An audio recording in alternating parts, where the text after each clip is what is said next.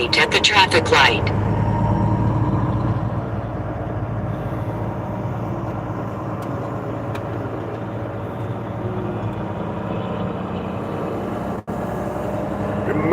Good morning. Just starting our journey.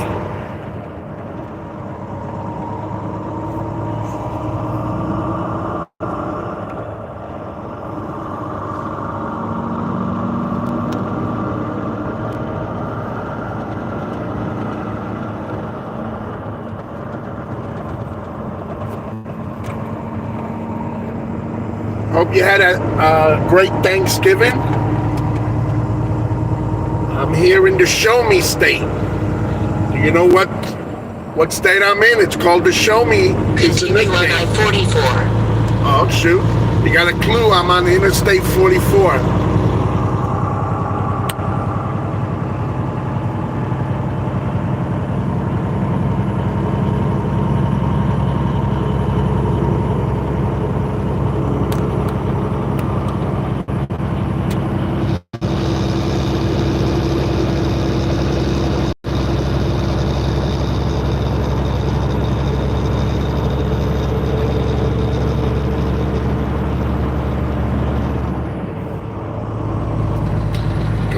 Good morning, guys. Happy Thanksgiving for yesterday. Hope you guys had enough turkey. You're not waking up with all this sort of stomach cramps now that you ate too much. I'm here in Missouri, driving a big truck. We roll in the Volvo truck, 760 VNL. On my way to Cali, going back to Cali.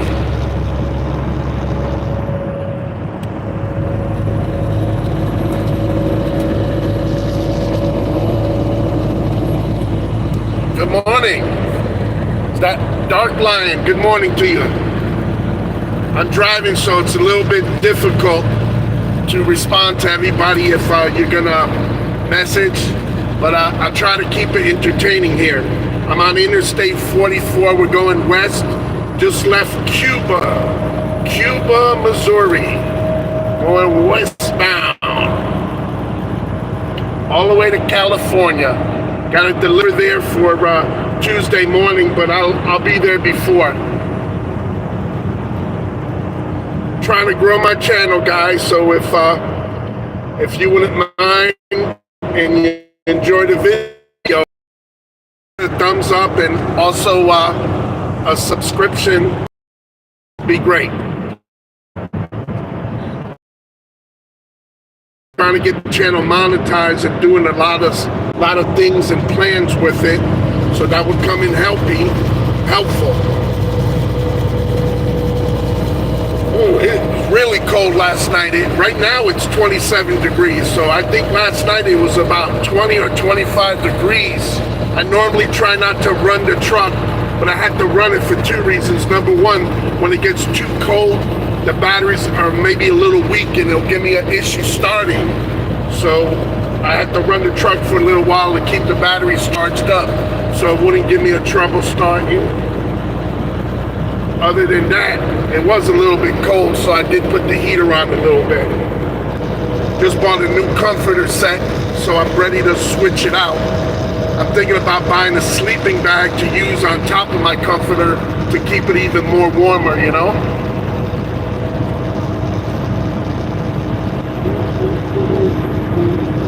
How's the camera position? Is it good? I thought about putting it on landscape.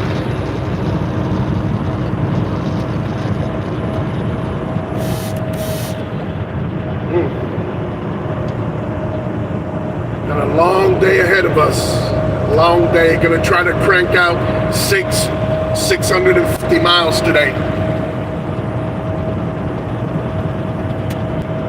Getting close to Christmas. Some of you guys gonna take advantage of Black Friday. Go out there, because that'll keep us busy too as truck drivers. We'll have more deliveries and stuff. A little bit about me. I've been in trucking for over 20 years. I do about a couple years at a time over the road. Then I get kind of bored and I miss the regular home life and come off the road.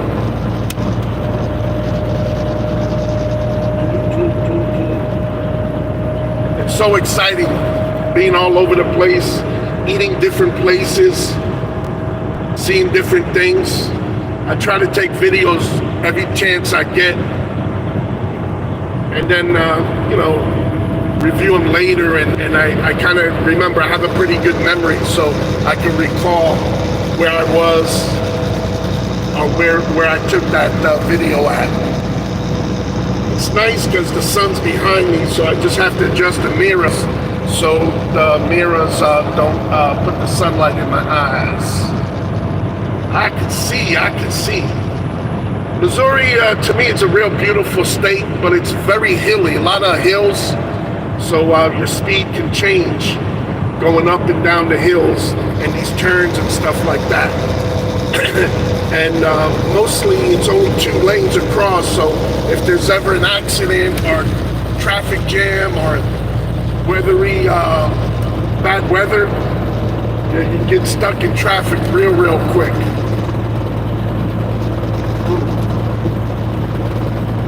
So guys, try to help me build my channel up.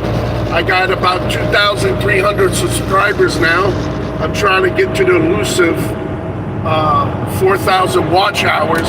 So people are telling me to go ahead and do the live. It's a lot better to get yourself monetized, because I'm not planning to stay in trucking the rest of my life. I want to do other things. I'm out of Florida, Tampa, Florida area right now. I have hopes and aspirations to possibly maybe move to something like California. I know it's really expensive over there, but you got to figure out a way. You got to understand what you want or what makes you happy. And when you figure that out, you got to figure out the road plan to get you to that destination. But I'd love to be out in Cali. Part of the reason, I just see so much content available out there, and I'd like to take my YouTube channel to the next channel. I'm not monetized now, so I don't make any money off of it, but I do see that it could be a good platform to make money off in the future.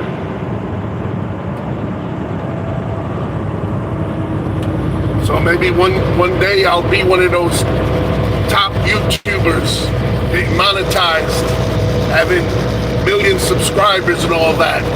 So it starts with you, 1 subscriber at a time, and also 1 like at a time. I roll solo out here. I did have my son out with me a few times, 4 or 5 times. He's a lot bigger now, and Daddy's not as interesting for him like before, so he doesn't need me in his day-to-day life.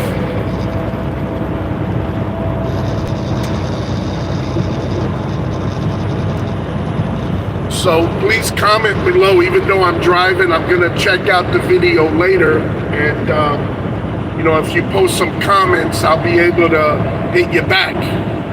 So whatever you want to talk about or comment about, I welcome that. It gives me a chance to interact, but obviously while I'm driving, I'm not able to. I know one truck driver, he does the lives the same like this, but somehow he's got his Siri able to do the voice messaging, read out the voice messages on the text messages, so he can respond back verbally,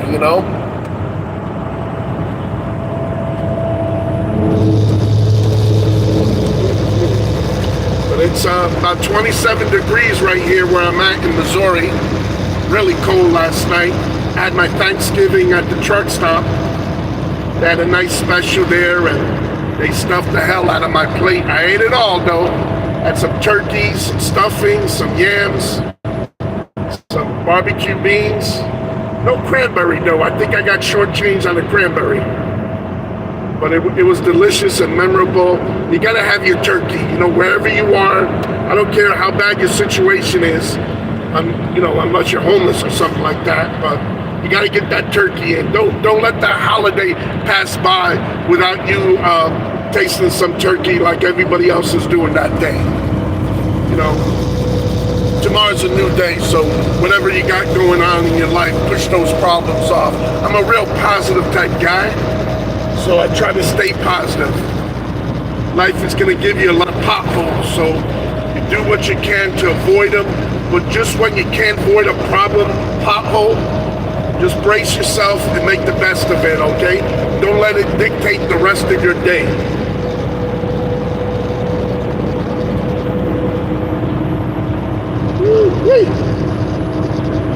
So I don't through the state, so I got a long way to go here in Missouri. So I try not to make too many stops, but I'll stop about 3, maybe 4 times throughout my whole driving shift. I like to try to do between 600 and 700 miles a day. My truck is governed at, I think, 74 miles an hour. I got a cool boss that I work with. He's always looking out for me, and we work well together. So that makes it a lot easier. Sometimes when you work with too big of a company, like they say, you're just a number. They don't call you by your name. They want to know what your driver code is. That's too big of a company. Not that you can't be successful, but it's harder to get that personalized treatment, My boss, he knows me pretty well. He knows I drive hard. I do everything I can to make sure the load gets there on time and picked up, because it's really important. So on this trip, my appointment is not till Tuesday in California. So I'm gonna get there like Sunday, so I'll be able to squeeze in doing a 34-hour restart. In case you guys don't know what that is basically, as a truck driver, solo truck driver, you have a maximum of 70 hours per week that you could drive. Once you reach them or get close to them, it slows you down to where you might not be able to either pick up or complete your next load. So before that happens, you want to do a restart, or you have to slow down driving so your hours come back to you. It's like a revolving door. So whatever hours you drove 7 days ago, you're able to get that back. So I know drivers that if they only drive like about 9 hours a day, 9 hours and a quarter a day, so they never run out of hours, but they only can drive like 9 and a quarter hours a day or so. I like to maximize, man. I like to go to the full max, 11 hours when possible. It just equals more dollars.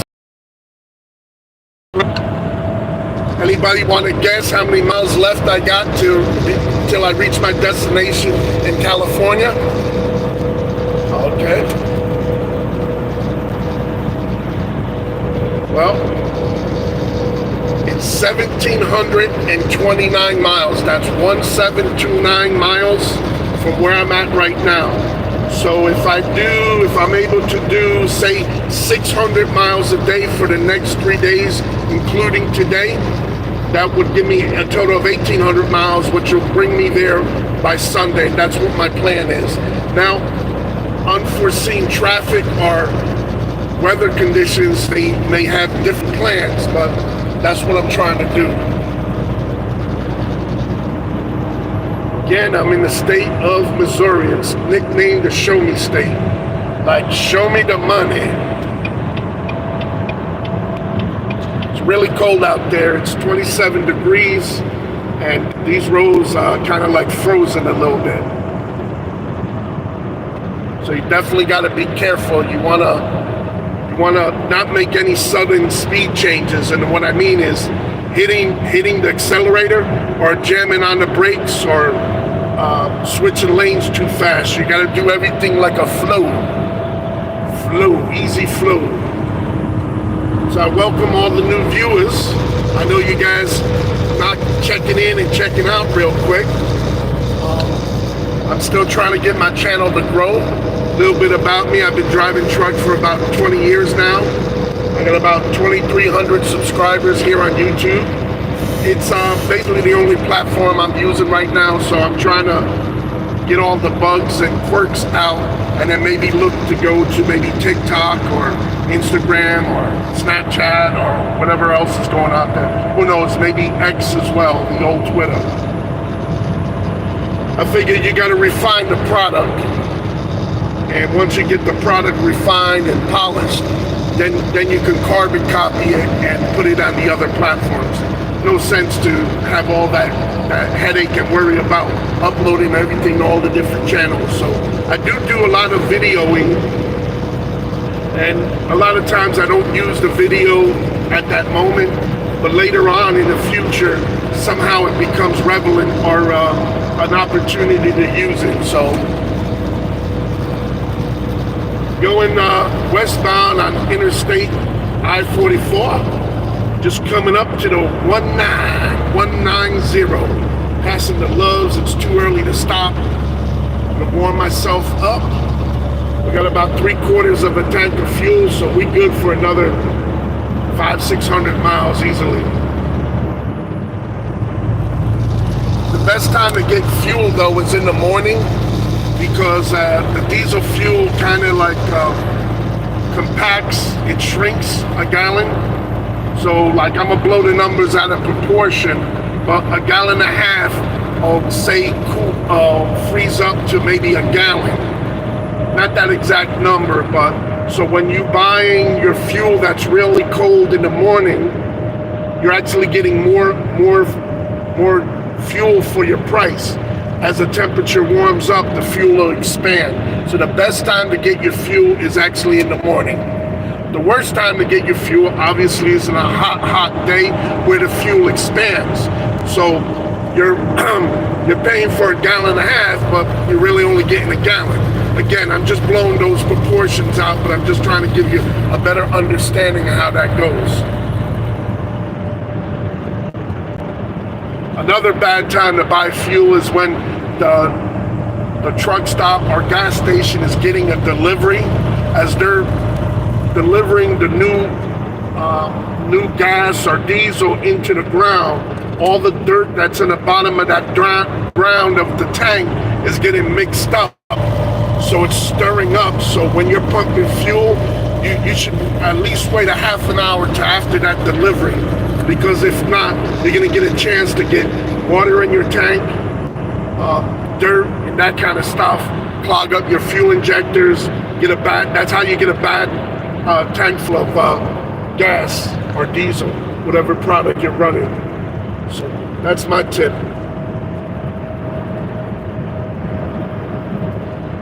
So during the day, I like to drive with my lights on to be safe, especially when the sun is in the other driver's face coming in the opposite direction.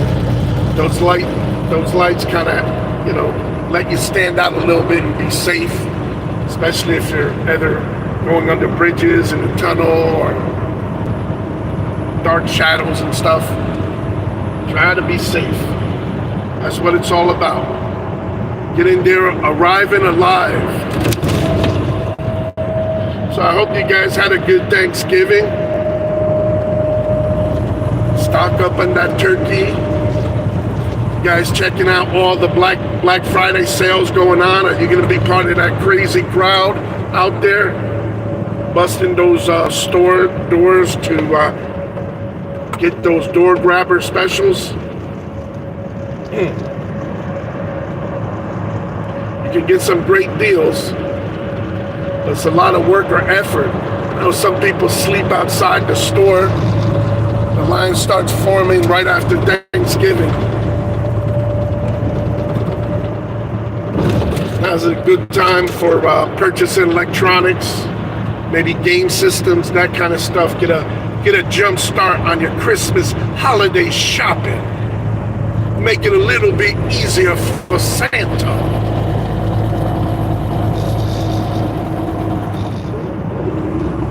Any guys know any truck drivers in your family, friends, neighbors? It's a pretty good living, but it's a lifestyle. You know, you got to commit to, if you want to make the big bucks, you got to commit to being on the road a lot. I don't mind it. Sometimes it don't even feel like work to me. I feel like I'm in school and I'm on a field trip. Get to see all these places. I get to stop wherever I want, providing the delivery appointment allows me. I usually try to be ahead of the game. Don't know if you heard me earlier, but I'm actually gonna be in California where my delivery is on Sunday, but my delivery is not till Tuesday, so I'll be able to enjoy about a day and a half or so over there, almost 2 days.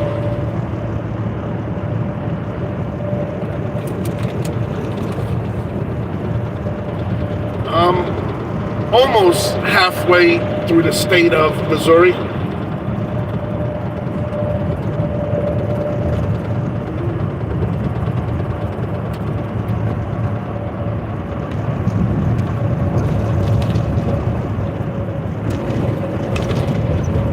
It's really cold out there, so you got to be careful of, the road is definitely frozen, but there's not much ice on top. So now that more traffic is on the road, it'll help warm up the road and kind of like start to unfreeze it. But the concrete is definitely frozen, no question. At 27, 25 degrees last night. The worst is if there was any condensation, because then we'll have ice issues on the road. So it's a big difference. Frozen road or frozen surface.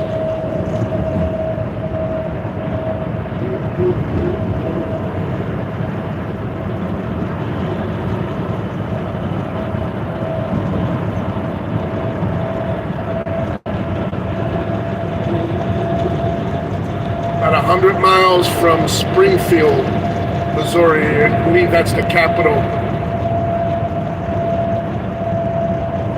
of Missouri. Don't quote me, but I believe that's true.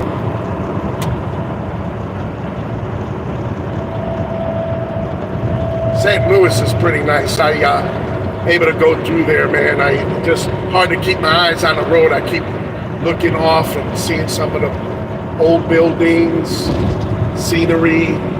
Of course, you got the St. Louis Arch over there. Amazing. They got a section over there. It's called the Hill.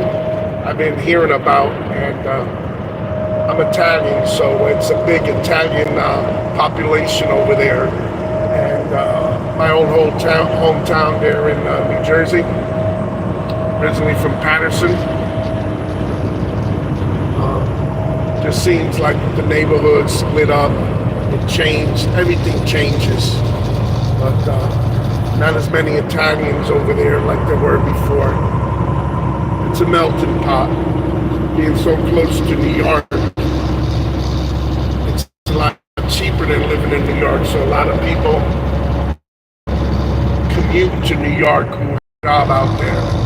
So I think it's about 30 minutes from the George Washington Bridge in northern New Jersey. Central to northern New Jersey. So, oh, somebody told me to shut up. I just saw that. Hey, it's a free country, right? I'm just trying to be entertaining for you guys. I don't know if just the drive is entertaining.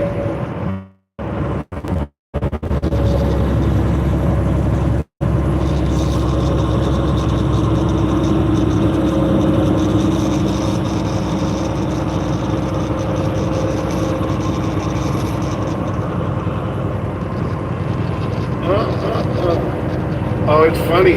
There's a place over here coming up at exit 163, so it's about 20 miles away.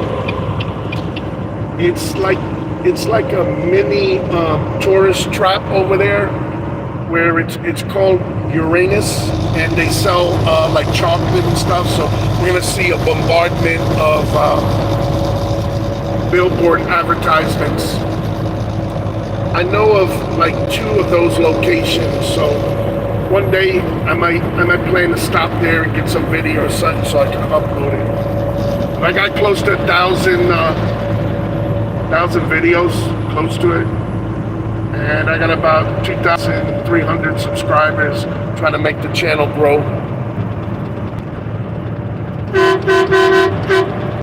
How's that? I got that big energy.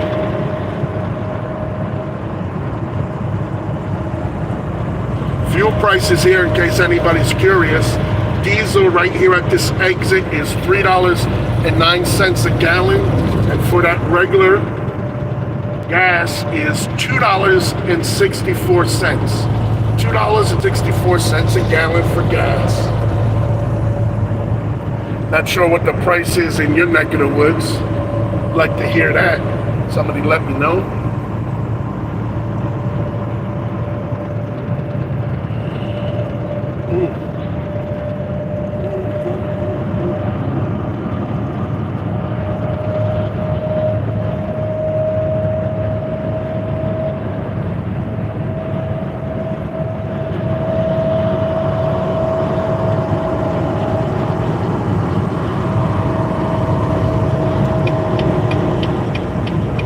Unmistakably fall weather. Cold. Trees all stripped down, no leaves and stuff. They look like skeletons. It's gonna look beautiful if they ever get snow on it.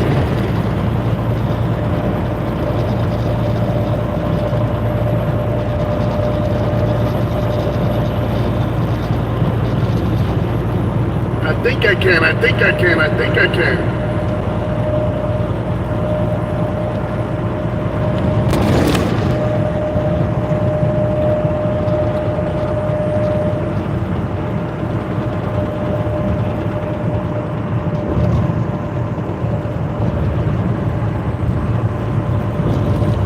I hope you guys finding this road trip a little entertaining. Talking about road trips, did any of you guys do any traveling, visit some relatives for Thanksgiving? Maybe you're still there enjoying them. Just make sure you take lots of pictures and videos, because things change. You never know when you're going to see them again. Their health may change, then they move away, or something worse can happen and they pass away, God forbid. You gotta enjoy people when they're alive, not reminisce about them when they're gone. Oh, he was a nice person. Oh, I liked him and everything. He was misunderstood. All that don't mean shit once they're gone. Show them you care when they're alive. Call them up out of the blue. They may question it. May think you want something. You gotta call them when you don't need nothing. Confuse them. They'll question. Man, are they gonna ask me for something later? Or did they really just call? And then maybe by the end of the conversation you'll hear, man, it was really nice to hear from you. So if there's somebody on your mind you haven't seen, or you care about, or maybe your relationship is not like it used to be, you gotta reach out, man. Don't let people get in the middle. Don't let some maybe haters disrupt your relationship, because believe it or not, sooner or later, those haters ain't gonna be around. And then it's gonna leave you sitting, wondering, wow, I haven't talked to that person in a few months, a few years, 10 years, 20 years, 30 years. and then you're gonna be like feeling unfulfilled. Don't let anybody control who you want to see and be friends with. Got a lot of controllers out there. Got to be free. We're in the land of free. A lot of people gave up their life for us to have this freedom here in the United States. Everybody's got different personalities. You got good people, but for every good person, believe it or not, there's a bad person. So it's up to you to figure out who's good and who are the evil people. Well, that's how life is. It's just not fair.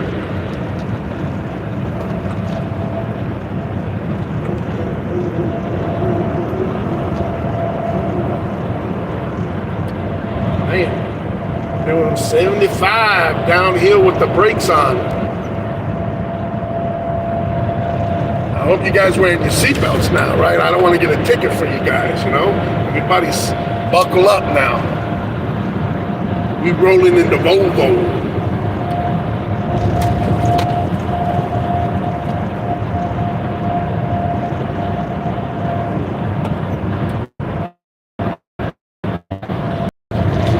I wonder what I'm going to have for breakfast later.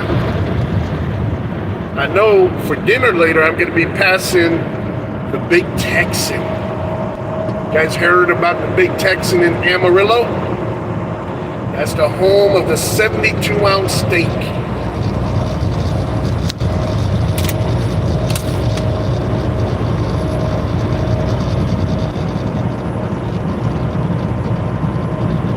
If you finish the 72-ounce steak in 1 hour, they'll give it to you for free. I'm in Missouri.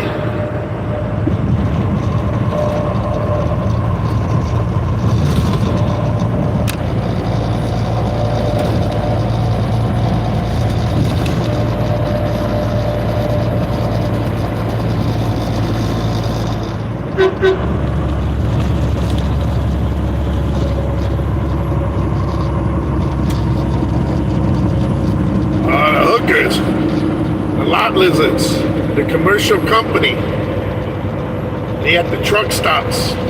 Stay away from them. This is a no lot lizard zone. If you're reduced to having to pay for some a girl's attention in that manner, something's wrong. Going uphill, gotta put the hazards on. We're doing 45. We're about to crest this top of the hill.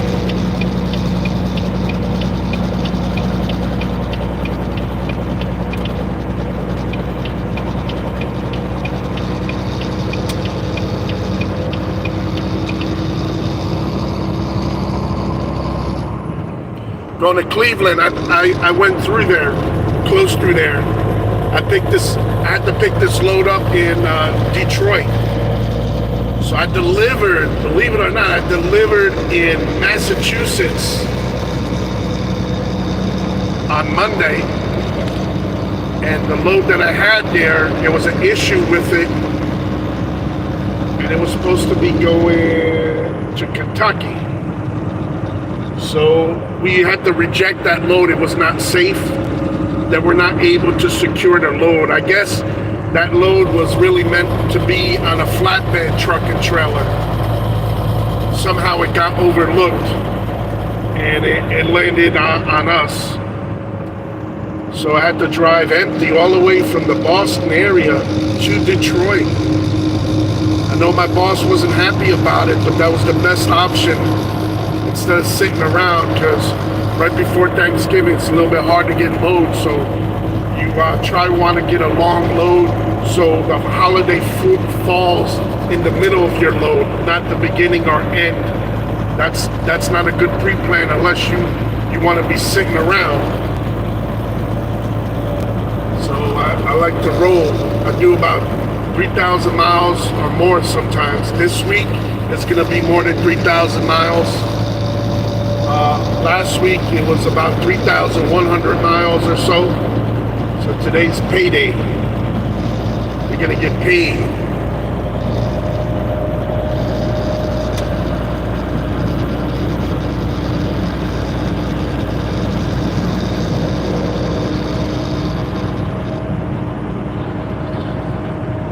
We got a state trooper in the middle. I don't know, it looks like he's got his foot on the brake or something. It looks like it's flashing in the back. It's nice to see that they're out here because you never know when something's going to happen. But usually around the holiday, unless they're pissed off, they don't bother. You got to be really acting a fool out here to be getting pulled over on the holiday.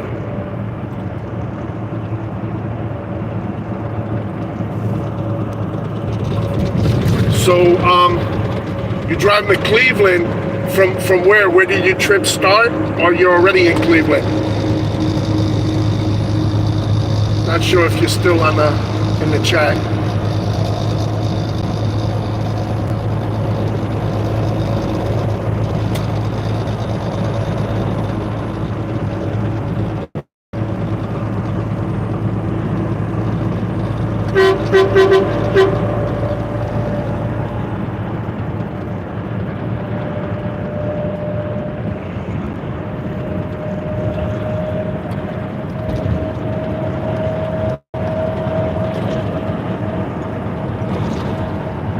I gotta get my CB installed here. It's be more entertaining. I've just been real busy and procrastinating, so CB's really good because between truckers we kind of help and share information. So if there's road conditions such as an accident ahead of me, the truck traffic that's going opposite that just passed it would give me the heads up about it. We'll also give them like a police report, like that cop that I passed back there. I will tell them, hey, in the middle at such and such mile marker, you got or DOT, or what they call a county. Okay, we got a cop here on the right. This guy loves to park here, so you have to make sure you switch lanes. I remember passing this guy before. He sits there and he's waiting for somebody, again, act the fool, not show him that respect to switch lanes. I remember that guy last trip out here. So that's his money card right there. You're gonna be a fool and not show him that respect. They get insulted and you give them a reason to pull you over.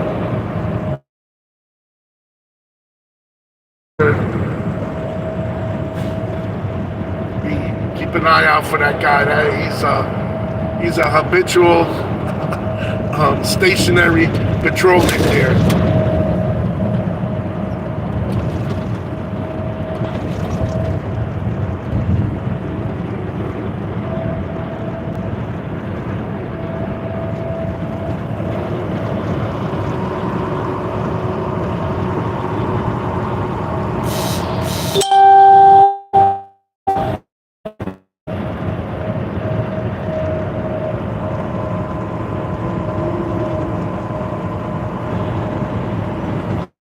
Specialize in it because I've done reefer's refrigerated trailer that allows you to do a lot more food products, ice cream, milk, meats,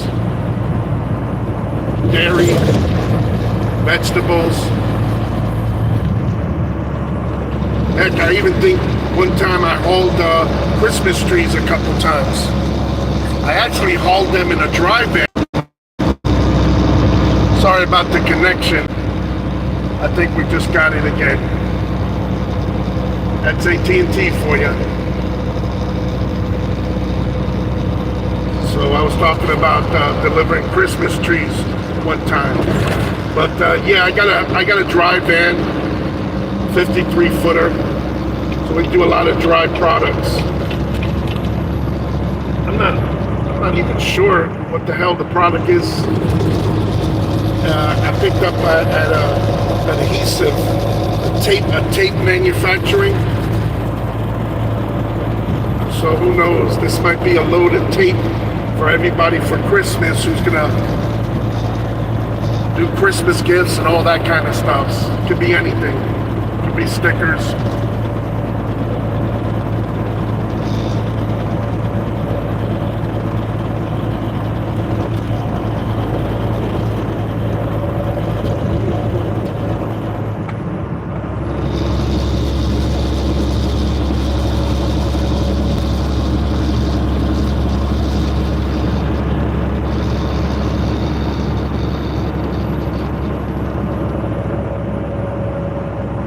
I really like driving trucks.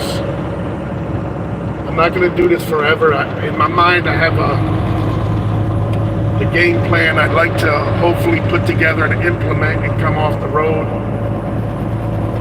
Thinking about, oh, there's that place I was telling you about on the left.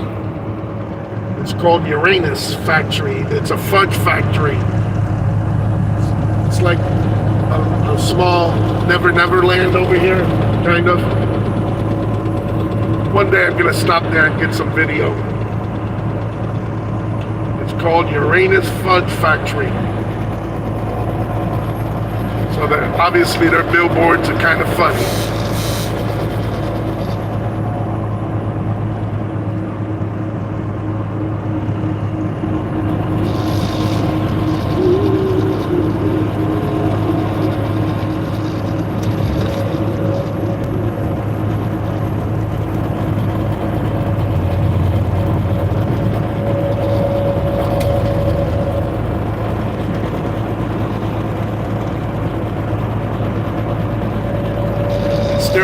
So there's not too much traffic.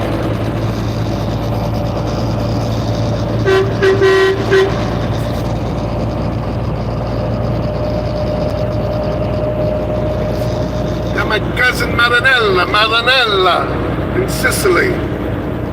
I just saw you're watching, huh?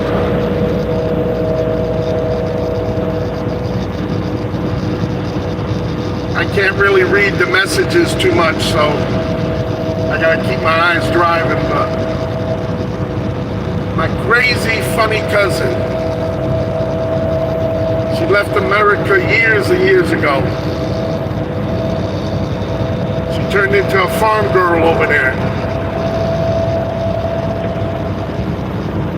I keep trying to convince her to come back. Ichi brava!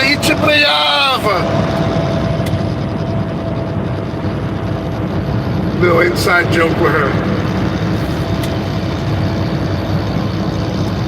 Now Marinella, everybody can see your comments, so be careful what information you put across.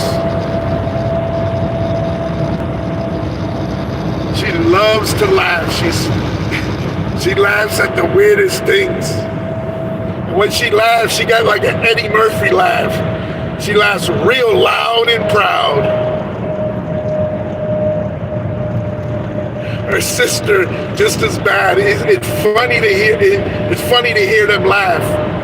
It makes me laugh, so I do everything I can to be a jokester to get them to laugh.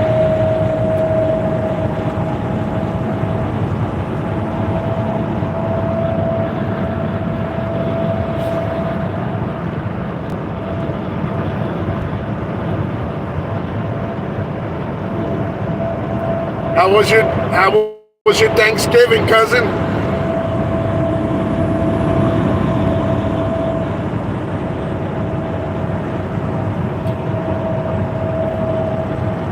Did you guys have turkey yesterday there in Sicily?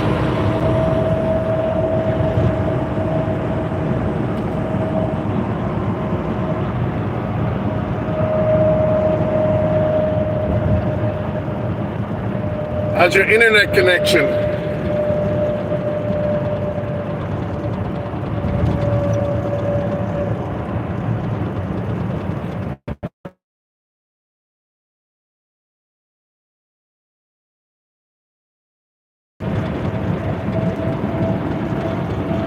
Oh, you gotta take that holiday with you over there. Man, look at this hill, deep hill, right? And this is nothing what's in California. This is like a 10-second hill in California compared to California. Lucky there's no snow yet, but the temperatures, shadows doesn't allow the sun to hit. So it would be real dangerous if it had snowed or iced here. It'd take a long time before that stuff would melt. So you got to be real careful. Glad to see light traveling traffic. So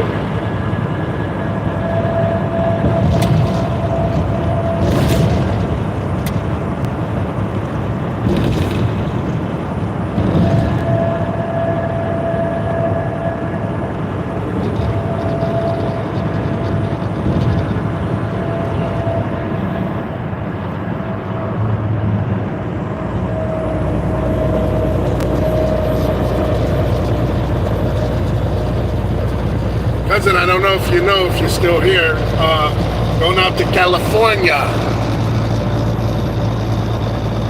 I'll be there for Sunday.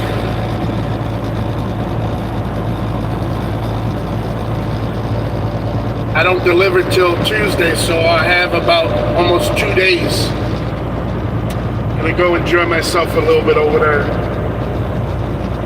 Get out of the truck for a couple days.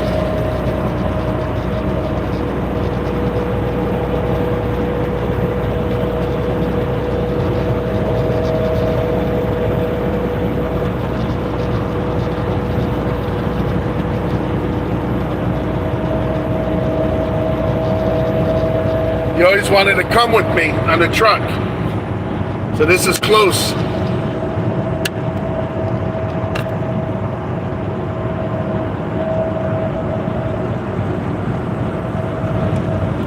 This is what it'd be like.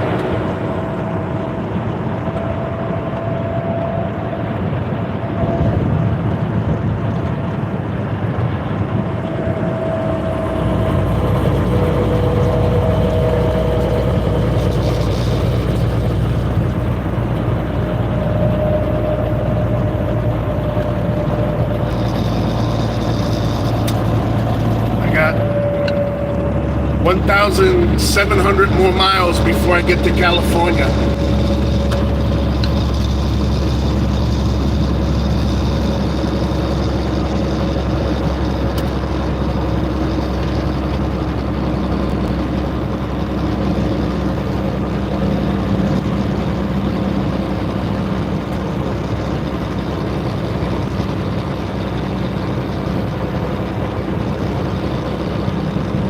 In the lovely state of Missouri.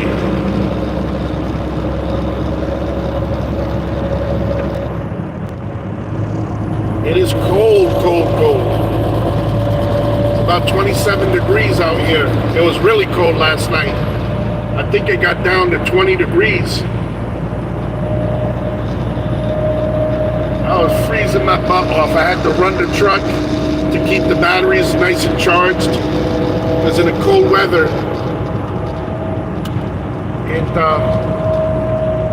it could put a big strain on the batteries. And on the truck here, I actually got 4 batteries. So you want to keep them charged up, or you're gonna have to jump start it, and that's a pain in the butt. That happened to me about three weeks ago. So I don't want to go through that again.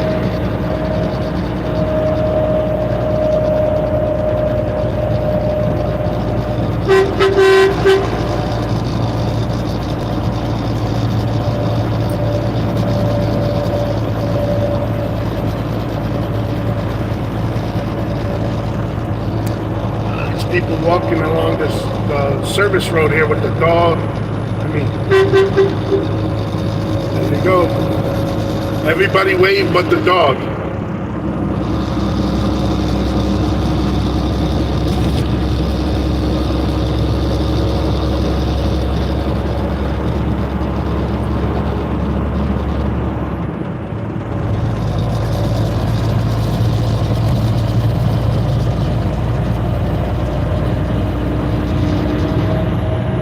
once you go through these roads a lot, you start remembering places, the good places, and then you remember the bad places to avoid to either park or eat at. So I know in about 20 miles or so, there's a nice Waffle House. I'm not super hungry just yet, but there's a Waffle House over there, and they do have truck parking. So might be able to have a breakfast. Let's see how I feel. I'm not over here. It's 1 hour back from Eastern time. So I think it's around, let's see, it's 8:10. 8:10 in the morning. So cousin, if you're still there, it's 8 o'clock here. I think you're 6 hours ahead, or 7 now. So you're early afternoon. My cousin's out in Sicily, Italy.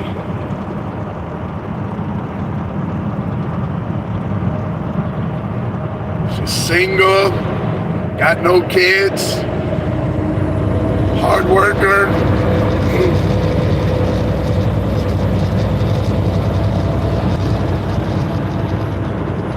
So, who knows? Who knows, cousin? Maybe you meet somebody. No kids, got her own money, work. She owns her own place. She's a United States citizen, but she moved out with her parents years ago to Italy, and she never got married, didn't have any kids, and stayed. She came and visited a couple of times. I tried to convince her to stay. I tried to teach her how to drive. Tell her meet a nice American here. You're American, meet American. Be here, enjoy your life. Don't I don't want to say destroy it. I said don't waste your life. You know, you're gonna be older, you're gonna be alone. But still young, you can meet somebody. Speaks English, speaks Italian really well. My cousin don't take no shit. She's quiet in the beginning. She's observant. When you piss her off, she's gonna put you in place. She'll embarrass you, man. She got a set of balls on her. Right, Marinella? Am I speaking the truth?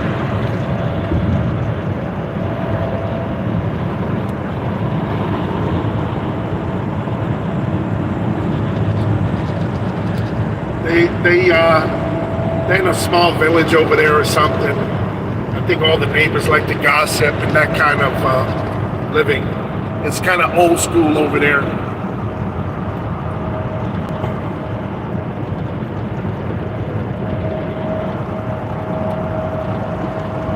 I'll be able to read all the comments later on when I watch the video when I'm not driving. So please, I encourage you to leave comments, suggestions, hit the like button, and help my channel grow. I got about 2,300 subscribers. So if you wouldn't mind hitting that subscribe button, I promise to keep you entertained with a lot of different type content. I'm still relatively new with YouTube. I don't really do a lot of live, but I heard it's a good way to help the channel grow. So I'm trying to show more content, make myself stand out a little bit. I'm getting close to getting monetized. I got a little ways to go, but I'm not sure if the live helps towards your viewership hours of 4,000 before you can get monetized. I'm almost there. I got over 1,000 subscribers. Like I said, I got about 2,300. Who knows? Maybe we build up a few today with your guys' help.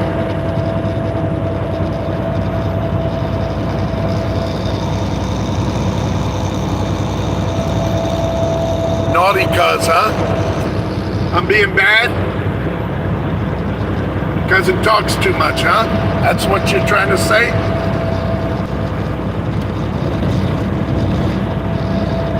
Should I talk to you Italian a little bit? Show off my Italian? Bastardo! Gran bastardo!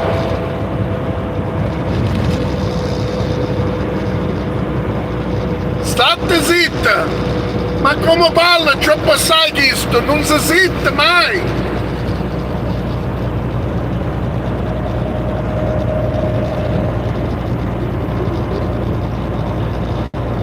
Little inside joke with my family there.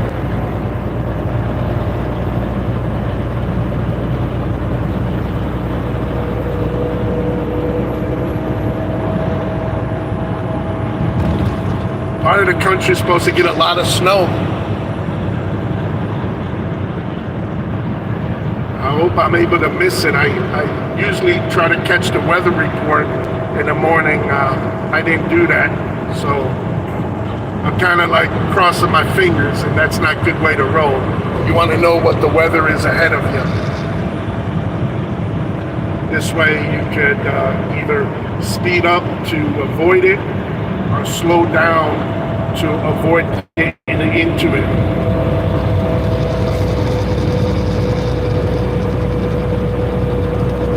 Driving in the lovely state of Missouri on my way to California.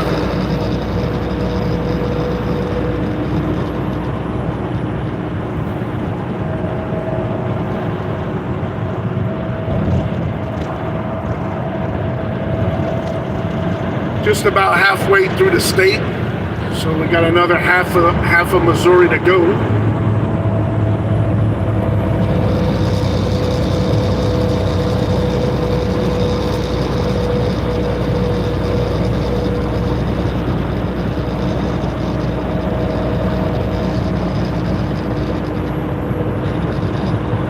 Eight o'clock in the morning over here. Not too much traffic going westbound, so that's good for me.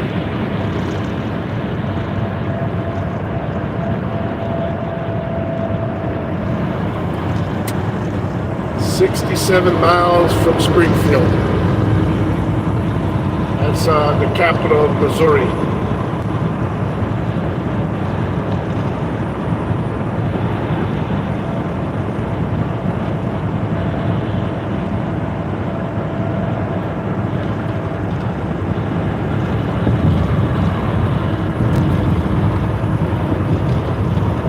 One of the last major cities is Joplin, Missouri.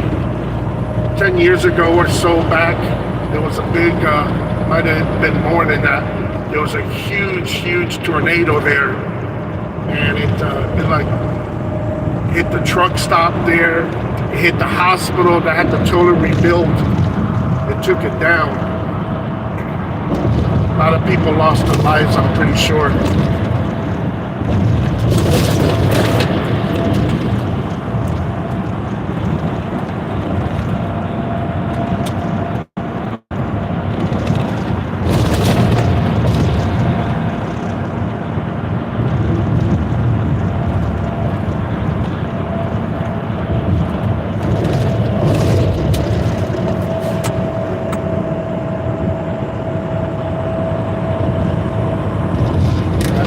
Going on in here, warm up my little toes.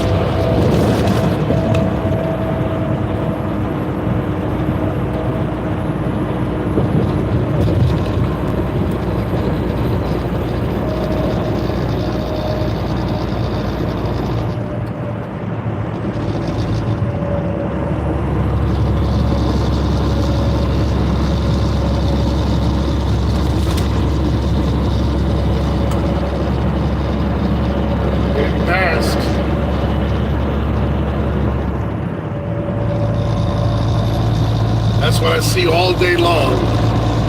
Trucks passing me, then me passing trucks.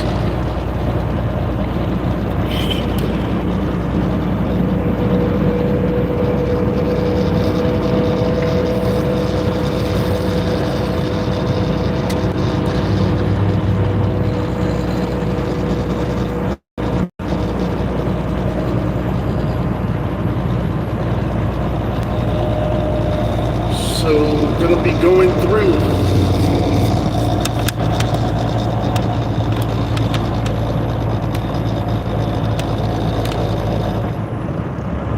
John the Farter.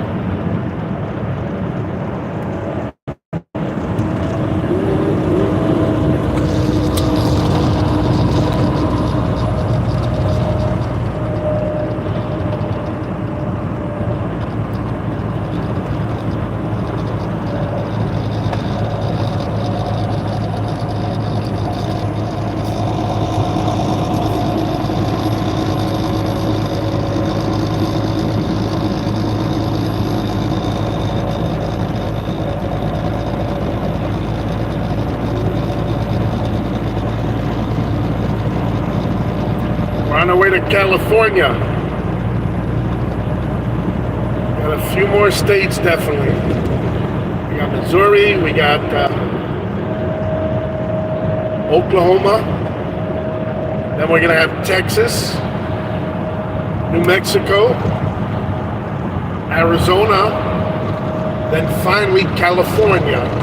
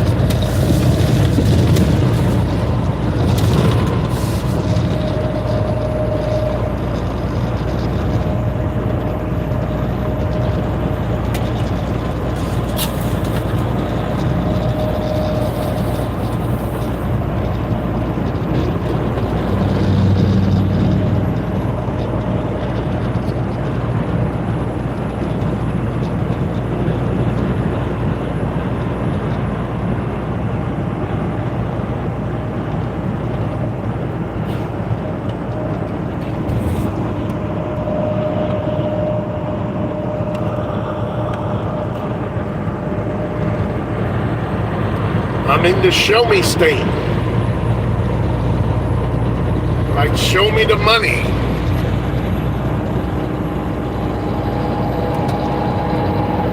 That's Missouri.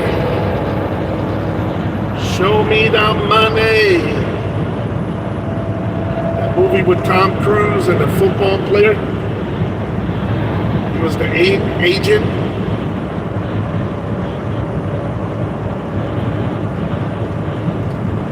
Show me the money. Boy got paid.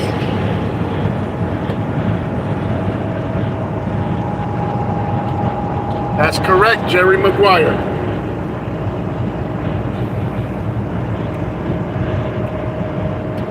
Where are you at?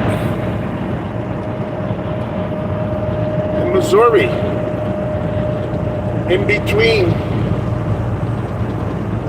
between St. Louis and Joplin, in the middle. in the middle, by Springfield.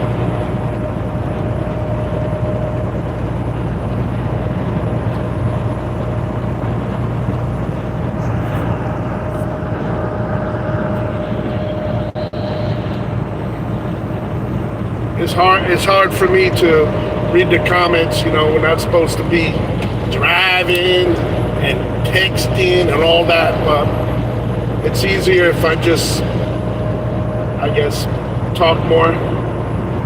Wayne, how do you pronounce that truck?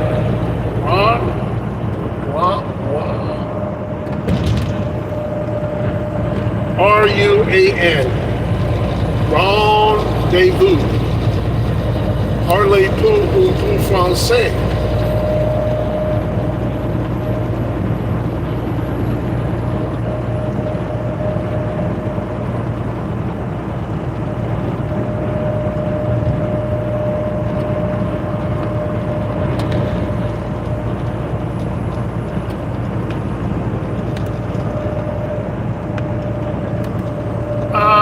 I think so.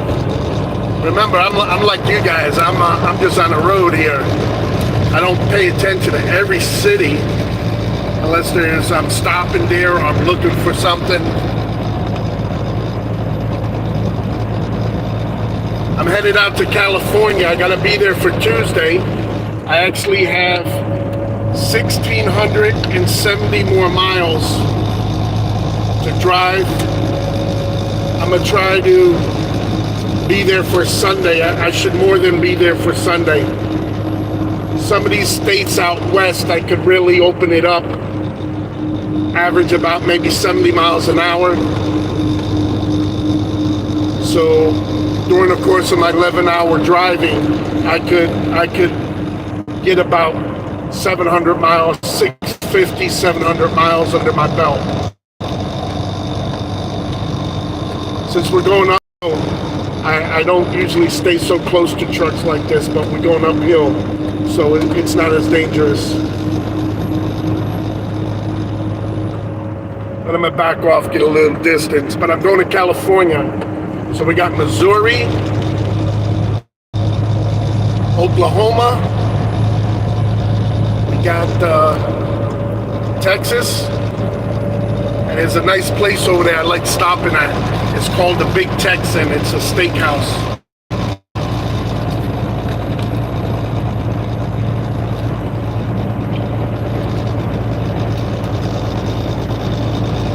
So it's California or bust.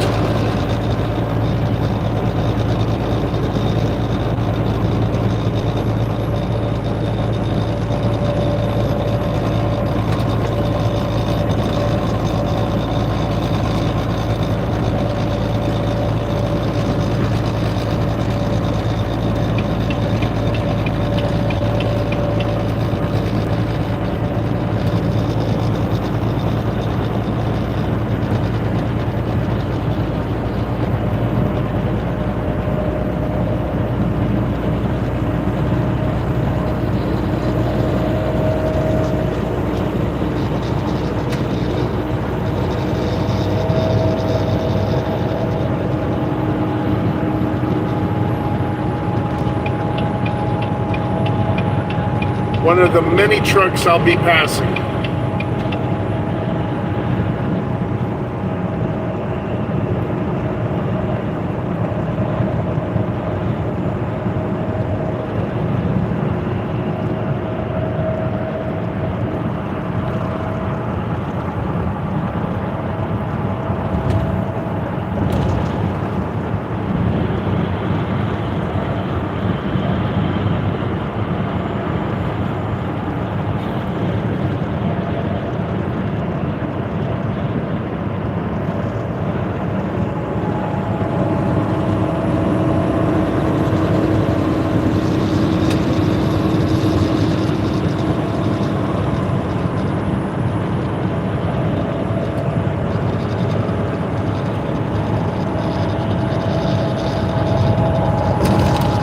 That's right, the Big Tex. I stopped there on my way to Boston from California last week. I had, I think, their 36-ounce steak, whatever. And the girl talked me into getting a bone-in. Man, I tell you, this bone was bigger than my fist. But there was still enough meat on there to enjoy it, you know. But gosh, it cost me $62 with just a soda and one person, myself. Obviously, you gotta leave a tip and stuff, so it cost me over $70. Plus, I got a dessert at their ice cream place there. They got the gelato over there, so really, really nice. I try to go there a few times a year, so I'll average maybe once every month or two, sometimes a couple times the same month, because if I have the time, because sometimes I go through there and it's either through the middle of the night or too early in the morning. But I hear that they opening back up for breakfast, so you can get a nice steak and eggs over there.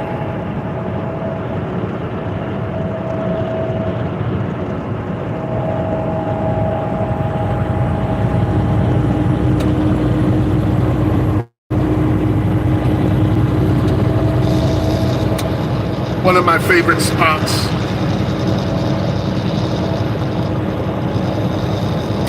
Believe it or not, you get a lot of good food at some of the casinos. Not all of them, but some of them. About a week and a half ago, 2 weeks ago, I was over at the Morongo in California.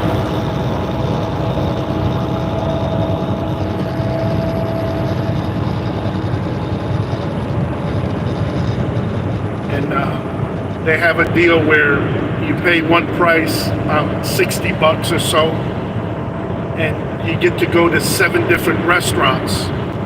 So, how should I say this? It's like a buffet, but it's not a buffet. And the part that's a buffet is you eat as much as you want, but the part of not being a buffet is the food's not just sitting there waiting for you to serve yourself. Each restaurant has got their own workers, and they serve you. And a lot of times they'll make the food you want fresh. Like one of the restaurants is like an Italian restaurant, and they have the food in front there, but they'll reheat it or cook it for you. Like say chicken Alfredo or something like that. They have I think like a Mexican Spanish food place. They have an Asian place. They have 2 types of meat places. They have one that just has prime rib steak, and the guy just stands there and he asks you how many slices and how thick you want the slices. Then they also got a barbecue place there with ribs and brisket. Just awesome. I highly recommend it. You want they're truck friendly place, so if you drive truck, you're not going to have a problem parking a truck there, and it's free. They even have a shuttle, so you call them, they'll pick you up in the parking lot and bring you over. And it's just, they open up, I think, in the afternoon, and they want you to kind of have a reservation.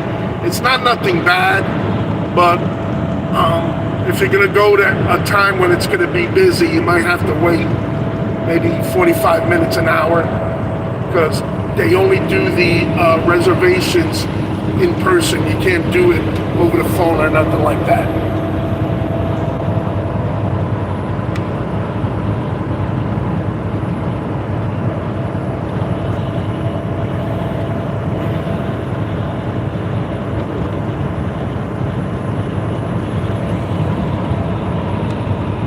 Going to Cali, California.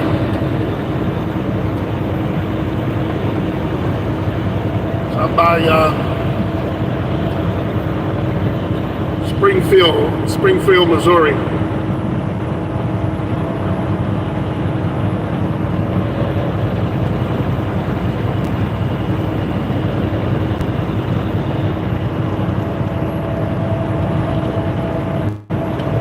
Going to California. So I got 1,600 and 61 more miles. So just started driving about 83 miles ago. So I got to do about another 600 miles or so today. I'd like to. I don't have to, but I'd like to. This way, that'll get me to my receiver in California, like on Sunday evening or so, afternoon. I forget because it's 3 hours back over there. So that's an advantage whenever you're driving west. The time goes back. So if you're running a little bit late, those couple hours of being behind really comes in real handy. So I'm out of Tampa, Florida. So California time is 3 hours back. So I kind of pick up 3 hours. But my delivery is not till Tuesday. So I'm gonna have a couple days in California to enjoy myself, kick back a little bit.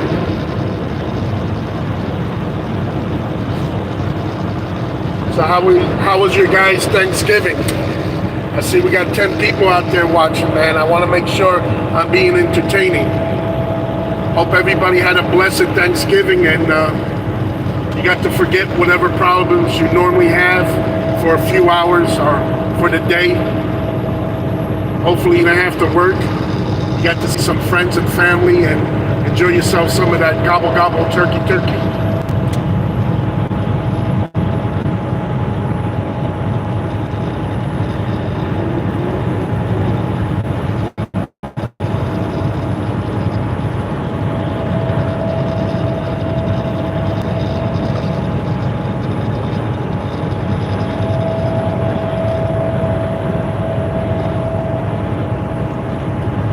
There's only really like 2 or 3 major roads here in Missouri. You got I-44.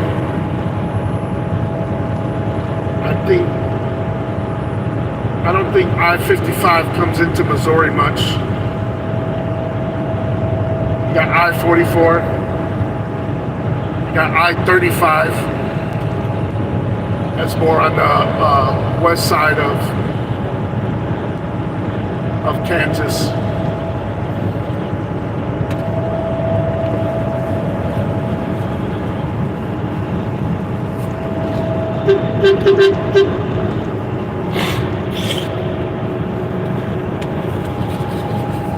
Excuse me. How do you guys hear me? Am I talking loud enough or is there too much noise in the vehicle?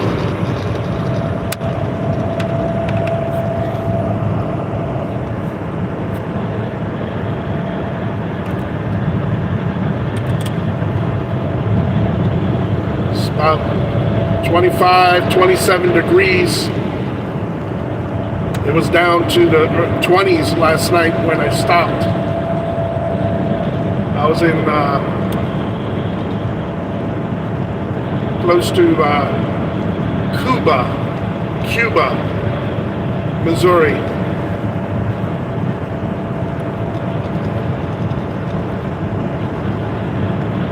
Had me some Thanksgiving turkey dinner there at the truck stop. The girl hooked me up.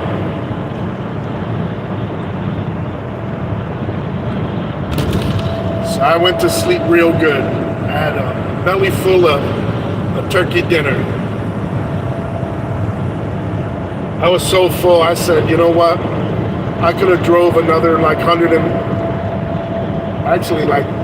more miles or so, but I called it a night.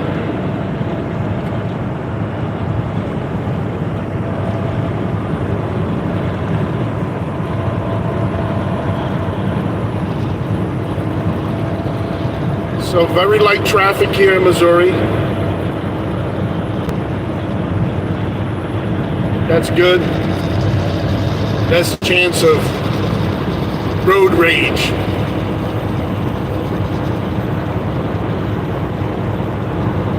So by the time I get out of Missouri, some of that Thanksgiving traffic, people visiting their families and stuff, will be showing up.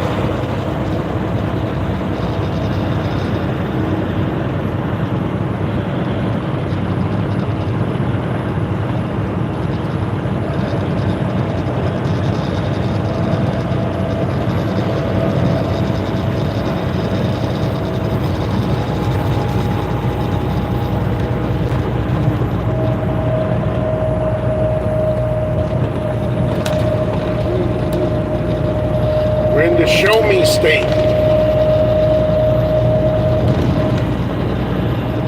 Show me the money.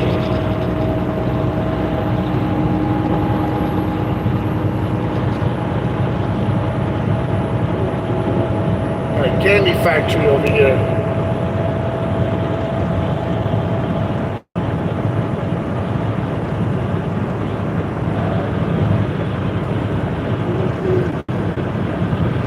Welcome to my channel, guys. I'm still a little bit new to live streaming. I got close to, I think, 900 videos, close to 1,000. Got about 2,300 subscribers on my channel. Trying to get my channel to grow, trying to get it to get monetized. So some of my content's really off the wall, funny, sad,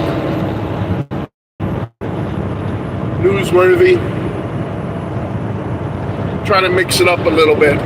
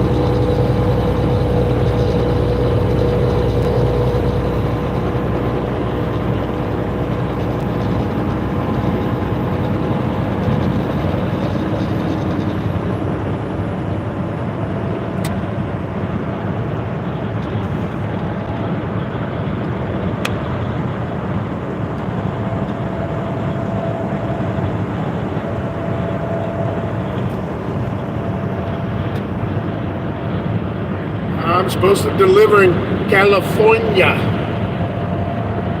Gotta go to Cali.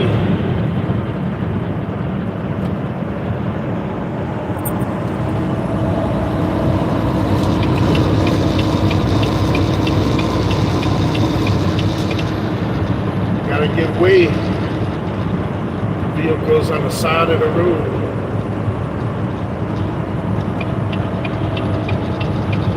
Never know when somebody's gonna get out, open their door.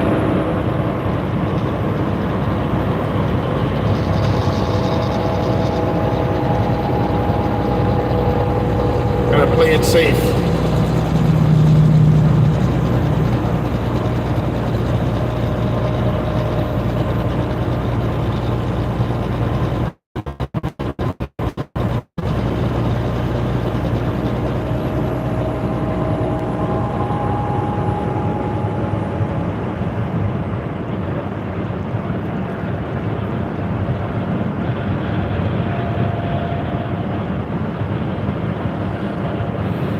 Cruising. Picking up speed, going downhill nice and smooth.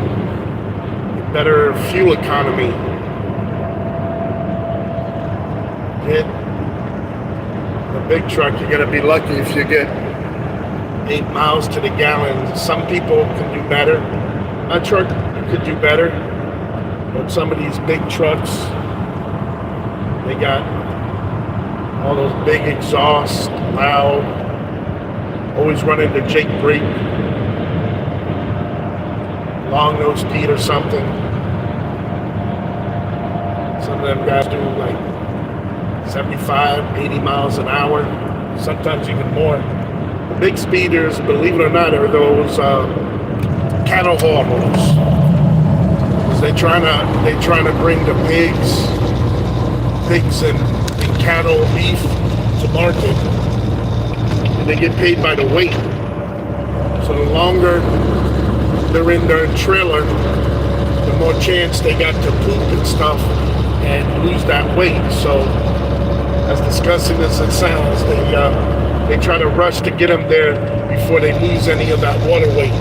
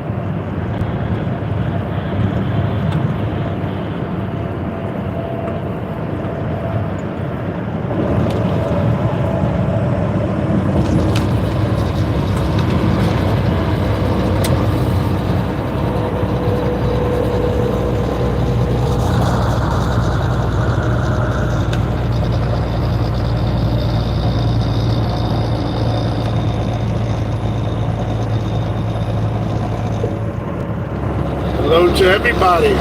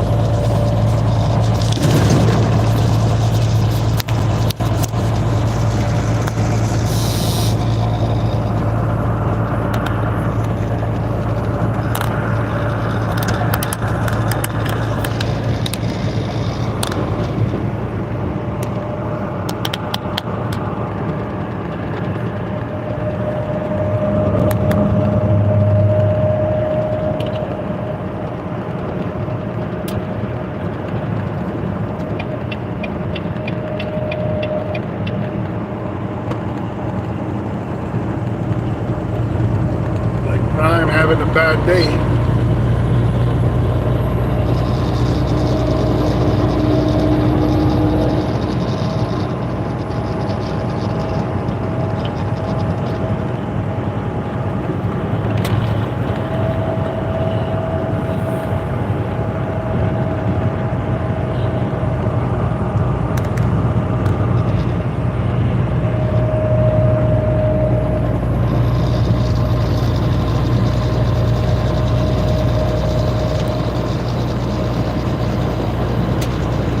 Guys,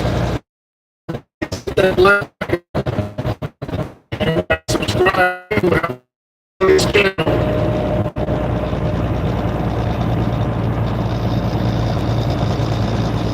At 13 likes. Oh my God, we can push it higher. Let's shoot for 20. How quick can we get to 20 likes? We got 13 in the chat room now. Everybody hit that chat. Maybe we'll double it.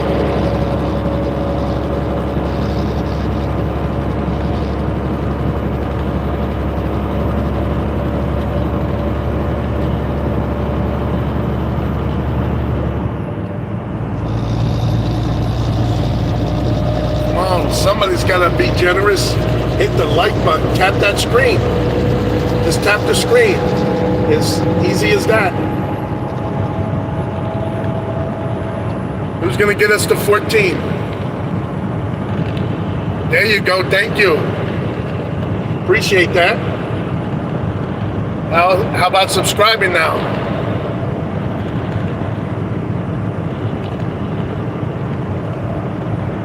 $15. Thank you.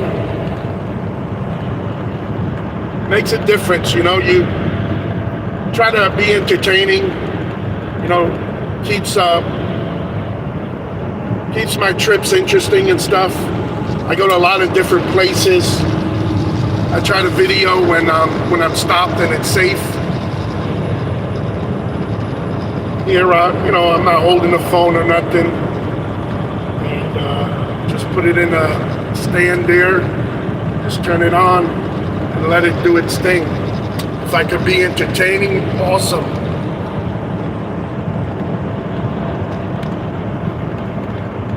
Wow, we're up to 15. Hit the subscribe too, guys. You know, I got some really good video content. Maybe some of it you find it funny. If you happen to be in trucking yourself, I got a bunch of videos on topics, different topics. You know, we all have to learn from somebody or our mistakes. So sometimes we made the same mistake a few times. And then you realize there's a better way, and that little light bulb in your head goes off where you learn from your mistakes. So it doesn't matter what you do, you become better.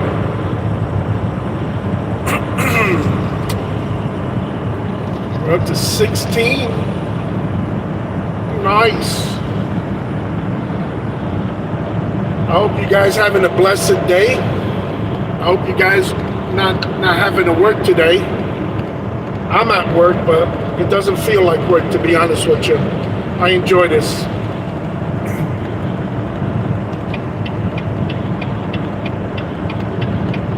I get to go to different places, eat different foods, meet a lot of different people. And it's weird how, like, you might go to your local store in the morning for coffee and stuff. And for me, that's a lot of these truck stops. I may not see them again for another week or a few days later or even months. But they're like my local store, even though they're hundreds of miles apart. Because there's restaurants that I frequent a lot that I like. Some of the casinos got some nice places to eat at.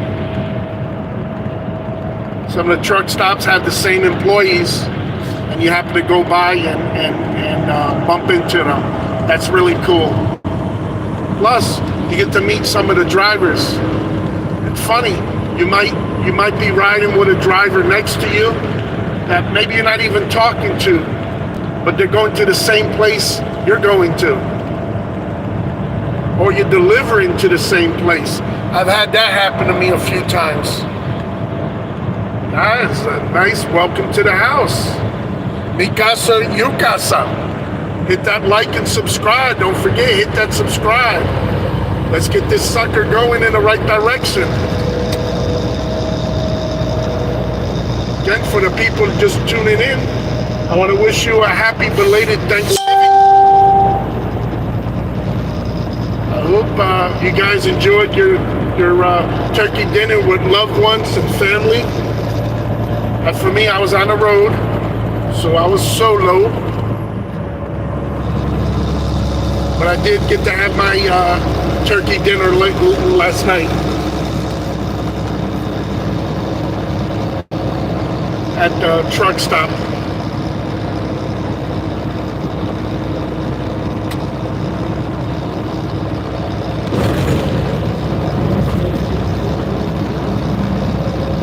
There's a billboard. Jesus is the reason for the season.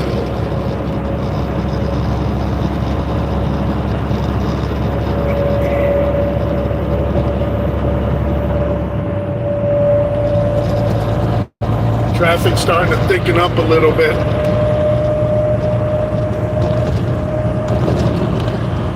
Probably a lot of that Thanksgiving road trip traffic getting back on the road.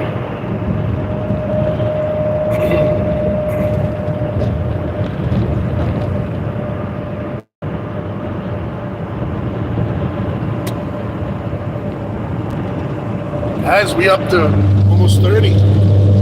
Nice. Sit down, take your shoes off, stay a while. We're on our way to California. Picked up this load in Detroit a couple days ago. We're in the show me state. Show me the money. On our way to California for Tuesday delivery. But I'll be there Sunday. Got 1,630 more miles to go.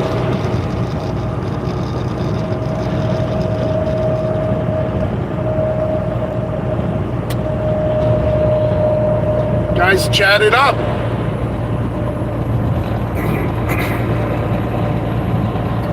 Talk amongst yourselves. You never know where some people from. I can't respond, but I can ask you verbally. Where you located? Are you inside the United States? Outside? Gives you a chance to meet some new people. Ask some questions.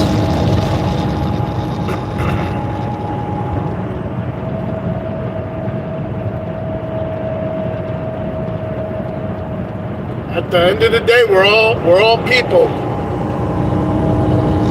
Just maybe we live in a different spot, we work at a different company, grew up maybe a different culture, different foods.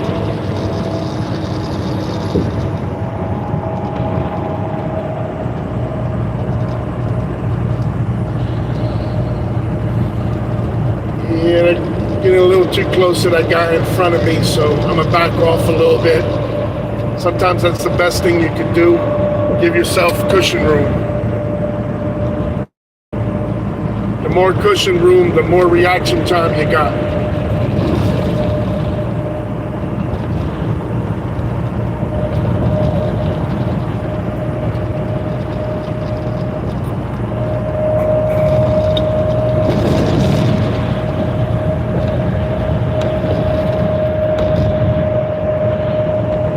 You guys gonna do any of that crazy Black Friday shopping today? Gonna venture out amongst the animals. The animals.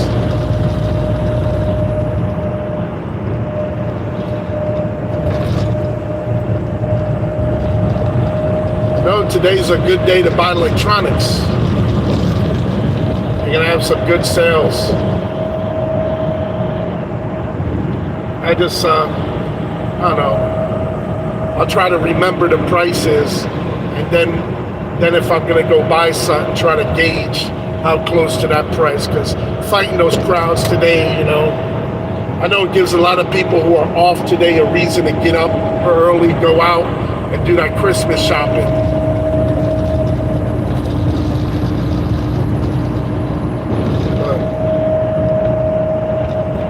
Sitting outside the store all night long because they're gonna take maybe 50 or 100 bucks off of something.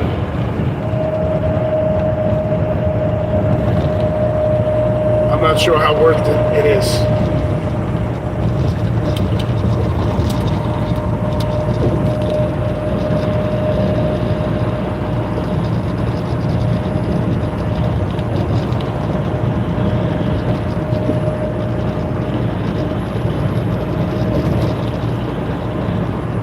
So if any of y'all gotta use the bathroom, let me know. I'll be sure to stop off at the next nice, clean gas station.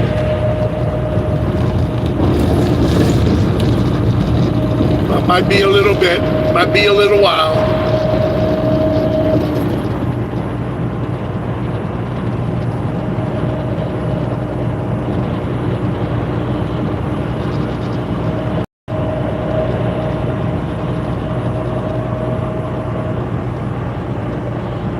Plenty of choices to eat.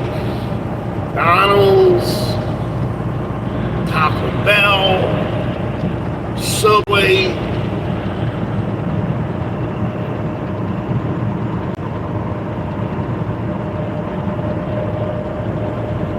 Still got a half a tank of diesel.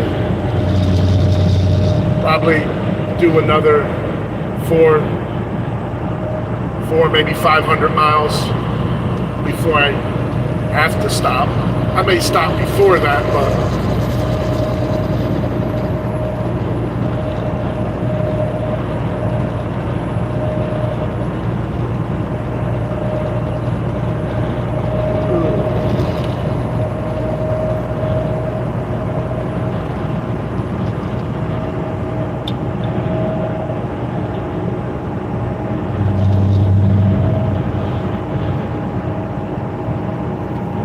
going back to Cali. Going back to Cali. LL Cool J with a remake by Biggie Smalls, Notorious B.I.G.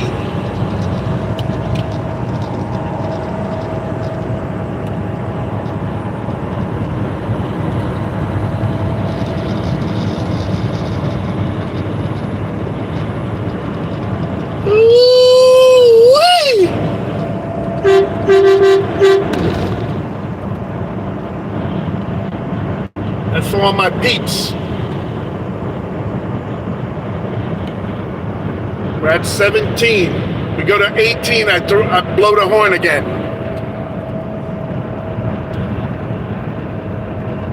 Come on. We get to 18. Get a little more of the trumpet. Hit the air horns. 15 people in the house. Sit down. Pull up a chair. Take those shoes. No. Better keep them shoes on. We don't know the status of the toes.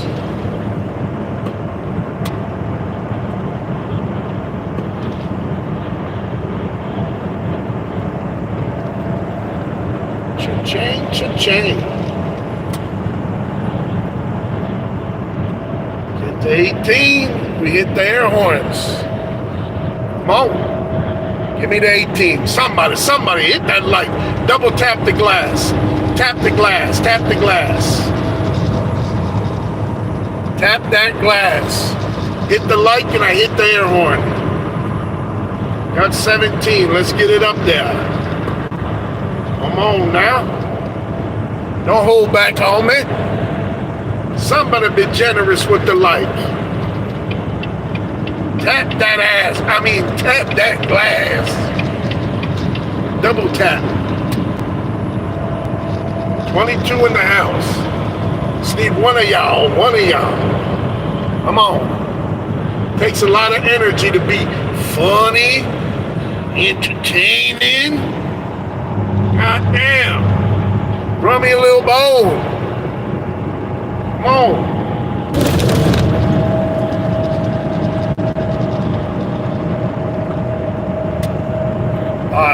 I'm gonna share one of my jokes with you guys. I hope you guys didn't hear it. You know, it's joke time with Johnny. Johnny is gonna tell a joke. Hopefully crack y'all up. Alright? It's a clean joke. There should be no kids in the room. It's a clean joke. Alright. When I get to 18 likes, give me a thumbs up. Tap that glass, I'll tell the joke. So I need somebody to step up to the plate. Tap that glass. There we go. Thank you. All right. I'll have to. But if a dog has no legs, okay? A dog with no legs, what would you call it? So again, what would you call a dog with no legs? Up to 19. Thank you. Appreciate that. Be obliged to hit the subscribe too. We're a few short from 2,300 if we haven't hit it already. Okay, getting back to the joke. What do you call a dog with no legs? Well, you can call it what you want. Reality, that dog just ain't coming. I hope that's not too mean for you animal lovers. I love dogs, but I heard that a long time ago. Call it what you want. That dog just ain't coming.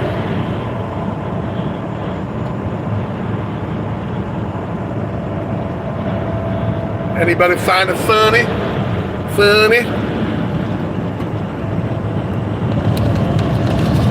I should do a live stream of jokes, but I gotta find some more funny ones. I remember, I think this was a Eddie Murphy joke, so I'm gonna give credit to him. It was an Eddie Murphy joke. And how it goes is, when we get to 20, I'll tell it. So we need somebody to get us to 20 likes. Hit that, get us to 20 likes. Somebody in the house, double tap that glass, get us to 20. So we can tell this joke. Joke number 2. Tap that glass. Tap that glass. Tap it. Get us to 20 thumbs up. Tap it and subscribe. Okay, we got 20 now. This is a joke from Eddie Murphy, so we got to give credit to where credit is due. All right. Now there was a bear in the forest. He had to use the bathroom, so he had to do number 2. Okay, bear in the forest. So when he was done with doing number 2, he had a question. He saw Mr. Rabbit nearby. As the rabbit was cleaning himself with his tongue cleaning, the bear asked him. He said, "You sure stay clean?" He says, "When you take a shit, do you have a problem with shit sticking to your fur?" And Mr. Rabbit said, "No, I ain't got that problem." So the bear welcomed him, grabbed the rabbit with his hand, and wiped his ass with the rabbit since shit don't stick to his fur.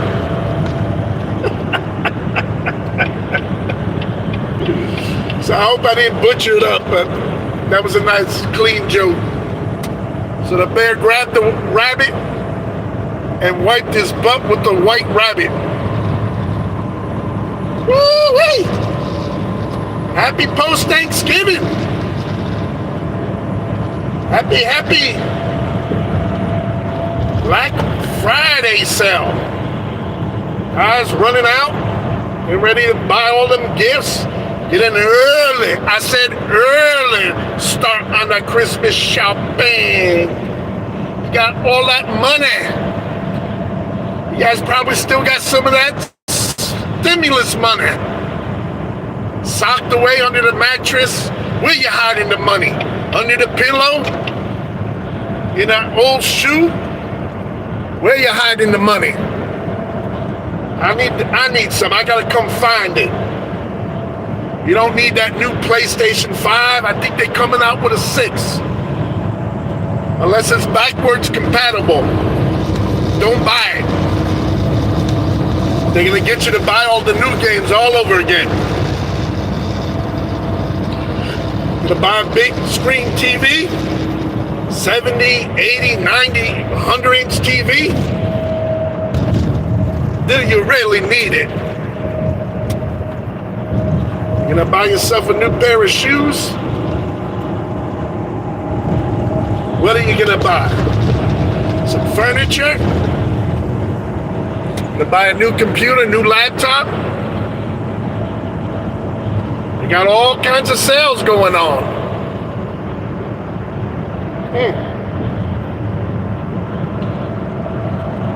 Gotta beat all those people that slept outside the store all night. Depending what part of the country. We in Missouri. We rolling in the Volvo. So part of the country still sleeping, I think. Yep, them stores ain't open just yet. Hit that subscribe. Stop playing with me. You feel me? Stop playing. Tap that glass. Build up my subscribers. Let's break 2,300. Are you going to be the one to put me over 2,300 subscribers? You're going to help get my channel monetized. Like, subscribe, comment. Let me know what you're thinking. When I stop driving, I'm going to read all the comments. I'll respond if I can.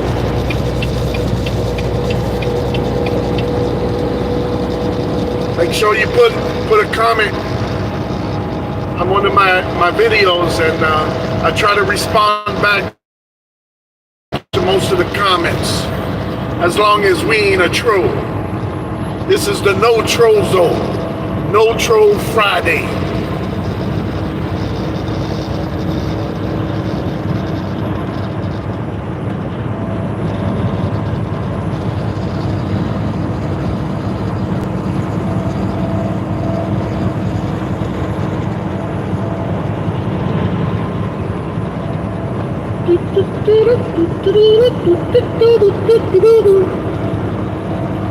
Sitting on the corner, Tom's Diner.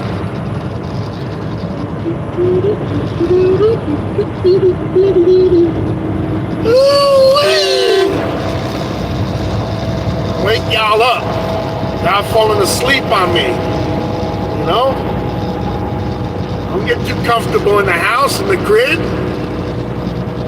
This is my MTV crib. You in my crib. Get comfortable, but don't get too comfortable. Don't be trying to sneak the shoes off. You know? I don't run out of Febreze, if you know what I mean. Please.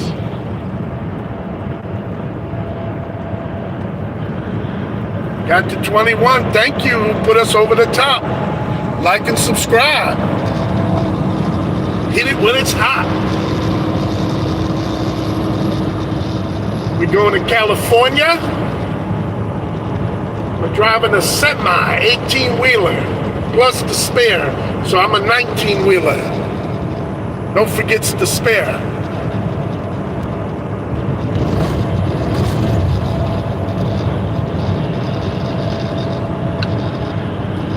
$1,610 miles to go.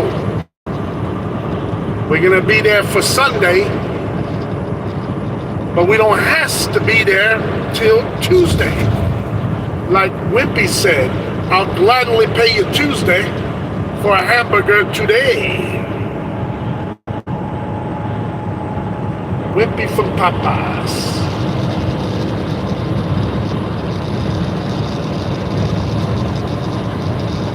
Man, looking forward to that big steak later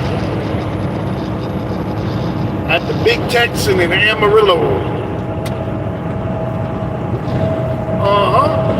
Come on, make yourself comfortable. Pull up a chair, stay a little while. Like and subscribe. Subscribe, stop playing with me. Stop playing. We're from Florida. Well, we OTR, we rolling. Rolling. Going back to Cali. Prime, get out of my way, Prime. Move, truck. Move out the way. Move, truck. Trying to be nice. Move, truck. Get out the way. Get out the way.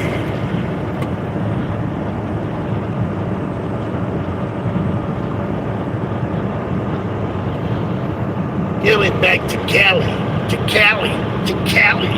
Getting back to Cali. I don't think so. But we are. It's hard being funny. It ain't easy. No, it ain't easy. But we try to be entertaining for y'all folk. We want to put smiles all over my viewers and subscribers, and especially the people that hit the like and subscribe button. We want them. They're my peeps. You're all my creepy peeps. If you're creepy or not, you're still my peep. We love you. We want to hug you. We want to squeeze the shit out of you like a jelly donut. When you're squeezing all the love and all the great jelly just oozing on out. Yeah.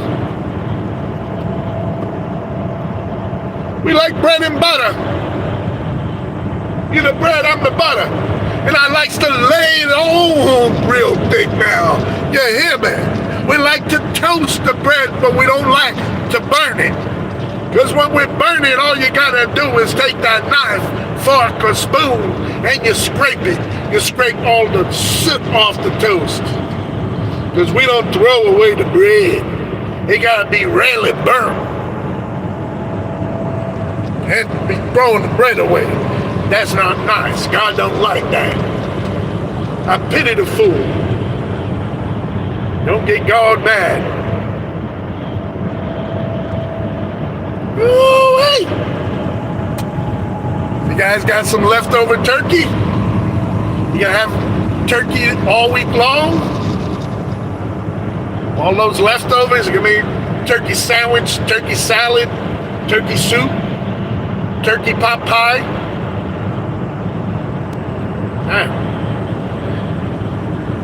I know it's a good thing, especially if you make a lot, but that's why I like to go out and eat. I don't have to worry about any of the cooking. I think yesterday, I actually got a deal on yesterday. It only cost me like $12, $13. Cashiers always love me.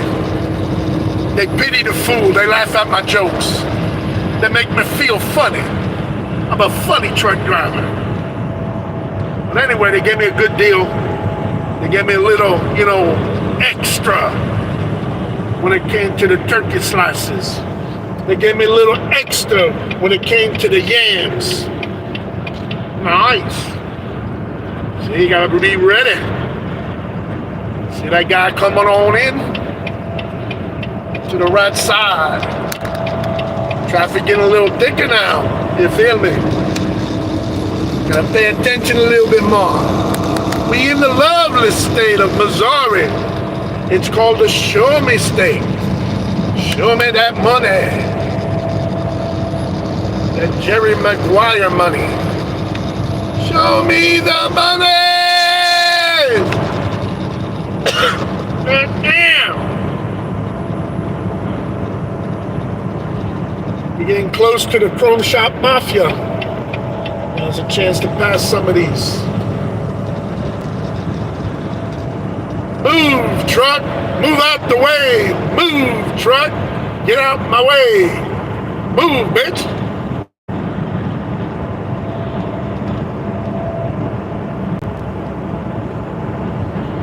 Hit that like and subscribe. Stop playing with me. Stop playing with my emotions. I'm a lonely truck driver. You hear me? I said I'm a lonely truck driver. I'm so lonely I laugh at my own joke, goddamn it. You hear me? I laugh at them. Because they funny. Yeah.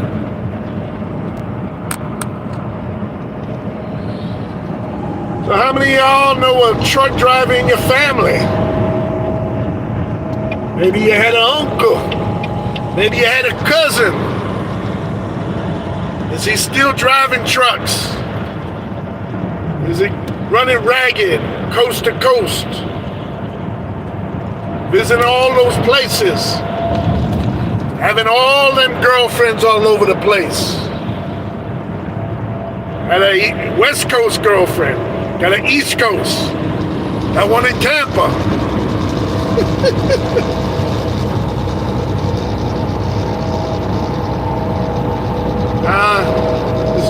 Driving a truck is not for everybody. It's fun. It's an adventure. You can make money. See a lot of places. Usually they tell you if you want to travel, join the military. But you're limited, you know? Yeah, they always got their finger on you. They got their thumb on you. Me, I got a lot more freedom. I could stop where I want to stop. I could go where I want to go. I've been to places with the truck normally I would never have been. First time I went to Vegas years and years ago, it was because of truck. Been there a few times, been there enough, spent times and days off over there. Same like KM.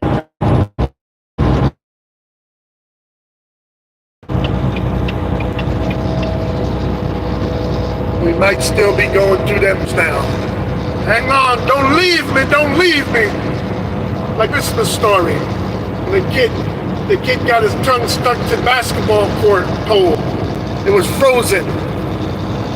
Don't leave me, don't leave me, don't leave me. And they left his ass. Left him with his tongue on the pole. He double dared him. Double, triple dared.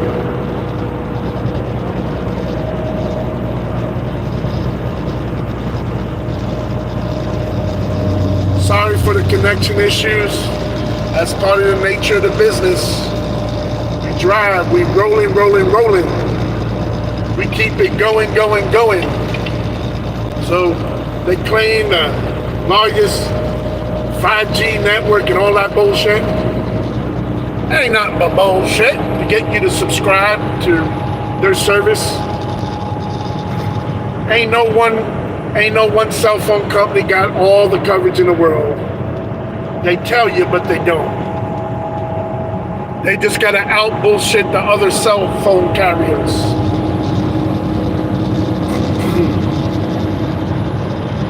Man, gas in this part of the country is $2.59.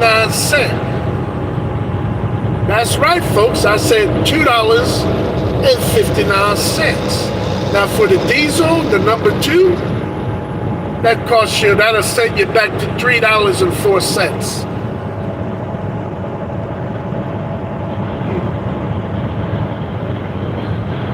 Oh, my pumpkin pie. Where am I gonna eat today? Will I stop at Waffle House? I haven't eaten there in a while. I like having their chocolate and peanut butter waffle.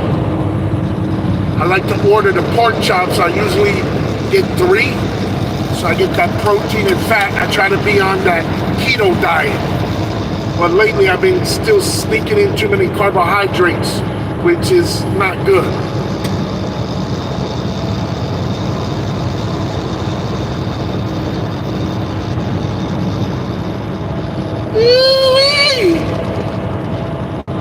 the Show Me State. Woo-wee!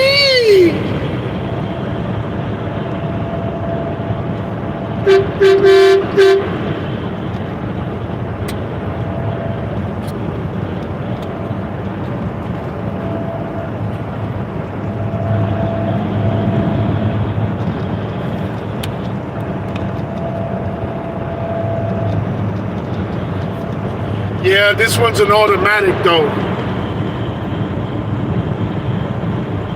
So I'm real limited, you know. You know about the Georgia Overdrive?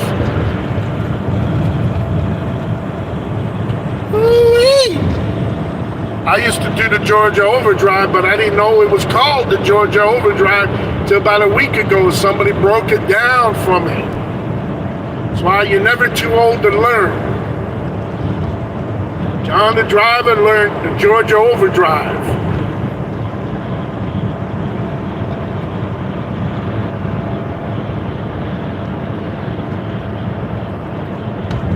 And a brother-in-law of mine named Tony. I wasn't married, but I considered him a brother-in-law. He said the last one up the hill is the first one down the hill with that Georgia Overdrive. Wink, wink.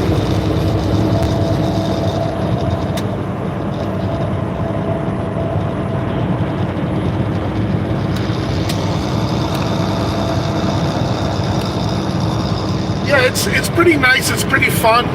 I mean, I really break it down for you. I don't know if you're still there or not, but a lot of positive things about driving a truck. Like what I did is, I do it full time now. So at an apartment I was renting in Tampa. So I took a break off of driving a truck and I was working locally. And, every couple of years you want to, go back home locally, sleep in a real bed and maybe work a job 9 to 5 or something like that. Or you could drive truck locally. I drove a different type of job. I didn't drive a truck, but it was fun.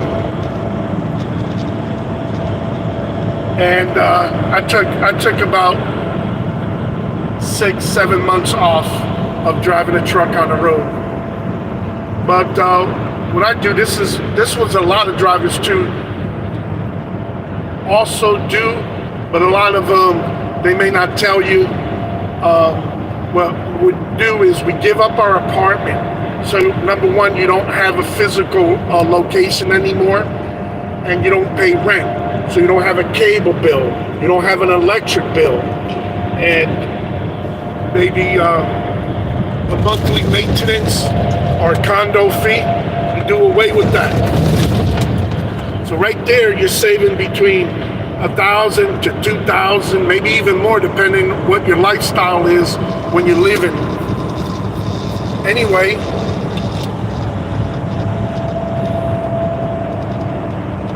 what I did is I put all my stuff in storage. You get a storage unit, so you will have a storage unit rent, but it comes real handy. So the storage unit that I got it's a climate control, so my stuff are well protected. It's kind of on the second floor of the storage, so they give you a little bit cheaper, but they have an elevator. And the place I'm at is a pretty large one, so I could go there with my truck. So I could go directly there. There's a lot of times I'll go by because, to be honest with you, I don't like to do laundry while I'm on the road. So what I do is I buy a lot of clothes, and I'll save my dirty clothes, but I don't get to wash them. So I'll wait till I get back, and I might go to a commercial laundromat and wash it, because a lot of these truck stops, though they have laundry facility, they're smaller machines and it's going to take you too long. And I'm really picky when it comes to washing the clothes. Sometimes I'll wash the clothes twice, maybe even 3 times if it's that dirty. Use OxyClean, obviously detergent, fabric softener and bleach on the whites. So sometimes I'll do that twice. But anyway, I gave up the apartment and basically live out of the truck. I got 2 beds back here. I got a 43-inch TV here. You know, I carry with me a lot more stuff than I should, and it's a double-edged sword because it takes up space. So since I'm solo, I use the top bed. It's like a bunk bed system here. I use it for storage, so I put most of my extra stuff up on top. Underneath the truck, we do have compartments for storage. And even though you have a trailer, you could keep some stuff in the back, but it's problematic because a lot of shippers and receivers, you're gonna have to move your shit around back there, and it's not good. So even though you have that space, it's not usable.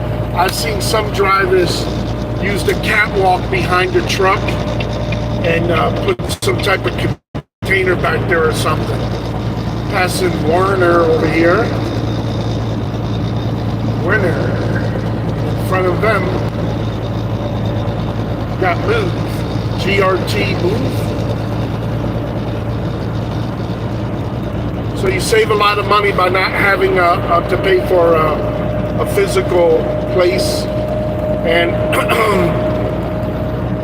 so for you guys that don't know, the truck stops have shower rooms and a bathroom that you can rent. Cost you about $18, $20 or so. They provide you with clean towels too, but I don't necessarily trust their towels. I'll use them, don't get me wrong, but I use them mostly for the floor, or if I gotta sit down. I try to bring my own towels. They're really inexpensive. Go to Walmart, you can buy towels for $5, $6. You wanna get the larger ones, you can get it for like $10, $10, $12. That's pretty good. And if you wanted to, you could wash the towels, but I buy so many, I try to keep them handy. So I'll take a couple towels with me, because you never know how that truck stop washes their laundry. So you may have a worker that might be skimping on some of the detergent to wash that, or not dry it as good. So you want to be careful. Don't rely on a truck stop for your hygiene, you know what I mean? But outside of that, I got a bag I bring in there. I bring my own soap. Okay, so every time I shower, I use a new soap. I also use my own scrub rags.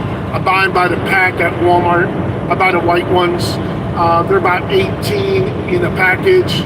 Cost you $5 or something like that.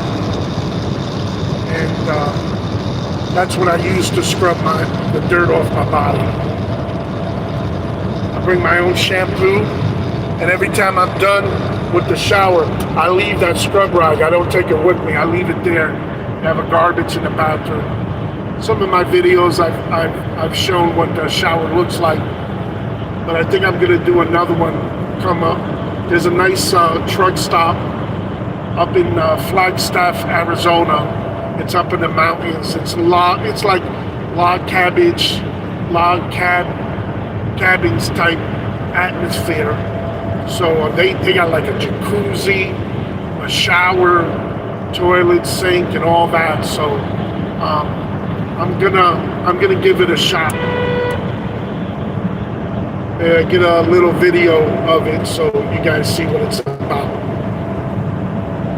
But again, so you don't pay rent. I get the storage. I got my cell phone. I got a P.O. box. I still keep an address. So any important mail that cannot get sent to the P.O. box, I have a very good friend that monitors that for me. So I appreciate it. Thank you. Thank you, Miss Megan.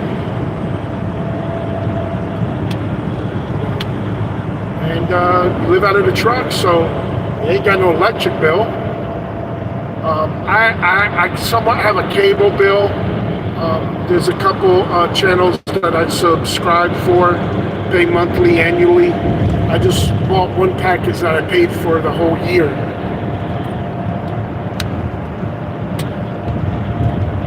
Also your cell phone bill, any health insurance you might carry.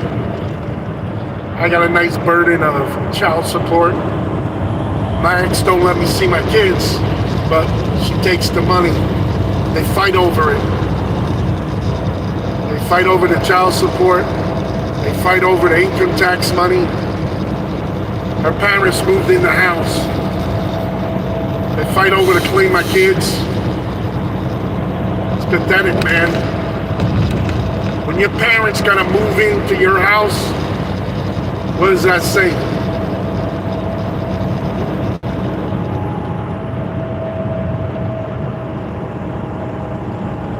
Back in the day, my ex was on food stamps. They were fighting for the food stamps, the stimulus money, income tax money. Just, guys, it's all about, you want to be a dad to your kids no matter what.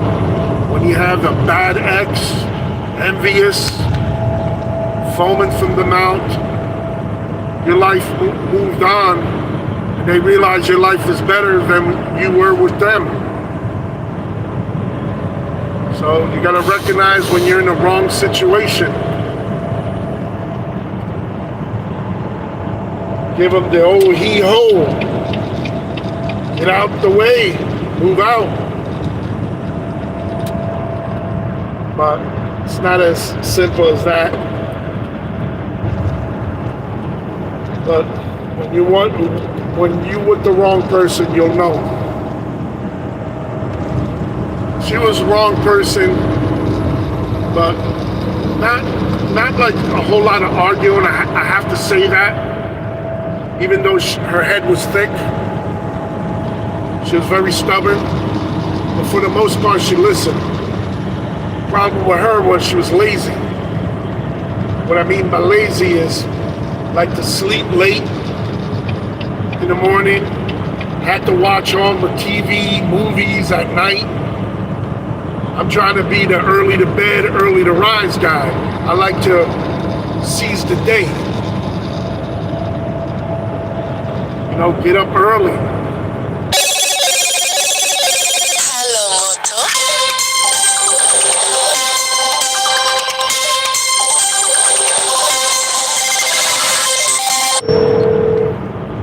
Probably a scammer. So, yep, wanted to be lazy. I started a couple businesses. There was a time I was big on YouTube. Not YouTube. Take that back. Check that. I was big on eBay. I was buying and selling cars, buying and selling other stuff, and it was going really good. Try to teach her that. Make her own business, make her own channel,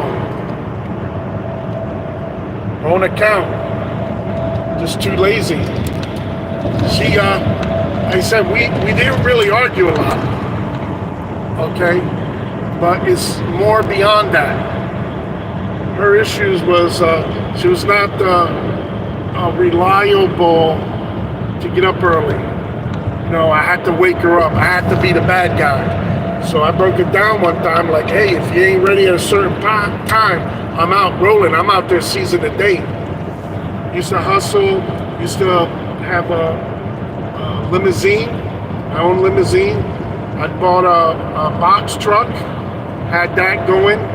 She helped out a little bit, but I remember I rented out an office and I'd get people calling and she couldn't even answer the phone.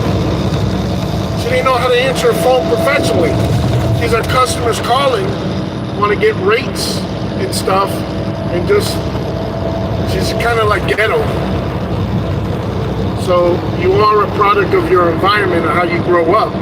at some point you got to recognize and you got to grow out of it. So couldn't have her answering the phone.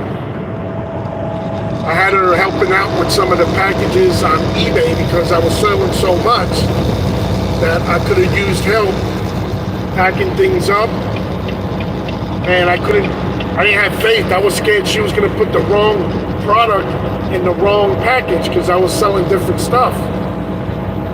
So I had to pre-package everything and write the item number on it.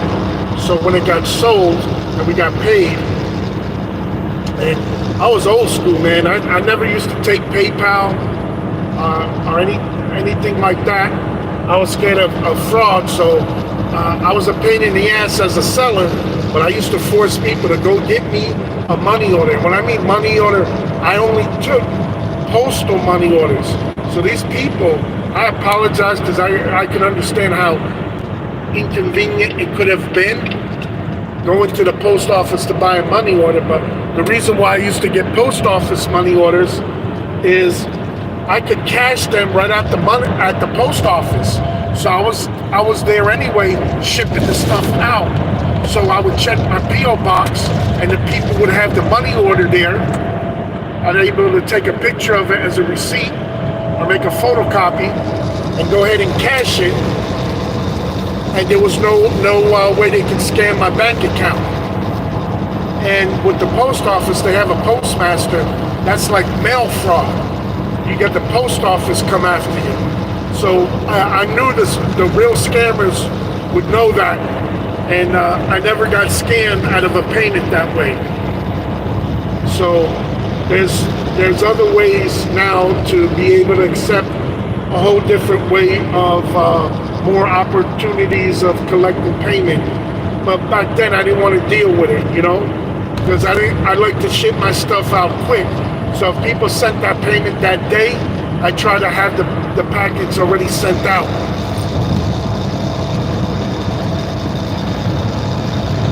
But you can make a living off that. Then slowly I graduated to Craigslist. I used to sell vehicles.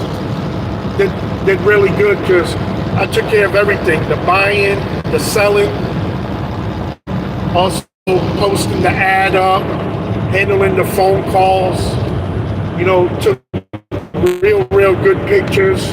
So whenever somebody was looking at an ad I had on Craigslist, say they were going to buy a car, I made sure I took good pictures, anywhere from 15 to 20 pictures.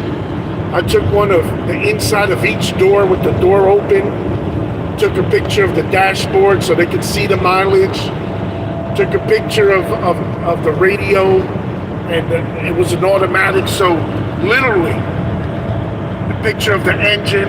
So when people looked at my pictures, they knew what model car it was, what engine, the VIN number.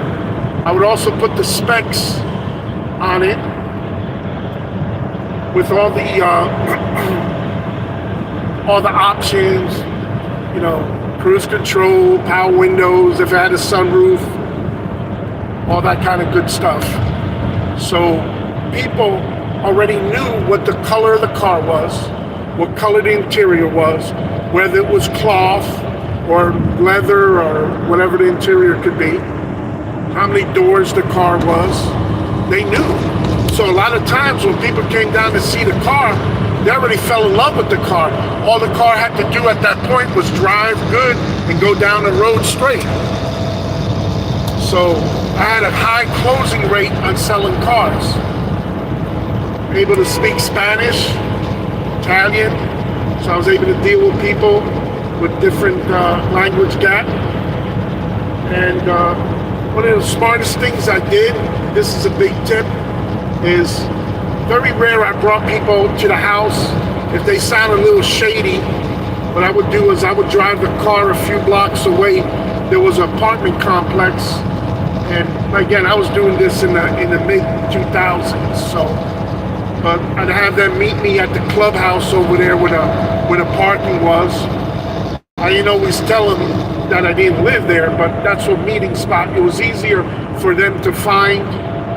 And one time one time I was glad I did, because I had some cat bought a car for me. It was a nice car. It was a Kia Sophia, and it was only a few years old. I gave him a real good deal. At that time I was only asking like $2,500 for it, but I had the car a while with me. I got it dirt cheap. When I'm talking cheap, I'm talking dirt cheap. I got the car for $125. The car ran and drove. Problem was, the person bought another car. They couldn't trade the car in because they lost the key to the car. So I had to buy the car without driving the car. You normally don't want to do that. But I trusted what the person was telling me, and I took a chance. I figured the worst case scenario, the car would be worth scrap metal $200-300. So I bought it for $125. There was nobody else interested because nobody else was going to buy a car that was locked up with out hearing it drive. So that came in good time. So whenever you can remove any competitive buyers, that price, is not an object anymore. You command the price. You tell them what you're going to pay, as long as make sure you have the money. Whenever you're buying a car, make sure you got the cash money on you. Don't make an offer that you got to go still get the money, then come back, because you may get them to say yes on the spot. Make sure before you talk about price that they have the title. Ask them you want to see it too. Double check the VIN number to make sure it's the right title. You might even want to ask them, hey, let me see your license and make sure you're the actual owner on there. Okay, real important. So you want to know that there's no lien, and you can check that on the title. Make sure they're the owner. Make sure it's the VIN number, the right color the car is on there, nothing shady like that. Then you make them an offer. But don't make them an offer and then you're still deciding. Go check the car out, take it for a test drive. Make sure that transmission's good. Basically, if the transmission's good, the engine's good, the AC's working, it's a 4-door, man, anybody will buy that car. Just make sure it's not a Yugo. But because anybody that needs transportation, envision yourself, if you needed transportation, would you buy that car? What would be the obstacles you have from buying that car? Because if you have obstacles, that's the same obstacles somebody else is going to have. So that's why I did really good. I made an offer. They took it. I convinced them, hey, nobody else is going to buy this. You're going to have to get a tow truck. You're going to have to call a locksmith. They got to change it. So to them, it felt like they were getting a lot more for the car because they didn't have to pay that. So I wound up breaking in the car myself. And what I did is I pulled one of the locks out of the passenger side or the glove box, because it was a Kia Sophia, and a lot of those foreign cars, they use one key for everything. So I went to the dealership, which was the original dealer nearby with the VIN number and proof that I owned it, and I was buying the car, and they made me a copy of the key with the VIN number, and I was able to go back and try to start the car with it. Unfortunately for me, it looked like the ignition was changed and that original key didn't work. So I had to break the ignition to start it, and then I replaced the lock cylinder with a new one so it had a working key, so when I sold it. But again, I only had about $125 into that, plus another $75, $100 for the locksmith, and it was good to go. I wound up selling that car for like, I think $1,000 or $1,500, because I had very little in it. though I was asking 2,500, 3 grand, I sold it, and the guy was lowballing me. That he was lowballing me so much that he lost interest in the car. So I flipped the script on him. I told him, I said, listen, man, what do you offer me for the car?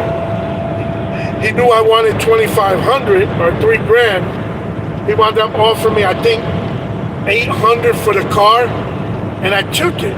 Because I had the car for a few months and I like to switch my inventory. I was using it personally. It was time to move on. I had an offer on the car, one of the first people that wanted to buy it, and I didn't take advantage of that deal, because sometimes they tell you that first offer's your best offer. So you want to keep that in mind whenever you're selling something. But I wound up cashing out at 800. I made about $600 profit. That was good for me. I would buy cheap cars just at that time. Again, we're talking like 20 years ago, for like under $500, $200-$300 cars that people were just tired of. I remember I had one guy come to my house and drive the car. It was a Nissan Sentra. It was like a 2000 something. And it was smashed in the back, but the car ran, drove, ice cold air. And I told him, if it runs and drives, I'll give him. I gave him like $300 for the car, because nobody else wanted to buy the car. It needed a paint job, but it was smacked in the back, but the trunk's still open. And gosh, the first guy that came by, I wasn't greedy. I bought it for like $300. I had it up for like $800. And the kid that came by, I mean, he looked at everything. He knew everything, what it was gonna need. I was like, oh man, if I get 500, I'll be happy. So he told me, he says, hey, with all this stuff it needs, could you do something better on the price? So I was ready to lower it to like 500 or so just to get rid of it, because he talked me out of being interested in trying to sell that car to somebody else. So I told him, make me an offer. He offered me $750. I took it. I was like, damn, made like $350 in one day. So you can make money. You just gotta be smart enough to know what cars to stay away from and what cars to buy. So if you can figure that out good, you can make money. That's the trick that you need a little wisdom to learn. Know the cars to buy and know the cars to stay away. Now sometimes the cars that you want to buy, they're too expensive, and if you ain't got enough money, you got to work your way up. You got to buy some of the cars that people are less desirable, but again, they're equipped correctly. What I mean by equipped correctly, you want to have an automatic transmission, because once you start messing with the stick shift, you lose a lot of potential buyers. So try to stick with automatic. 2 doors are good, but it limits you. A lot of people are family people, or they roll with people, so I would buy a 4-door over a 2-door. Again, try to have the body straight. If it's all smashed up, again, you're gonna limit the people that are gonna tolerate that type of vehicle to buy it. Because everybody, they got I guess a garbage,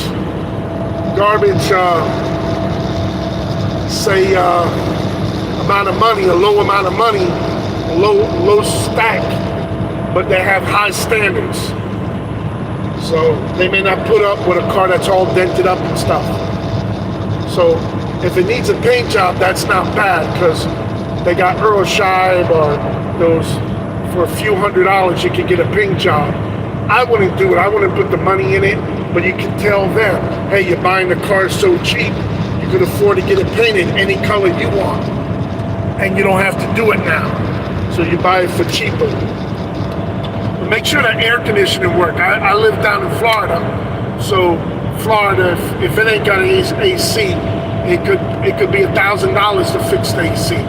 If you're trying to sell a car for $1,000 or $2,000, it's going to be a little bit more difficult. So sometimes I wash the car, I have it detailed.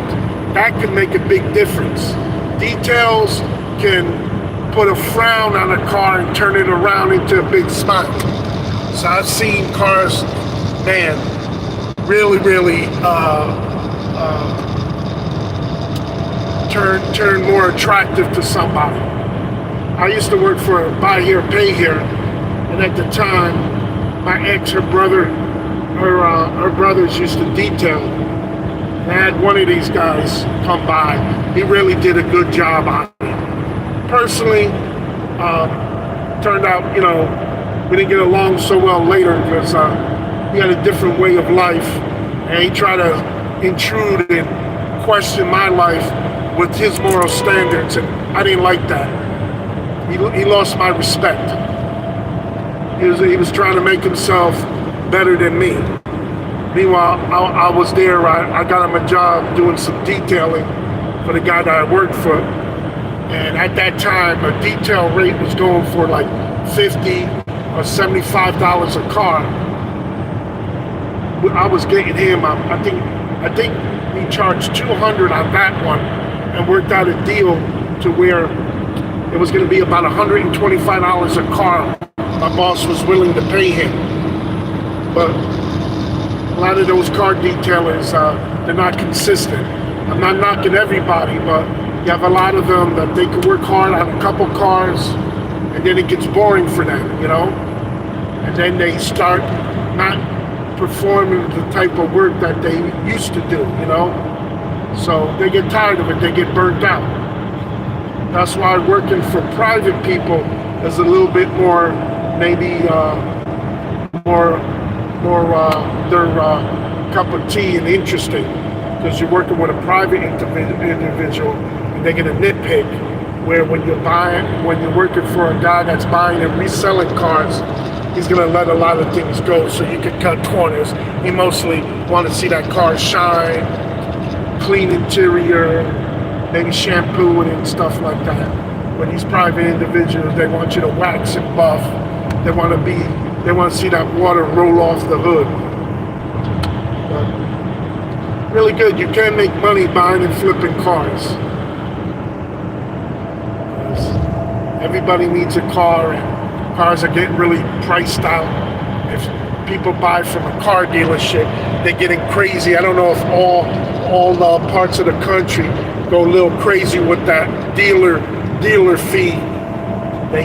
It's anywhere from as low as $99, a couple hundred, to like $1,000. What they do is they try to increase their profit margin by adding that erroneous fee. They force you to pay it.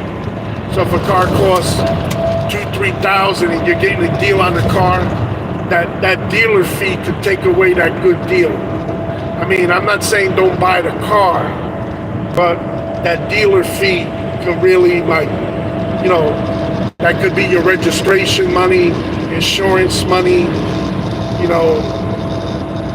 registration money,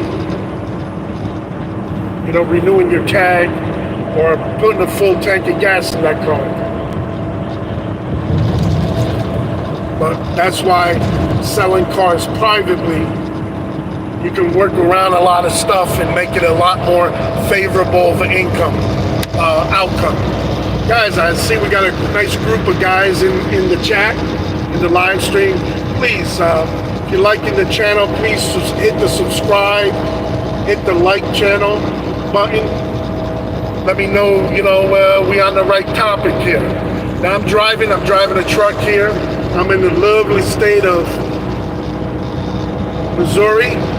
It's nicknamed the Show Me State. Like, show me the money, show me the love, show me the subscribers, show me the like button. We had 25, come on. Can we get 5 people? Hit that like, let's bring it up to 30. Hit that like.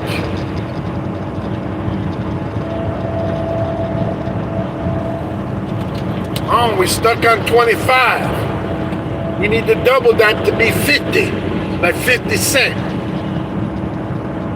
We had 50 Cent's younger brother, Carter, 2.5. Gotta bump it up. Somebody give me the 2.6. 2.6 in the house. Come on, you. Yeah, you. Come on, hit it. Double tap. You gotta double tap the glass to hit it light. We're on our way to Cali. Going back to Cali. California. Got a load of something. Took a quick peek at it. Gotta switch lanes. This guy's coming in on the right side. Ooh. Hit the wrong button there.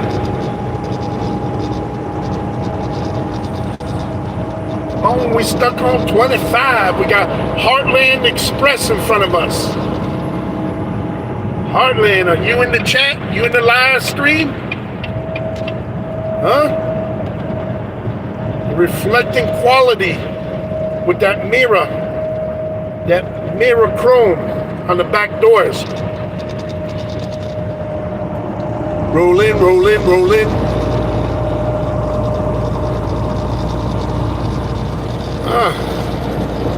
So it's in the 20s. Last night it was like 20 degrees. I shut down in Cuba, Missouri, at the TA. I had my turkey dinner there yesterday. We'll hang out here. Some nice red trucks over there. So we on the I-44, the 44.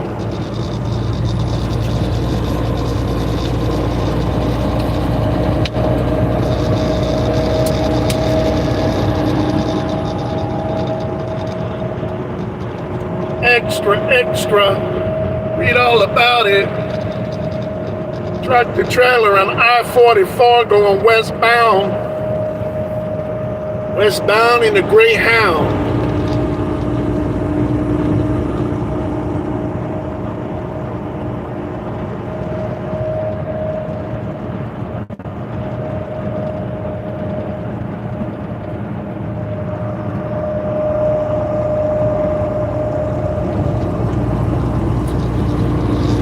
The Chrome Shop Mafia.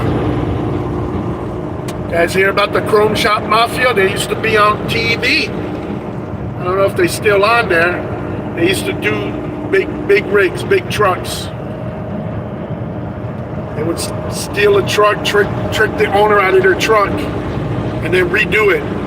Kind of like Pimp My Ride, but for the big trucks. It ain't cheap to pimp your truck.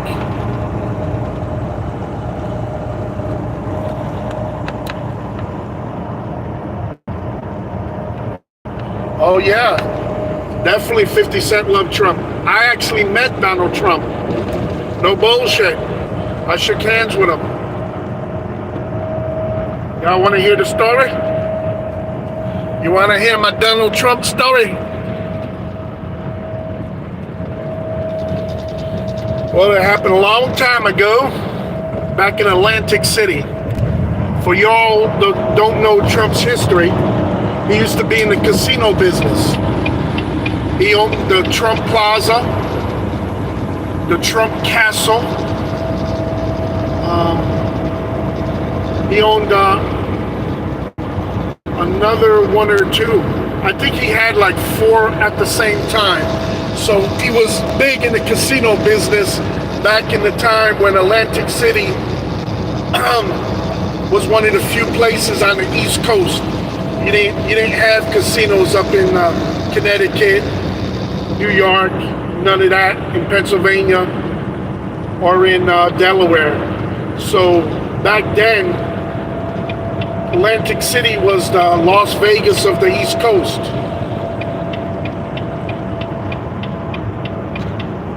And it was a big deal to go to casino. Casinos used to pay you money to come by. What I mean by that, they would, if you went with a bus, and it was fun going with a bus. I went there a few times when I was a kid with my mom, and we would get the double-decker bus. So it was about a 2-hour ride. Man, it was so much fun. I tried to sit up on top. Back then, I think it was the Golden Nugget Casino that had the double-decker bus. I believe it was the Golden Nugget. It was fun because it really didn't matter which bus you went on because it was going to bring you to Atlantic City. But each casino had their own deal with the bus company. So how it would go down was back then, the bus ride was like, it was less than $30. It was like $15 or $20 or $25. So when you got on the bus, they gave you coupons right before you got out at the casino, and the casino promotions department would come on the bus to make sure you were on the bus, and you would show them your bus pass, and there was a part of the bus pass that they ripped off as proof, and they would give you a stack of their promotion coupons, either a food coupon, a coupon for a roll of quarters, you know, that kind of stuff. And you know, people made money going to the casino, but a lot of people would play the roll of quarters back, the food coupon, but it was good. It brought people there. You know, those times are long and gone. I don't think nobody really running those casino buses, at least Atlantic City. It was such a huge business with those casinos that there was people that would make money off of the buses parking. They fit at the casino. The casino was only made for cars, maybe for the bus to pull alongside the casino to drop you guys. Oh man. Oh, sad. That's sad. Shit. In case you didn't realize, there was some pigeons over there. And, man. I think one of them got hit. I tried to blow the horn to warn them. They're usually pretty good. But, you know, God bless that pigeon, man. I hope he made it. Sorry about that. Try to avoid wildlife on the road. You know, been real lucky with deer and stuff like that. Have a good history. A lot of transactions with deer with a very good history. Because you hit a deer or a large animal like that, man, it can take out your whole front. You'll be your next trip after hitting a deer is probably to the body shop. It's expensive, the fiberglass hood and that kind of stuff. It's lightweight, but it can make up for a lot of parts needing to be changed. But getting back to the Atlantic City stuff, yeah, those charter buses, man, there would be hundreds of them. They all hang out in each other, but they go to some of the low motels around. Because back at that time, the casinos were not 24 hours. So the casino would shut down. So depending what time your bus got there, your bus was going to leave, say, 6 hours after. It gave you about 6 hours of gambling time. And then you would have to, if you stayed or you missed your bus, you were going to have to buy another ticket. I don't think they were going to honor your ticket if you missed your bus.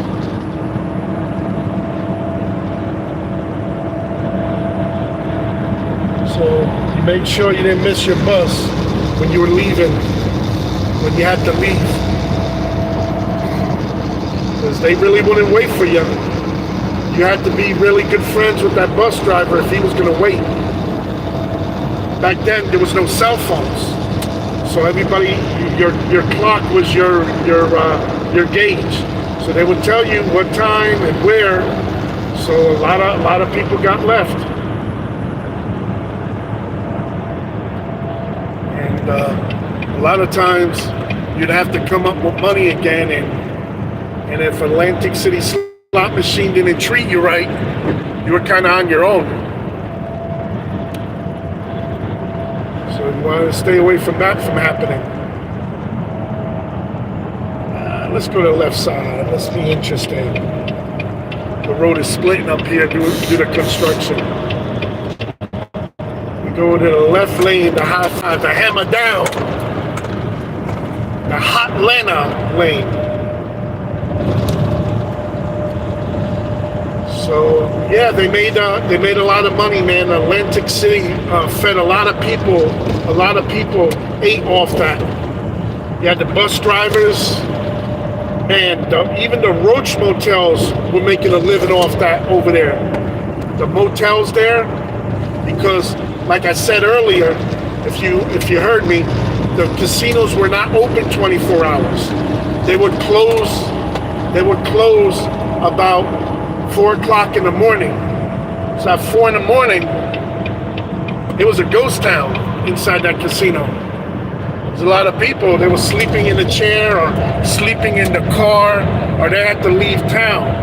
So for the people who couldn't afford a hotel room at the casino, that's back when, you know, the casinos, being comped at the casino really meant something, because chances are you would get a free room, but I don't know how much they would comp free rooms back then. You had to be a big player, big whale, you know, coming in there with a lot of money. Guys, if you're new to the channel, please hit the subscribe button. Hit the like. We've been stuck on 25. Show me some love. So show John the driver some love. Tap the glass. Hit that ad. Tap that glass. Let's get to 26, because somebody pushes to 26. Tap the glass. We're here in the show me state of Missouri. We're here in Missouri. Tap that glass, like and subscribe. Help me grow this channel. I got some good content. I got over, hopefully, got over 2,300 subscribers now. We need your help. Some of them people stopping by. Just close the door. Pull up a chair. Don't take them shoes off, though. We don't know the conditions and the status of the sneaker smell. Might have some holes. Your socks might be like Swiss cheese, you know. We might see a little bit more than we can handle. Not to mention the smell. So hit that subscribe button. Hit that like. Anyway, we in the show me state. We passing the Chrome Shop Mafia. Joplin. Iron skillet. Back in the day, they used to have a nice buffet, shall we say.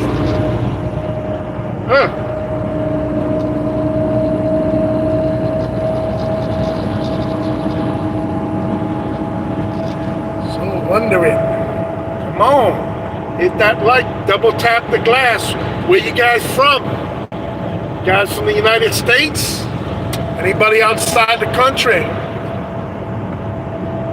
It's the phone. Tap it with your finger. Tap it a couple times. A truck driver. We in Missouri. On the I-44. Rolling. Traffic's starting to get a little thicker. It's ice cold. It's like 25 degrees out here. John the driver freezing his ass. God damn. Come on. Somebody bring me the 26 likes. Tap it. Tap that glass. Show our driver some love. How you guys hear me? Am I too loud? Is there too much noise in the truck? Can you hear me? Can you feel me? Show the love. Show the Italian brother some love. The brother from a different mother. The father from a different mammy. Come on now. Somebody give me the 26 likes and I'll blow the air horn. Not me, I'll tap the air horn. You tap the glass, I'll tap the horn. Hit the subscribe too. Man, we kicking it for 3 hours and we can't get to 26 likes? Come on, I'll give you a sample. Oh, he got scared. He jumped in front of me. He's like, what's up? What's going on? What's going on? Where the police at? Where's 5-0? I'm the bandit. Where's the smoke at? Breaker 19, breaker 19. This is the rubber duck. Oh, he's messed up. He's laying on the ground.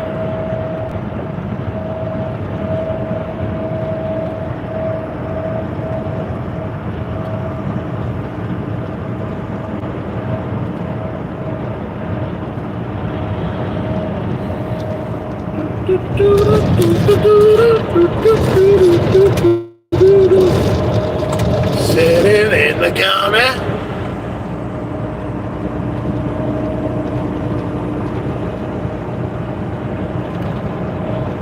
Sitting in the corner.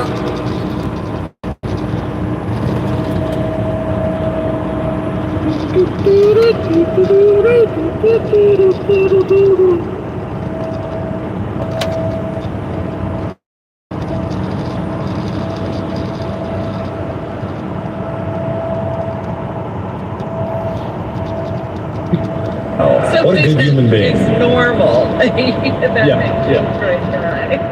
But I was like, I'm just going to call Ronnie. Be careful of the copyright. A little Howard Stern on the Sirius Channel 100. No questions? No questions for Johnny? No 20 questions? Where you going? Where you at? Where you come from? I live in Tampa, Florida, United States. Tap that glass.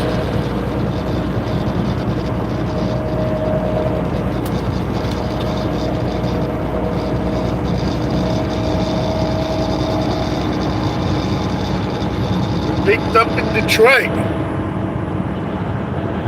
Johnny was in the hood. All the hood rats. All the ratchets. All the ratchets.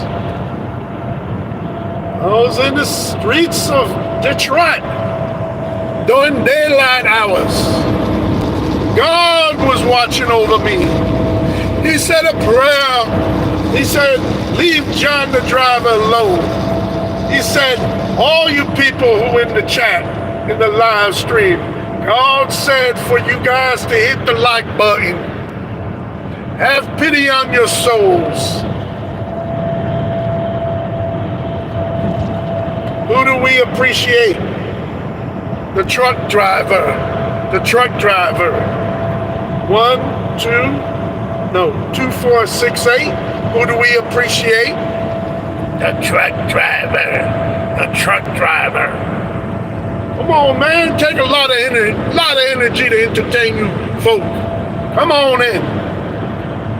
Whether you live in a barn, close the door when you enter somebody's house. Bad enough you ain't knocking when you're coming in. Ain't nothing knocking, not even the boots. Ooh-wee. Man, somebody hit that subscribe. Somebody hit the like. Bust me up to 2,300. Who's gonna bring me over to 2,300 subscribers? Help me get monetized. Could you imagine the progress I could be making as a truck driver, being monetized? I could help out all the panhandlers. That's actually a dream of mine. I want to help all the homeless people. I want to hit the big lotto. I want to hit the Powerball so I can help all the homeless people. Buy a big piece of land. Let all the homeless roam. There's a place in California, it's called Slab City. Ain't no police. Ain't no rules, ain't no laws. Look it up. Yeah, it's called Slab City. No rent, but no electric.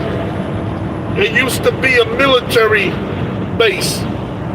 They moved out.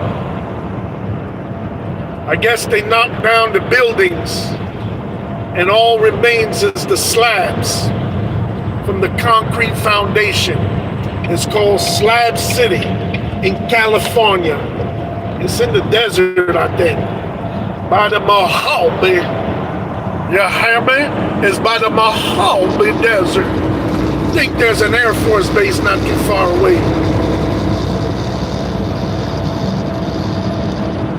I think it's on Route US Highway 58, something like that. Slab City.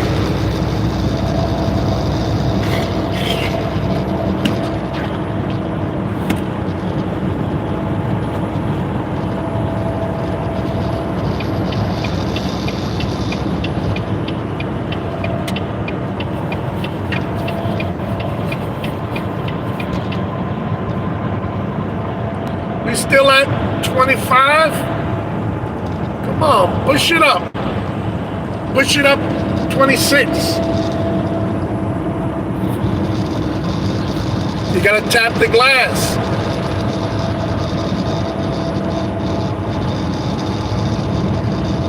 Gotta tap that glass.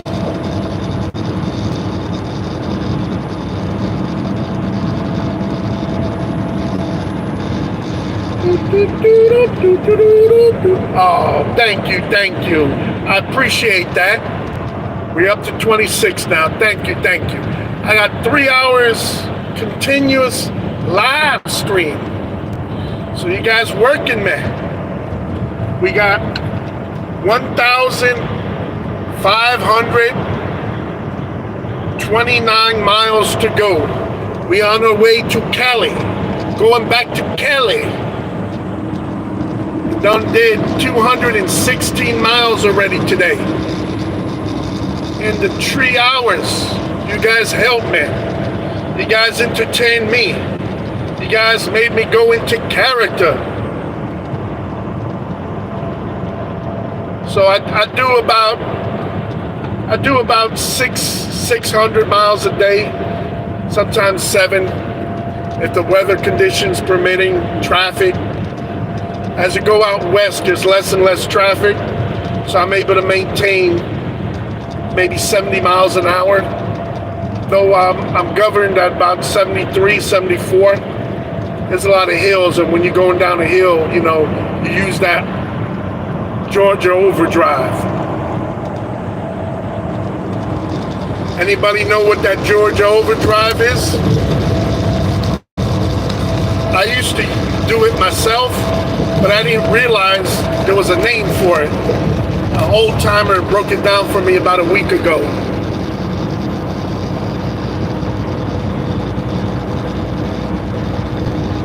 Well, I'm not texting. I appreciate it. Thank you so much.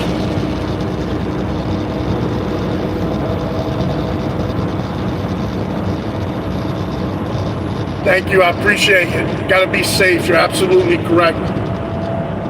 And if you text, it's a big fine. So you definitely don't want to do that. I got the phone secured in a holder, so I'm not touching the phone.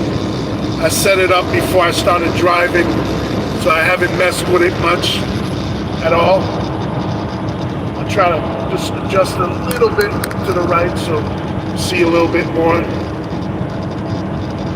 I think there's a way that I could put it sideways. But yeah, I have to decide that. When I start the live.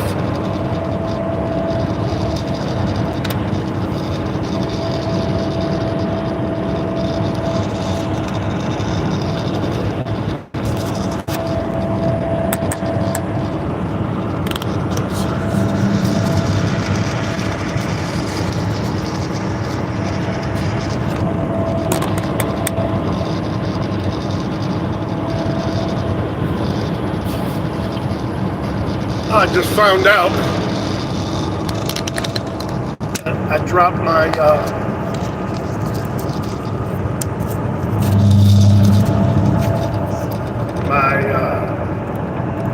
what is it? The stylus fell out of the holder.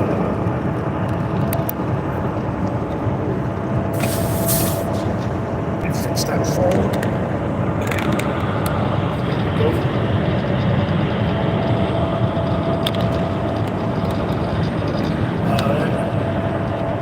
Who's going to get us to 27? Man, if everybody can hit that like button, especially the subscribe, man, I would love to have 23 more subscribers. I'm putting in the effort, guys. You know? It's Black Friday today. Trying to be a little entertaining. I'm on Interstate I-44. The 4-4.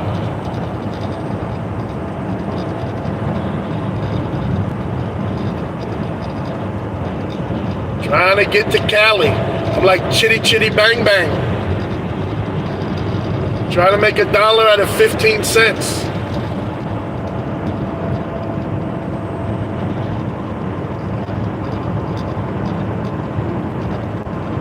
I hope everybody had a good Thanksgiving.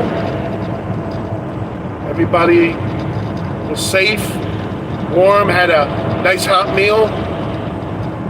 Not sure what's going on in your world and stuff, but I hope yesterday was one of those days that you can forget your problems. Maybe you didn't have to go to work. That would be good. As for me, I had to work, so, you know, driving a truck, you know, holidays, it's kind of hard to take holidays off.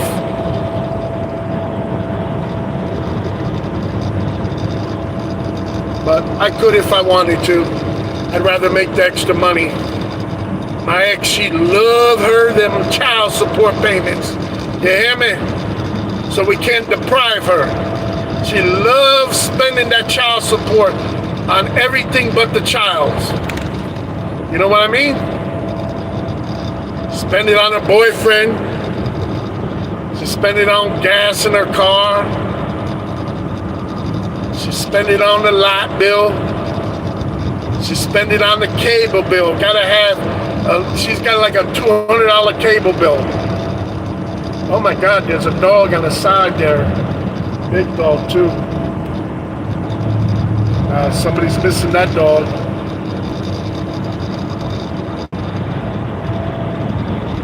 Oh. I hope he's okay. Thank you, we're at 27 likes. But yeah, she get that child support. She love her.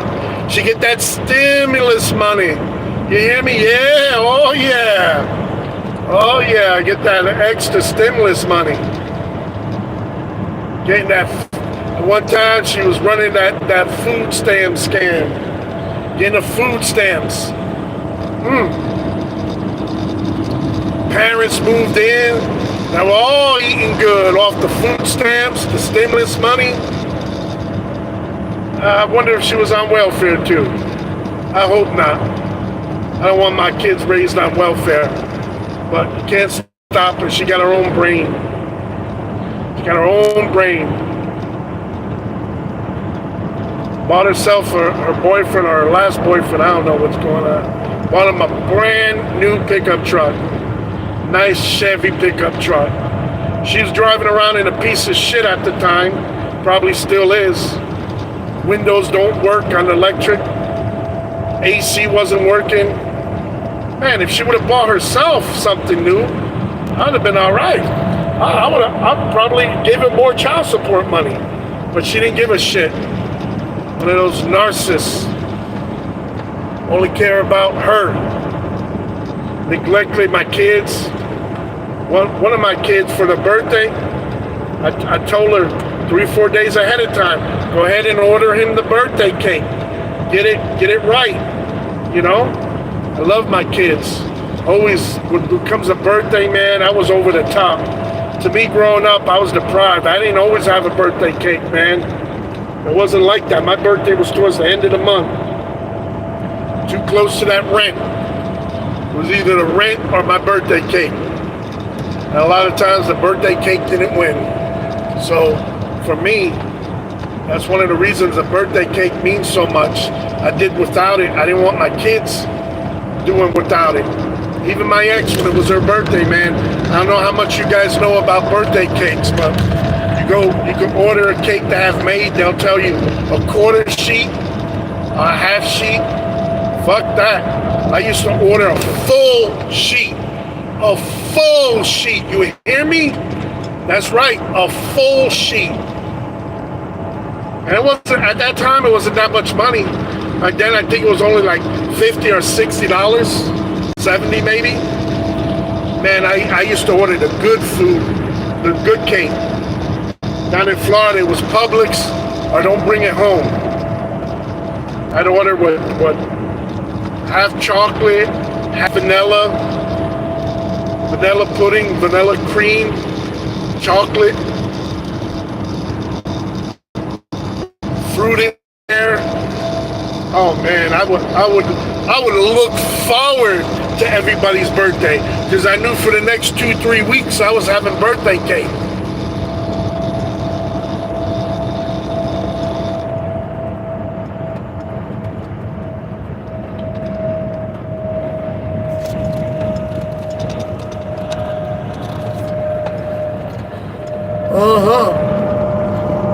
But getting back to her, very selfish, ignorant as fuck, man.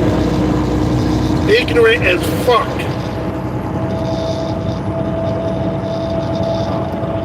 How the hell I was with this girl for like 15 years? I don't know. Met her in like 95. 96.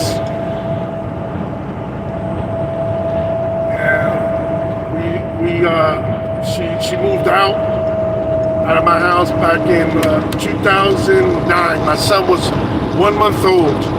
1 month old. My second son, my youngest. Yep. Moved in with the parents. Parents said, "Come on, bring the income tax money." Oh, no, get them on child support too. We can live off that. I always took care of my kids. Always. It was my pleasure. Christmas, man, one time I went crazy with the toys. The kids were so young. My oldest was like 6 or 7. My youngest was about 2. Man, I lived my childhood through them and their Christmas. I think my ex was jealous. She got jealous of the kids. She saw how much love I had for them, and it hurt her. I'm sorry for the hurt she went through. Okay, but I'm straight up. You know, I'm not gonna bullshit it. I'm not gonna sugarcoat it. And I got real with her. She couldn't handle it, and she moved out. I didn't want her to move out because I didn't want my kids raised as single parent. So I thought she was a little more stronger and could handle me being truthful with her. She couldn't handle it. She let her parents know. They opened up the door. Bring the food stamp card. Bring the WIC card. Bring the child support. Put them on. Claim them up. Man, let me tell you something. Her father is such a fucking clown. This motherfucker, that's what he is. He fucking claimed my kids on his income tax for 2 years. And it's okay, because I didn't want that money, but I wanted my kids to have it. So I was assuming my ex was claiming on the income tax.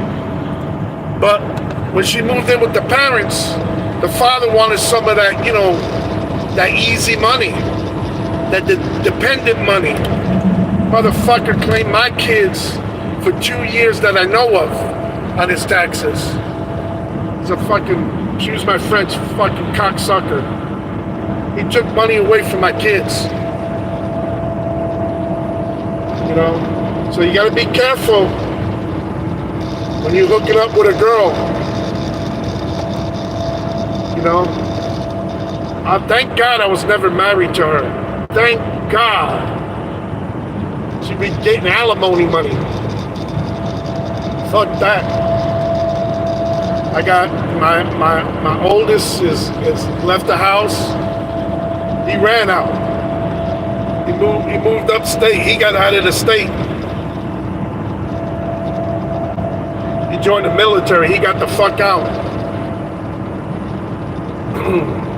Being I was a trucker, I wasn't around as much, but every time I came into town, I tried to spend as much time as I could with my kids, doing stuff, going places, doing a lot of things. But that was a house full of mental abuse towards my kids, narcissists, everything. I'm sorry, I'm getting down a little bit about it, but I don't get a chance to vent about it and speak the truth because they hide behind the lies, you know?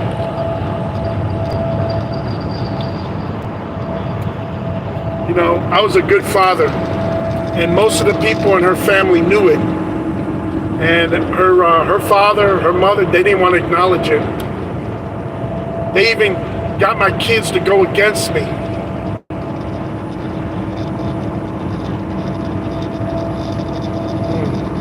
But I got a lot of memories, I got a lot of videos, a lot of pictures, and I got a memory like an elephant. So I remember. So I know I was there. Always, I would supply them with cell phones. Every time a new one came out, they get a new phone sometimes twice a year. I always wanted them to embrace new technology.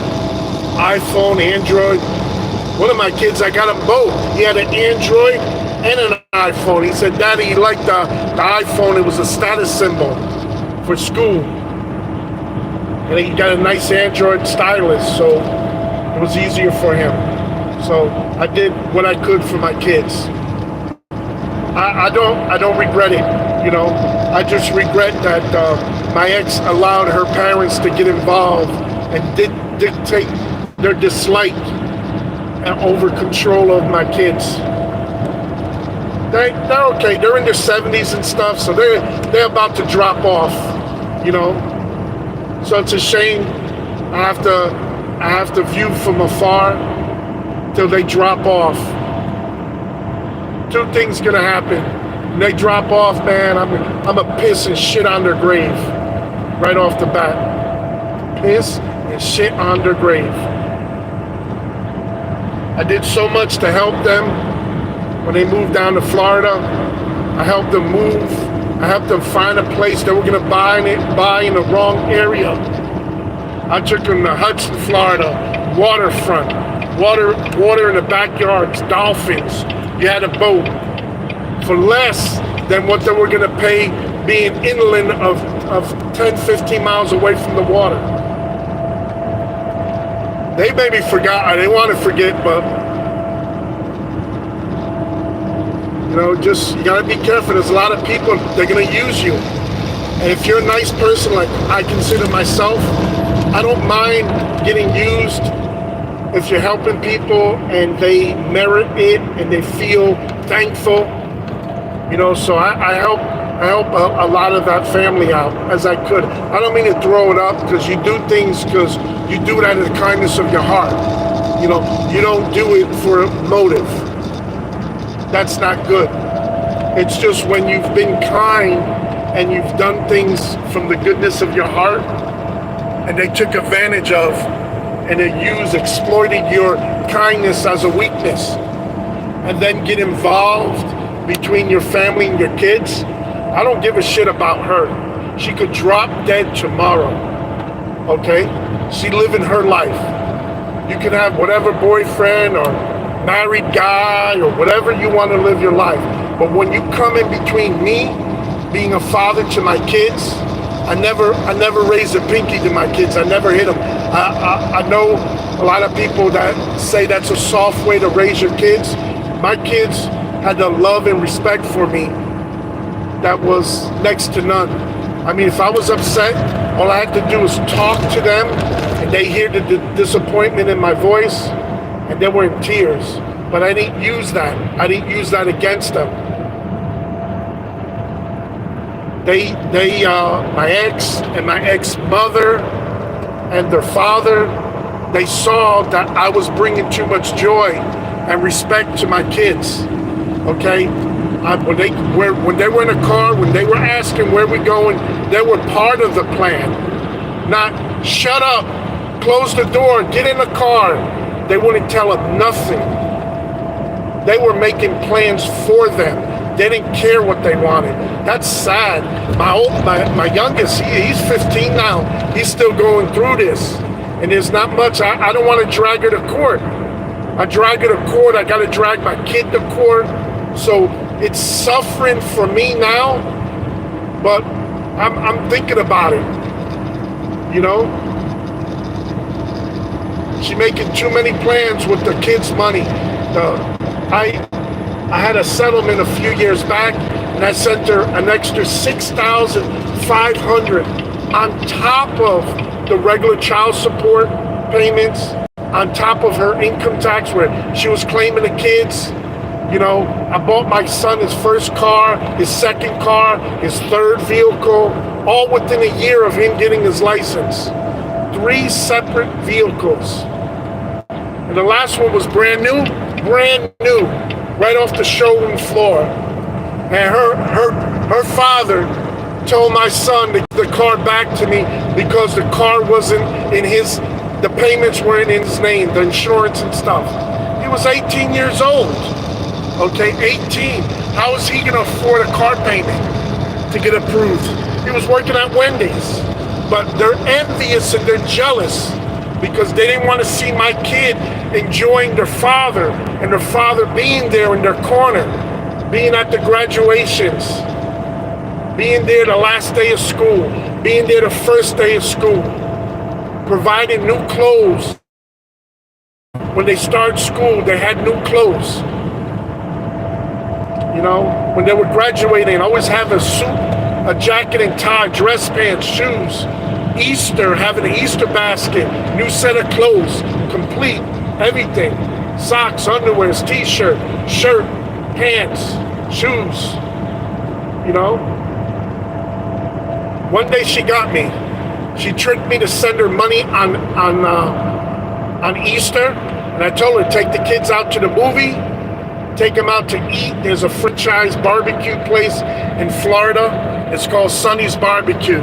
It's awesome, man.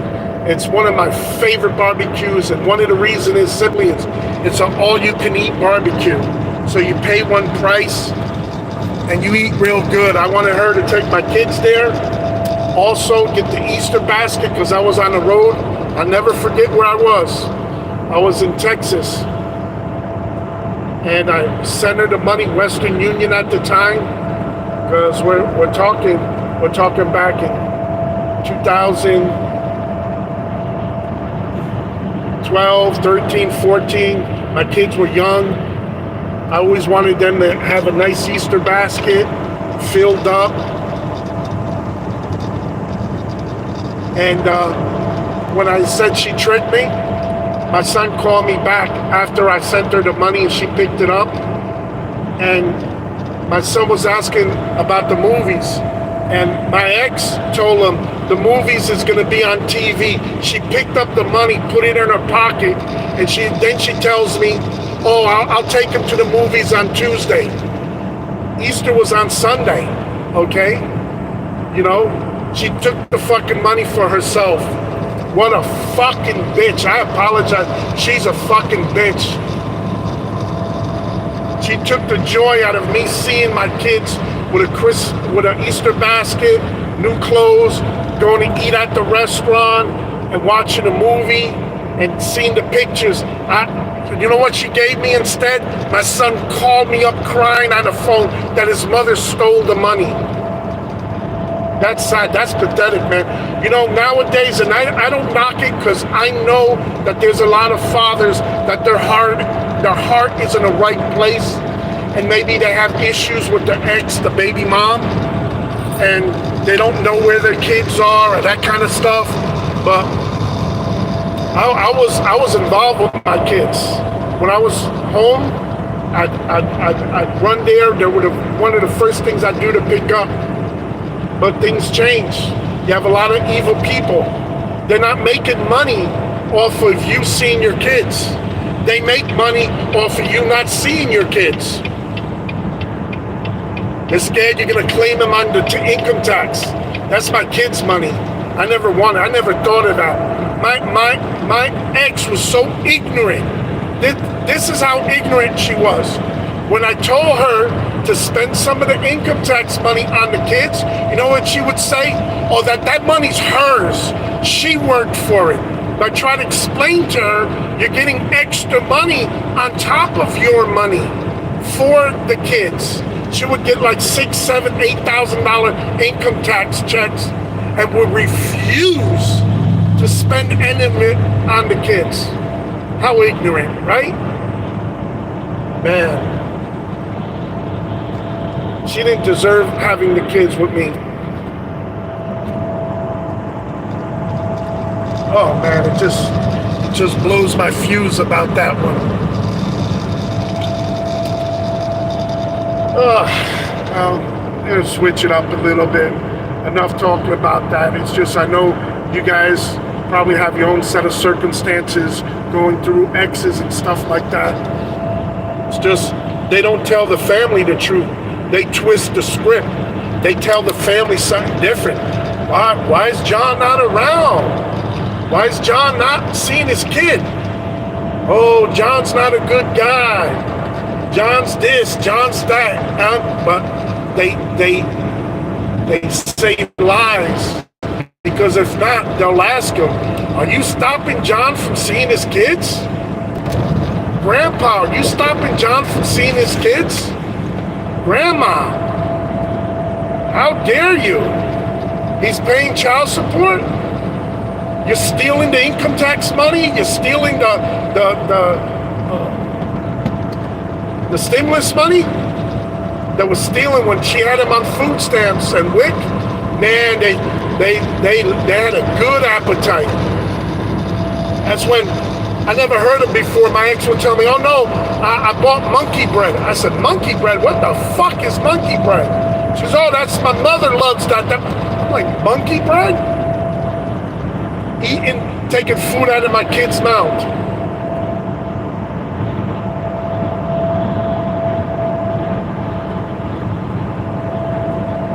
Stopping me from seeing my kids. Now, if you got a parent that's abusive and there's risk to harm the kids, that's the only time I could see that come into play. But that was not the case. They stopped me from seeing my kids to prevent me from bonding with them. They took advantage of the fact that I was drive trucks and be away. So when I would come back, I'd give them the heads up. Every time I give them the heads up, they would take my kids someplace, go visit over somebody else's house, not answer the phone. You know, my kids don't know. And then they would feed them lies that I didn't want to see them, I didn't want to spend money on them, I don't love them, all that bullshit. But see, karma's a bitch. What goes around comes around. You know, and I'm just waiting to see it come back around.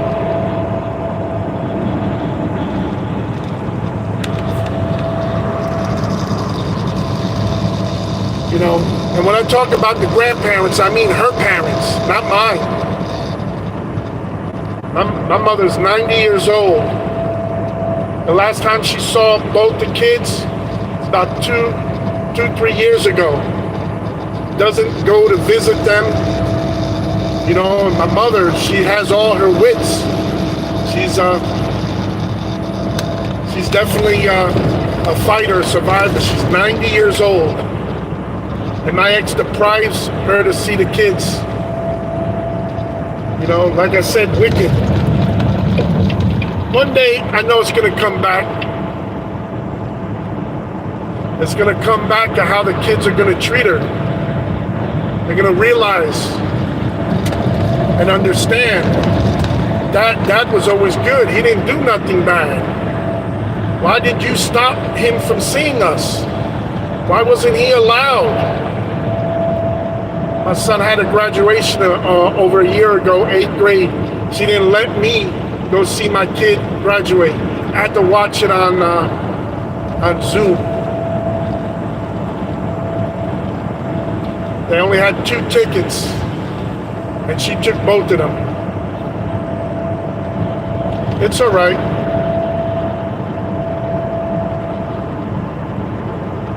There'll be a toll to pay. I just feel sorry for her too. As upset as I am, I feel sorry for her. I mean, to know you deprived your child of a parent throughout his mid-teens, when that's when a child needs you most. Going through puberty and that kind of stuff. They'll figure it out. They'll know. And then that's when more lies will come out to cover it up. Or, oh, I'm sorry, can you forgive me? Oh. You know, if you don't like somebody, that's your problem. When you start trying to convince other people not to like that person, and there's no reason for them not to like them, again, that's your problem.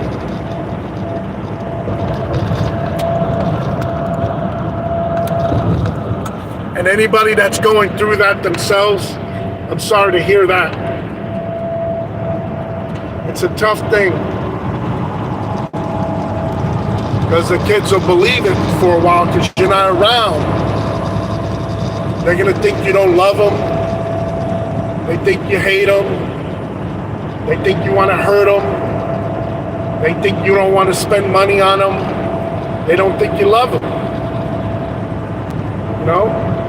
But the narcissist parent is there screaming at them, physically hurting the kids, Left on I-44. putting their hands on them, letting their boyfriend or whoever they're seeing scare the kids, put their hands on them.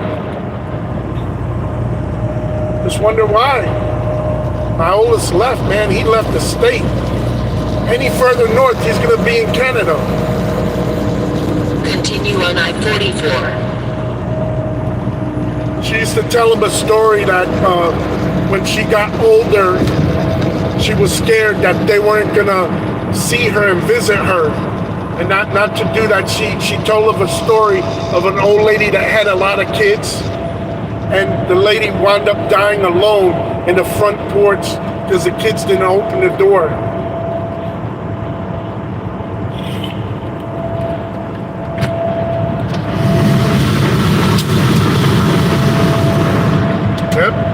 So her own fear, she knows that maybe the kids are not going to want to see her later on in life.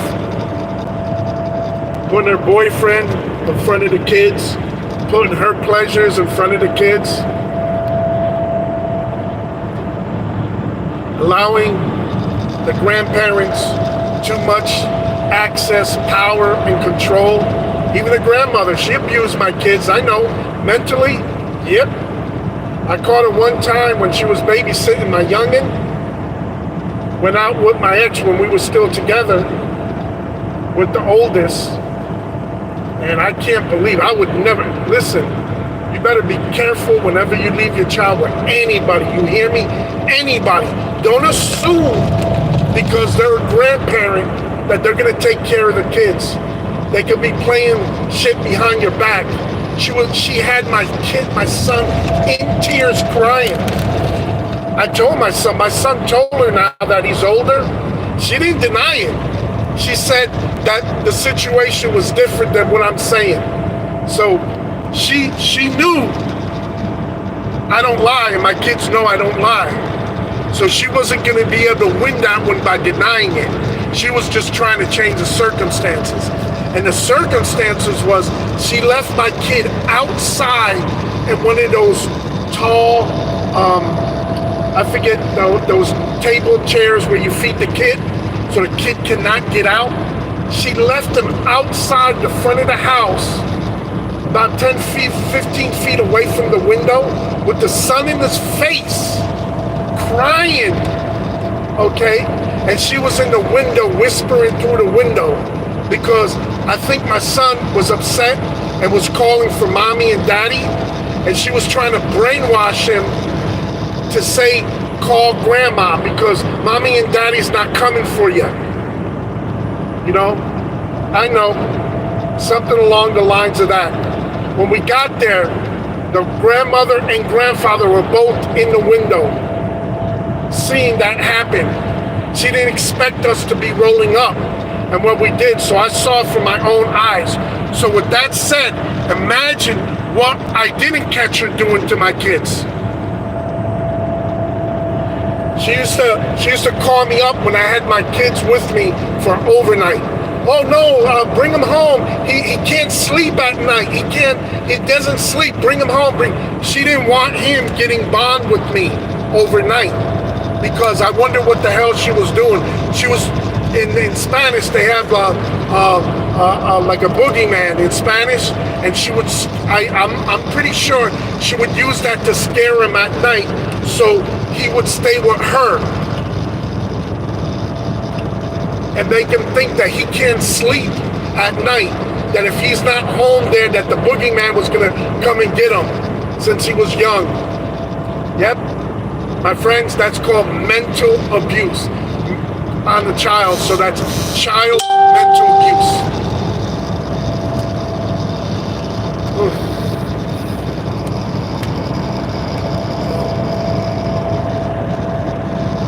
Check my phone.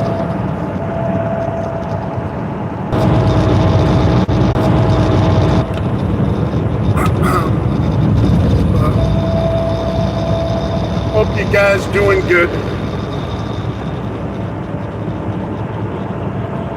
You know, oh man, I can't believe it's been 3 hours and 45 minutes. 3 hours and 45 minutes. Guys, pretty loyal. Appreciate that.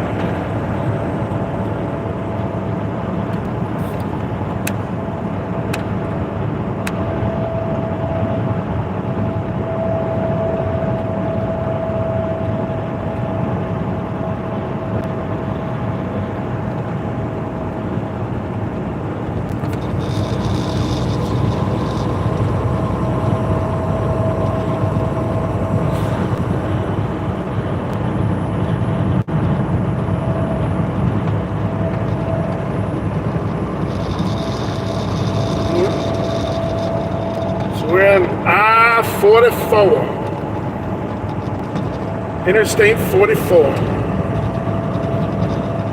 going to California.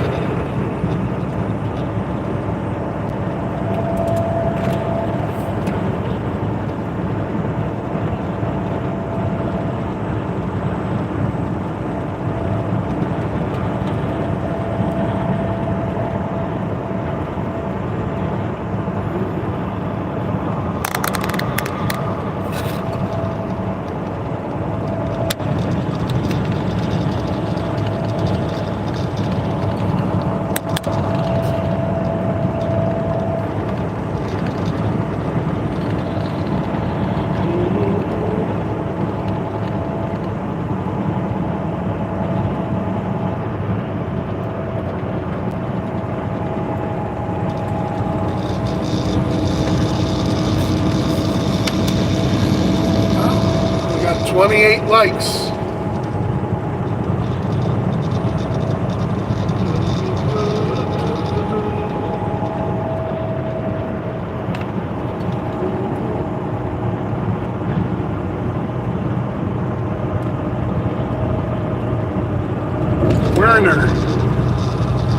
Werner's in front of me.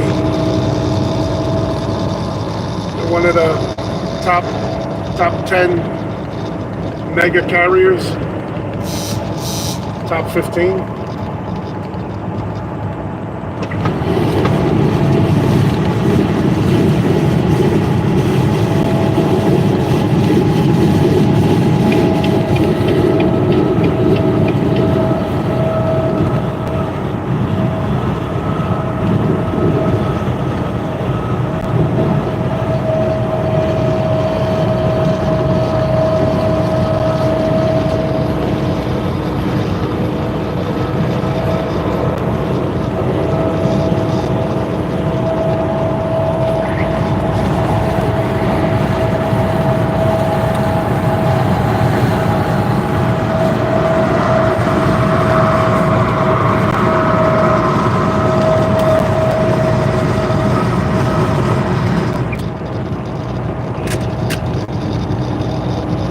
Sure, it's a lot warmer than it was this morning. It was, I think, like 20 degrees last night.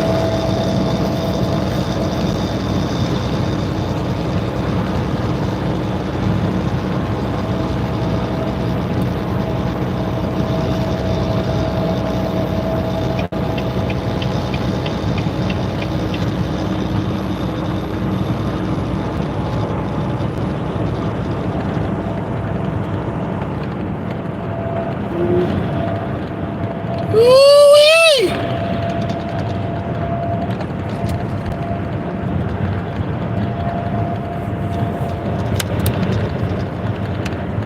13 people in the house. Jumping around. How about a subscribe? Hit that subscribe. Hit the like button.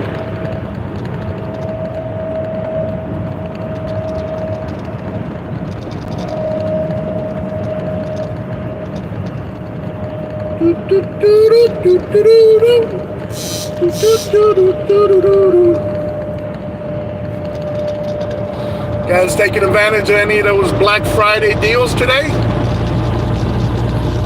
Be out there? What kind of Christmas budget you working on? How long's your Christmas list?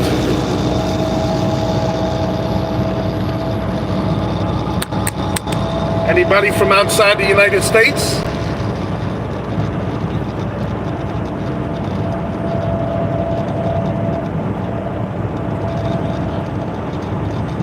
It's definitely one of my first few live streams and my longest so far. Over 3 hours. Knocking on the door of 4 hours.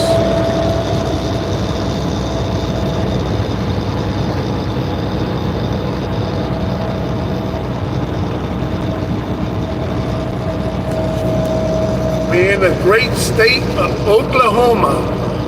Oklahoma! Ooh, yeah! Oklahoma.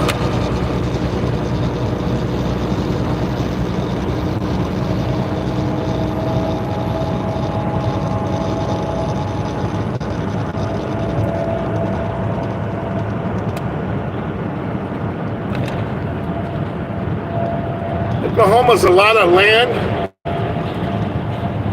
a lot of space. And let me tell you something, a lot of freaking tolls too.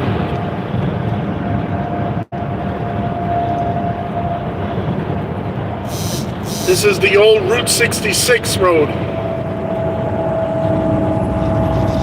I-44. One of the first highways that connect you to the West Coast. All the way from somewhere in Illinois, I believe it starts.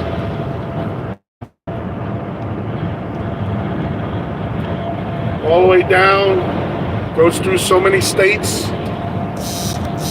Finally brings you to the end. I've been to the end. It's the Santa Monica Pier in California, right close nearby Venice Beach. And how many thousands and thousands of people a day would venture to do that road trip? That must have been fun back in the day.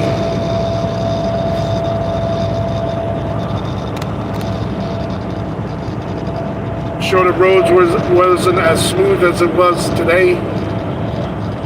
The cars probably had to stop more frequent for fuel because they were mostly like 8-cylinder engines, very heavy, a tank. But I'm sure that the fuel is a lot cheaper. I heard back in the day it used to be how many gallons you would get for $1.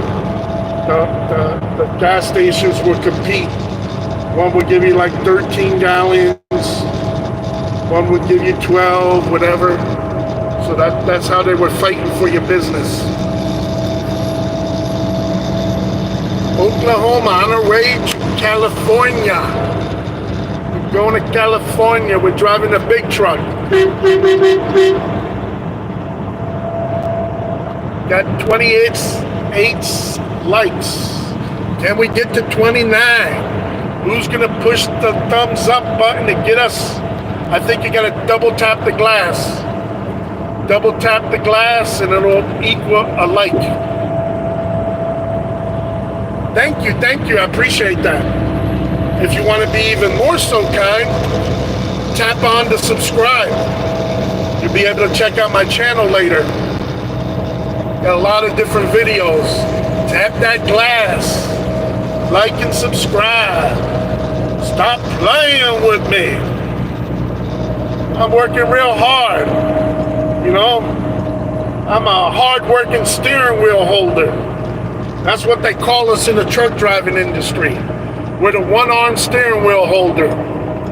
Takes a lot of strength, a lot of focus, a lot of concentration, a lot of donuts. Woo-wee! Well, the path is going to be I-44. We're going to go through Tulsa, OKC. Then we're going to go through Amarillo, Texas, with a stopover at the Big Texan Ranch. I want me some steak. Delicious. I want me a 30 or 40 ounce steak. Who knows? Maybe I should try that myself. That 72 ounce steak challenge. The Big Texan. Ooh-wee!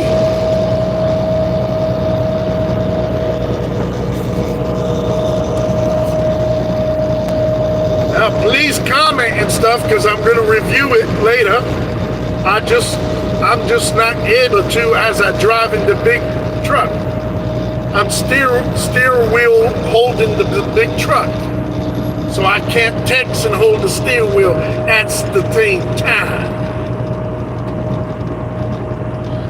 We're in the great state of Oklahoma. Okeechobee. No, that's Florida.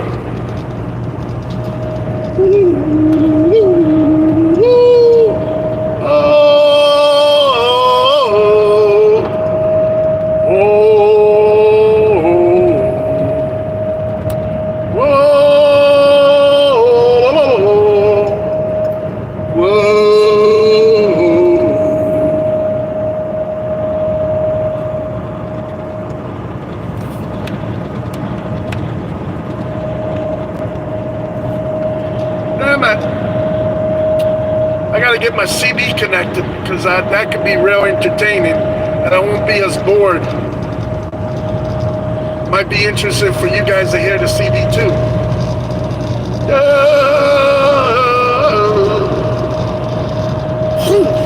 Man, that Bronco blew by me like I was standing still.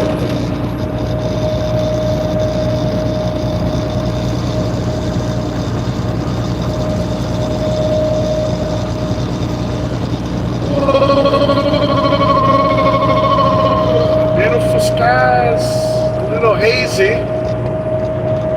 dry roads, freezing my butt's cough. Who's gonna get us to 30 likes? Who's gonna hit the subscribe?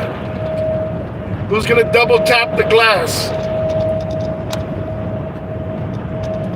Double tap. Bling bling. Double tap. No? Double tap. Double tap. Double tap. Tap the glass.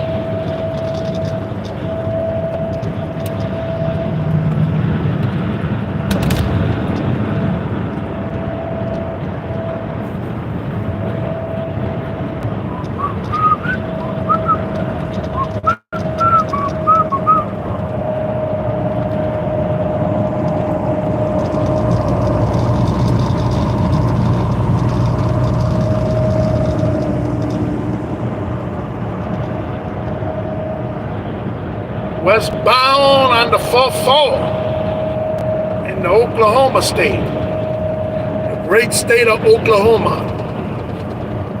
I wonder if Trump won Oklahoma. I think he did, right? Yeah. Just the good old boys, never meaning no harm. Beats all you ever saw. Been in trouble with the law since the day they was born. Yeehaw!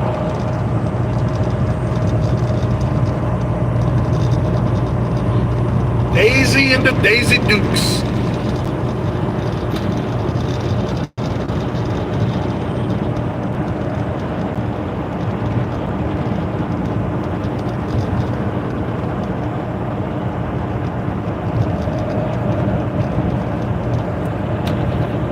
On the way to California, in case you didn't hear. Going back to Cali, driving a truck. Roll in the Volvo, trying to keep it between the lines.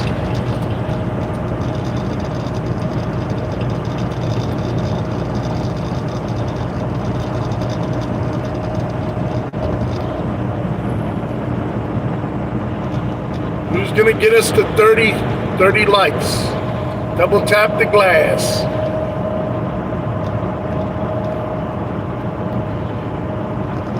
I should check out my channel. I got a bunch of videos. Some funny, some sad.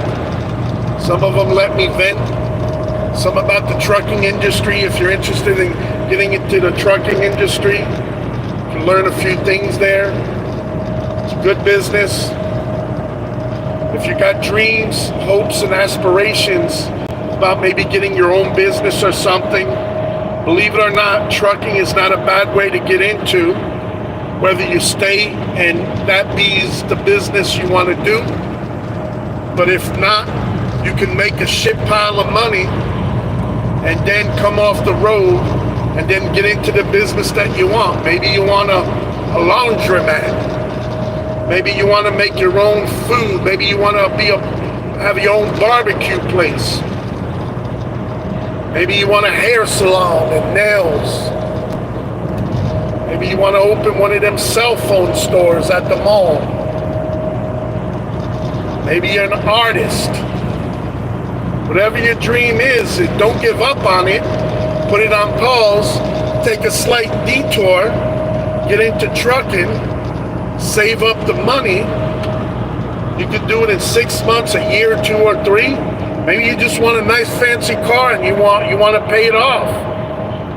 What you can do is, if you're driving truck, you make good money, the bank will approve you. So maybe you don't buy the car cash, you make some payments, and with the trucking, you're able to pay it off quicker. And when you come off the road, you got a nice ride paid for.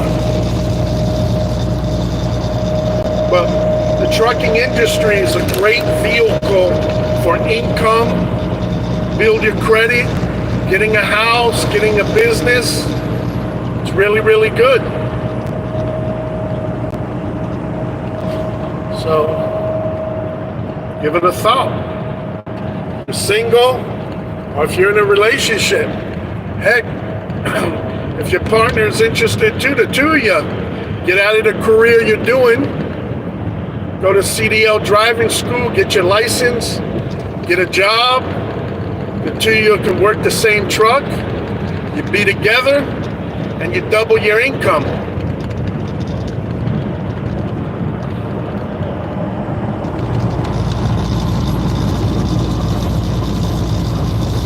I had my ex's sister and her husband, they were driving truck. That's kind of the reason how I got into trucking or brought about it. I would have not really thought about it.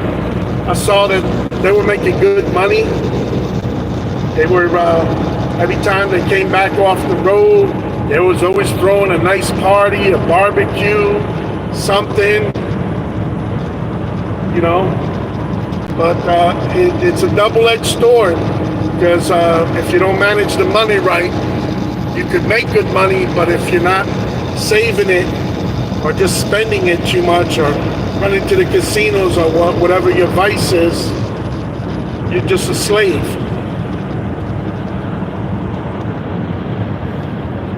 Driving that truck for your next paycheck.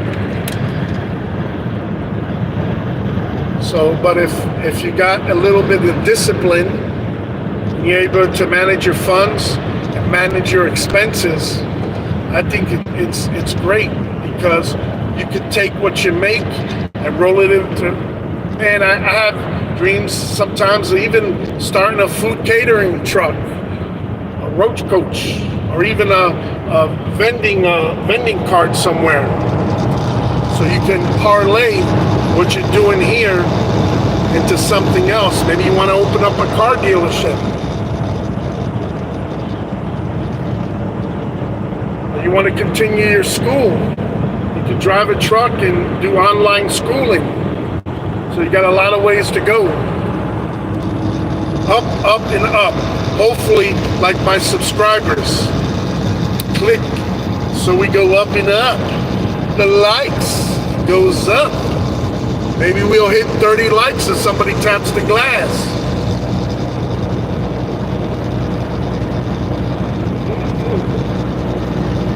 I'm gonna try a different format. Maybe I'll be like that dude that takes like $20 or $30 in singles and just holds it in his hand, just waving the money.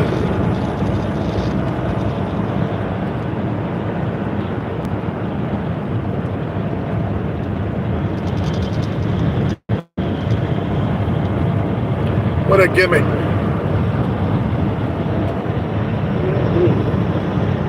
Woo-wee.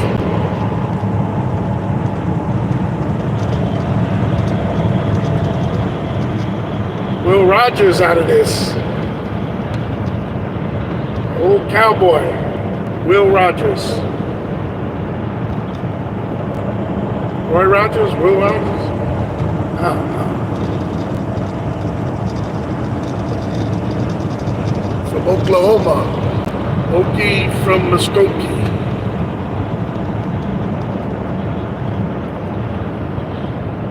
Man, it's sure exhausting holding this steering wheel.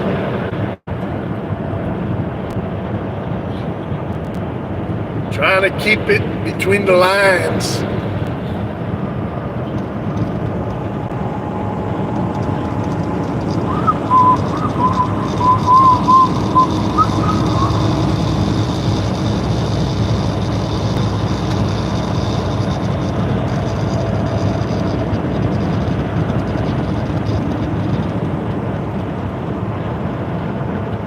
Exits get further and further apart.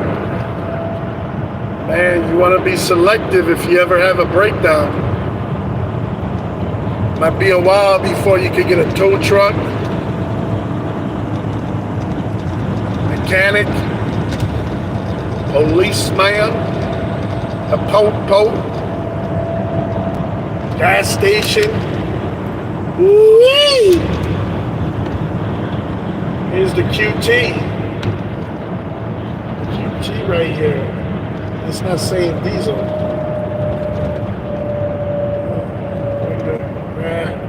I would have liked you, but it doesn't say diesel. It doesn't say diesel. It may not be truck friendly.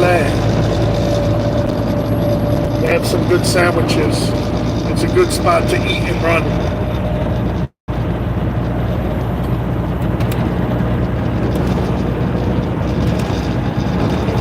Bastardo! Gran bastardo!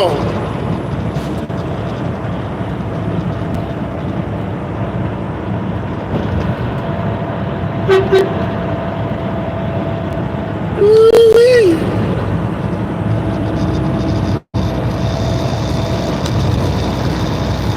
Stop playing with me.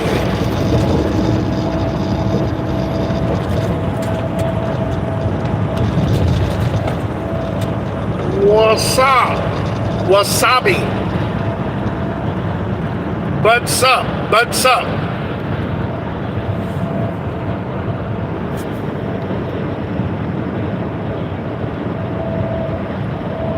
If I polish the truck? No, actually I don't.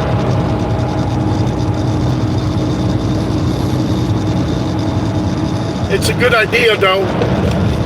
Because if you get a lot of enough layer wax on there, whenever it rains, literally the dirt should kind of like slide on off. We got the winter season coming up. I don't actually own the truck. I'm just a company driver. So I'm not married here. So whenever it stops becoming fun, you can toss the keys on the desk.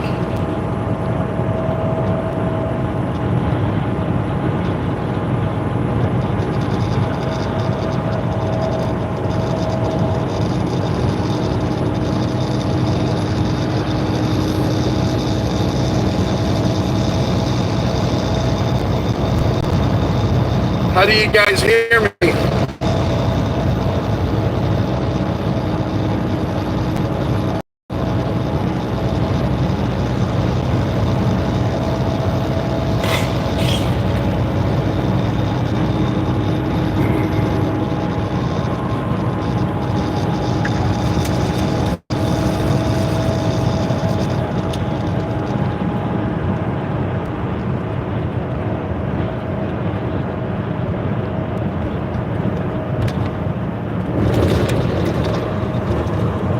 Why don't one of you guys hold the steering wheel for a little bit?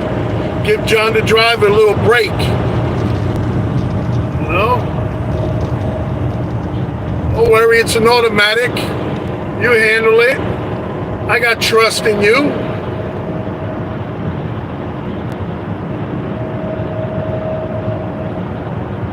Ooh-wee.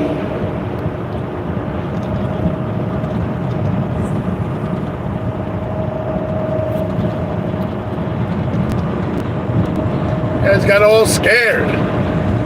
Huh. Slamming the door, in and out, in and out. Sit still.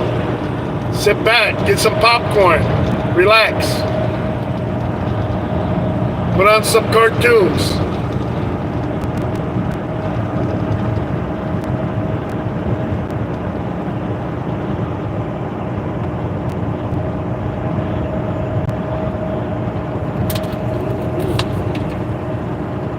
Man, did we hit 4 hours? Yep, we hit 4 hours. Non-stop driving. How many of y'all could do that? Want to know how many miles I did? Non-stop. The first number is 2. The next number is 8. And the third number is 8. 288 miles in 4 hours. I wonder what that comes out to, average per hour.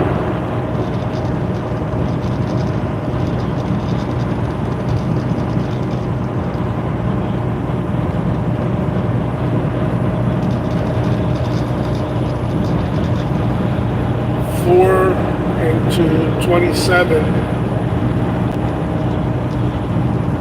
70, right?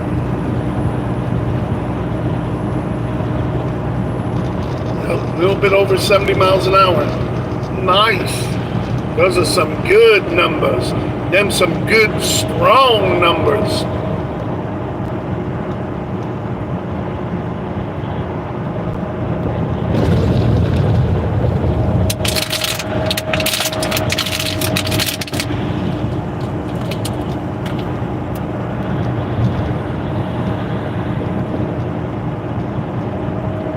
And honestly, I don't even feel tired. 290 miles in 4 hours. All through the state of Missouri. Now we in the state of Oklahoma. Westbound. Been lucky. Been staying away from heavy traffic because of the holidays. Holiday shopping now.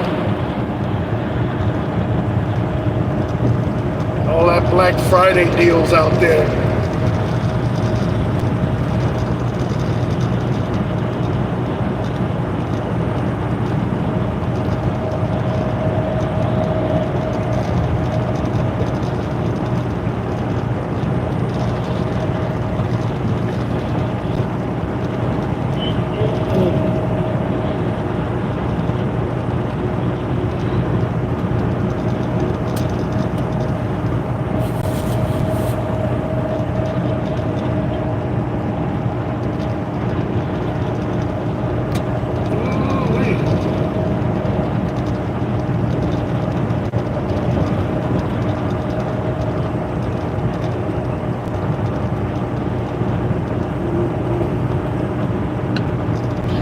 Nice day for driving.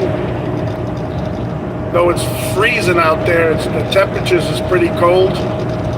Last night where I stayed at, it was in the low 20s. This morning I woke up, it was about 25, 27 degrees. So I was a little concerned if there was any moisture overnight, because that would have freezed the roads. So fortunately, the humidity was very low. There was no formation of ice on the roads. Though the roads were frozen, but there was no ice on them. Makes a big difference how you drive, how fast you can go.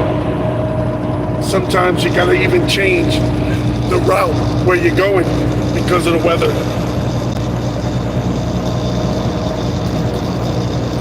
Planning to go into California via I-40. So around New Mexico, Arizona, to get some snow. Sometimes I even gotta shut the road down. So gotta be attentive on the weather forecast, just in case I'm gonna need to alter my traveling plans. Doing about 70 miles an hour, going westbound on the Oklahoma Turnpike toll road, Interstate 44, which was previously Route 66.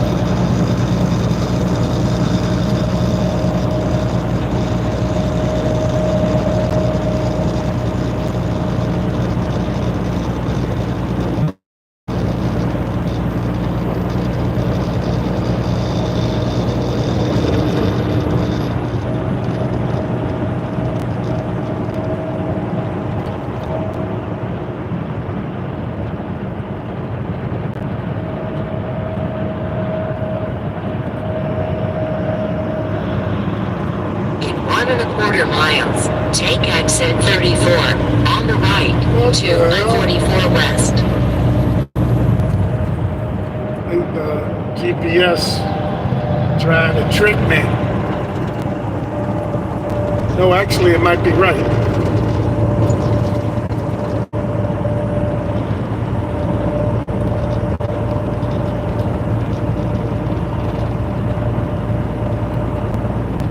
Living on Tulsa time.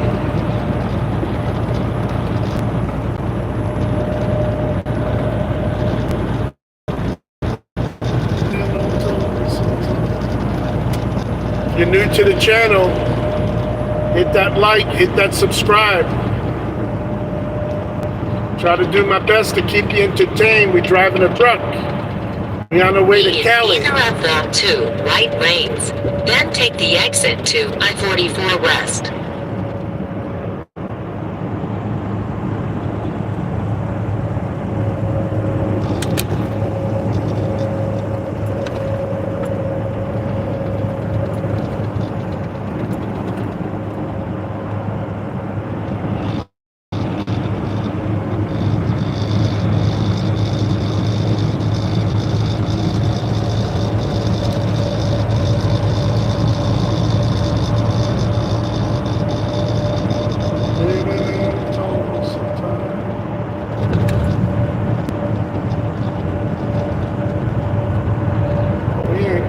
Tulsa now.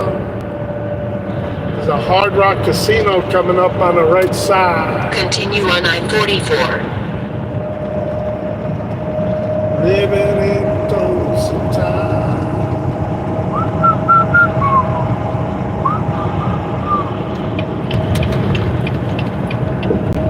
I got a nice electronic billboard in front of the casino alongside the highway. It's daytime, you could kind of make it out, but that must have definitely cost a pretty penny. That shit's bright as shit. At night, lights it up. Lights the sky up, you hear me? Walmart right there.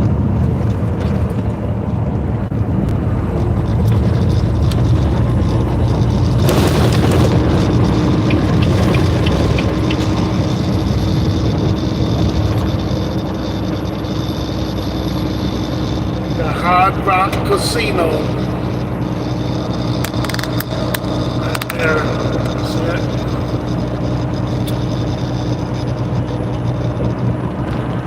Look at the billboard sign.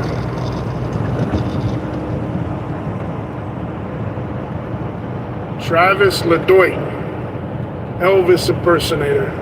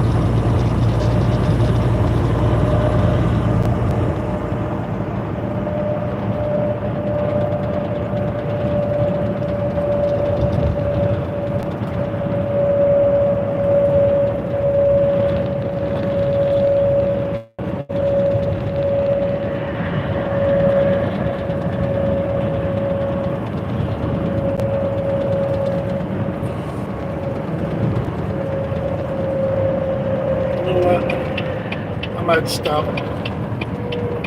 get something to eat. I see a Denny's at the truck stop. Got Denny's or QT. QT, I'll be in and out. I could get a sandwich Denny's, I gotta sit down. QT? What do you think? QT? All right. We go to QT. In and out.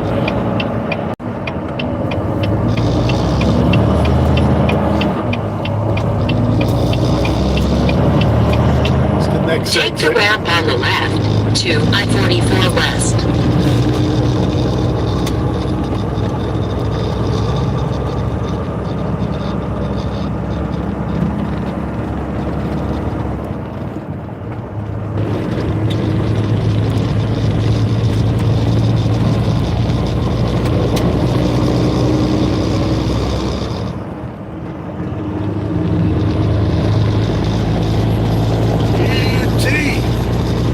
Truck stop, quick trip. I think they call it, but it's a Q and a T. Kind of like a Wawa, a little bit on steroids, because they also cater to big trucks, which Wawa doesn't always do. Continue on I-44.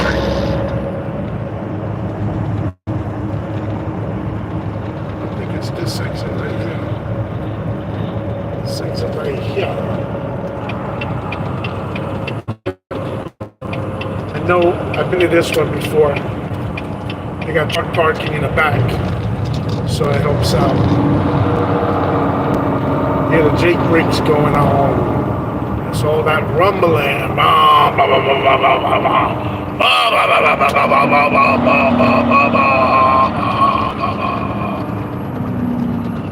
Turn right on East 11th Street South, then turn left. Wait a second. This might not be the one that I know.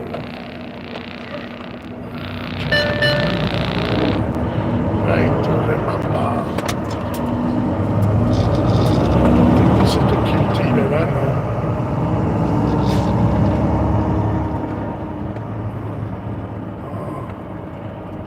Turn left at the traffic light, then take the third right.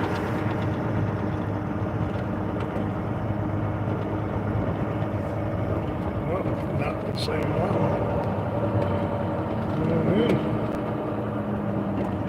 It got me. That was a bigger one. It was a bigger one. Mazzola's Italian Eatery. They fooled me. They fooled Johnny. They fooled John, the truck driver. Let me check it out on the...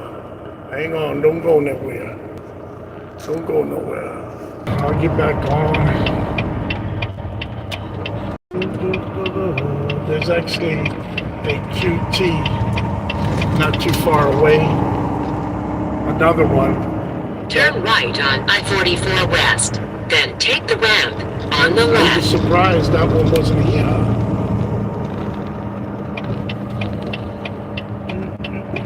The old Route 66 West. Take the ramp on the left to I-44 West. Oh man, I would have lost some money. Somebody would have bet me. Say that's the one.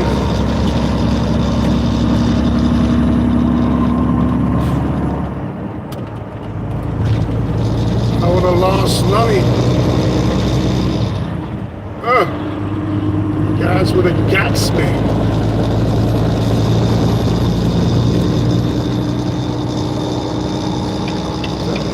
Continue on I-44.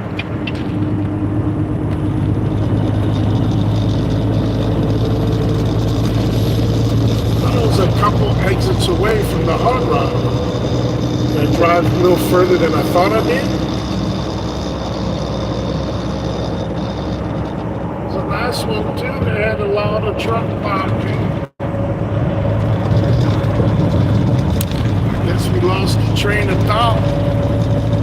What the hell happened there?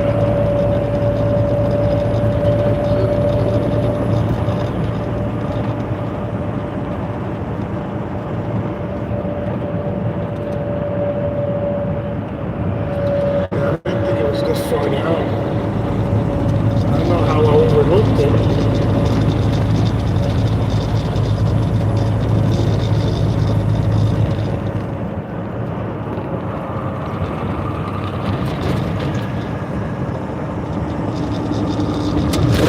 There's another one on the other side of town.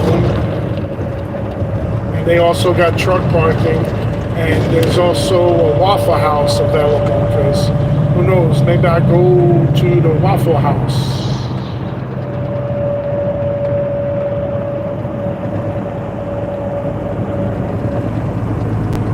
I'm just perplexed because I'm wondering where did that QT go? Should have been on the right side. I don't see it. Oh, that's when that inch starts creeping up on you. If you don't know, now you know, driver.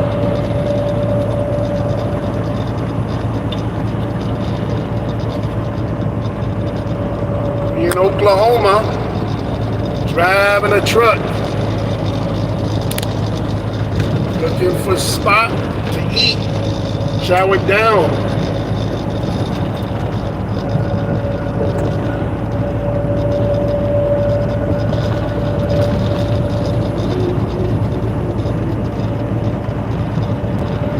There was a Chinese joint buffet up here that I knew about.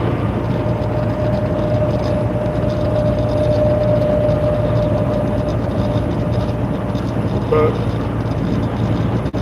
I ain't gonna be able to park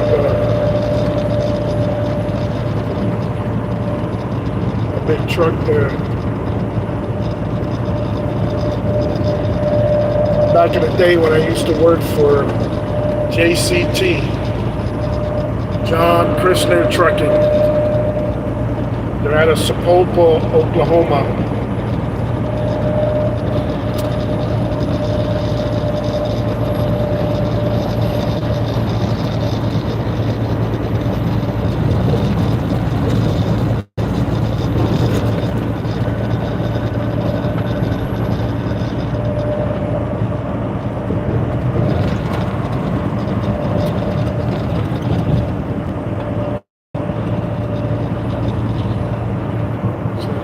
Getting on the right now.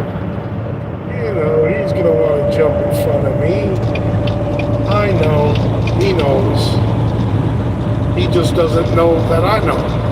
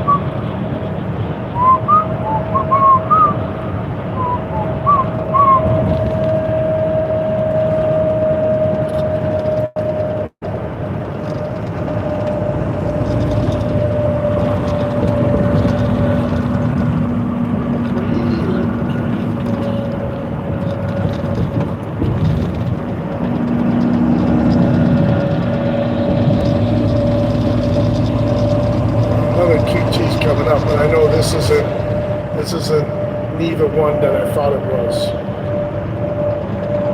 If it is, I'll be upset because it shouldn't have been this far. But it's too far. This can't be the same one.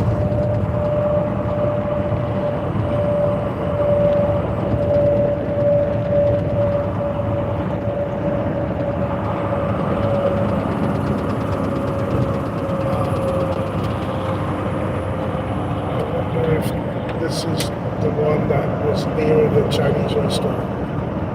I can't remember if it's across the street.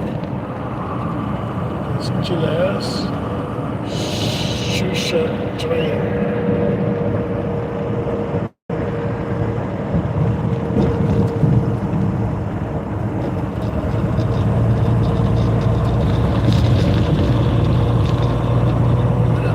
I wanted to mind some Asian Chinese buffet. with the big truck, man, it's hard to get that done.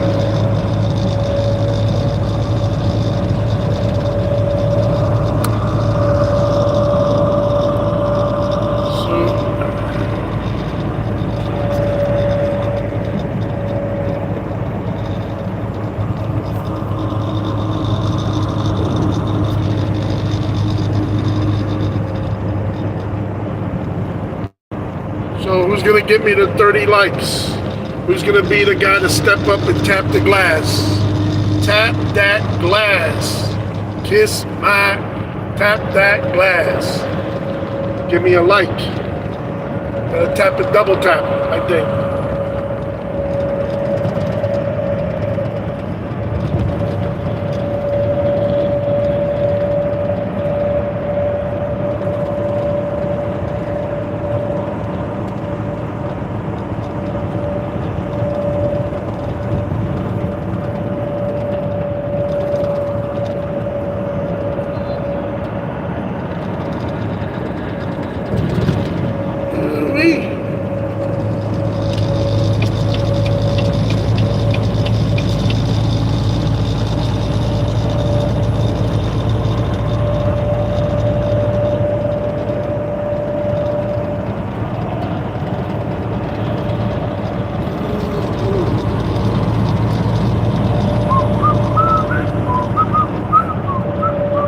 Trying to walk right there. That's it. Oh man, I'm found, but I don't see a truck right there. Man, now I know. Damn.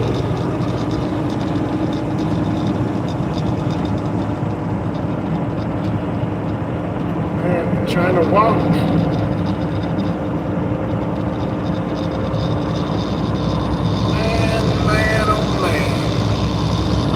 Been in the lap of rice, chicken wings with the rice and beans.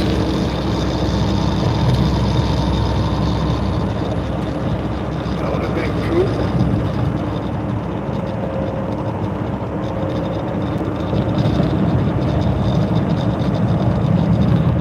Man, if I could swing it back, if I could have I think I could find. I could have found some parking there.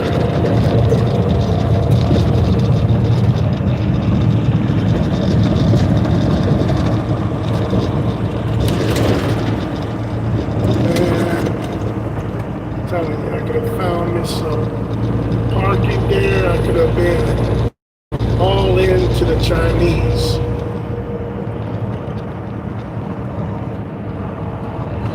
Man, I'm so tempted. Leave it alone, John. Leave it alone. They do have some buffet. Working over here, they're gonna build something. Some huge overpass project.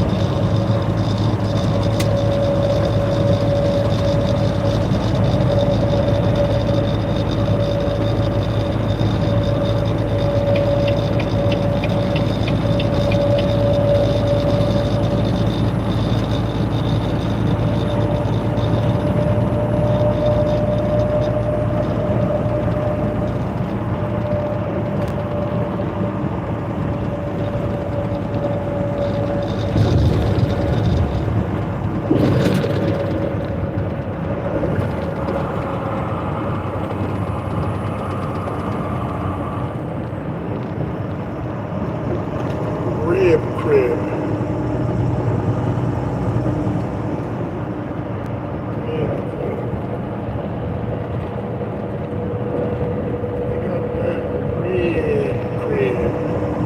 So we got a QT coming up, and there's a Waffle House.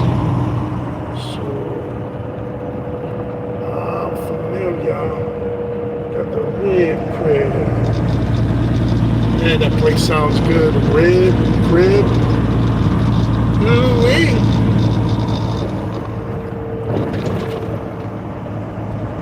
Ooh-wee. Domino's. Man, that That's the thing that sucks, man. You get to pass by a lot of these different types of food. Because you're in a truck, it's hard to find the parking, so you can't take advantage of it.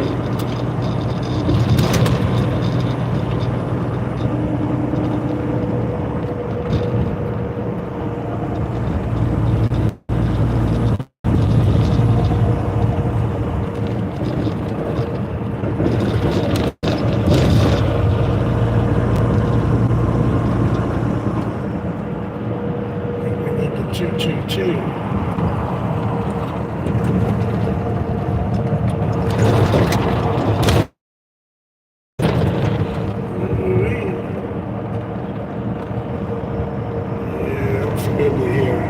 Yep, this next exit or so is going to be the QT and the Waffle House. So I don't have to decide right this second.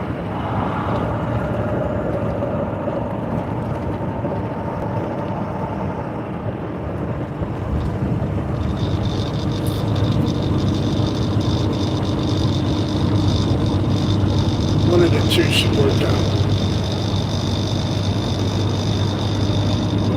Feels pretty cheap there too.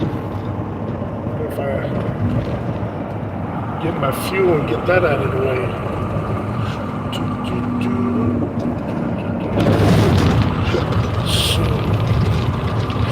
Harbor Freight. I need to check that out, but I can't do this location.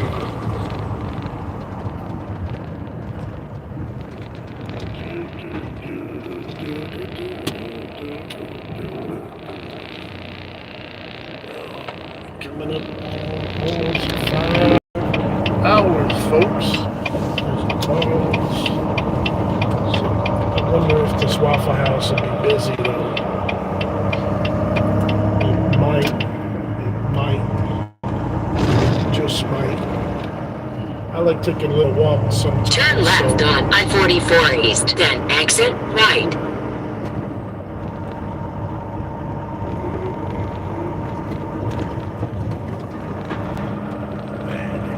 Slamming over there probably. They got Taco Bueno, McDonald's, they got the freeway cafe. Turn left at the stop sign. It's good to take a little break right now. What have we done for almost 5 hours? Did 316 miles. Arby's here. To be at is the QT. The QT. These those funny stop signs. You want to make sure whatever you do is that you stop. Because if not, sometimes a cop can be hitting around and get you. So you got the QT kitchen. What the hell is that? Interesting. Let's see, we got a parking spot. It's more courtesy to park. Turn right at the stop sign. I'm a parking spot, you know. And not to block the pumps and all that. No, I should have got my fuel. Let's get one of these available parking spots. And this is definitely one of those local places where guys got food, man.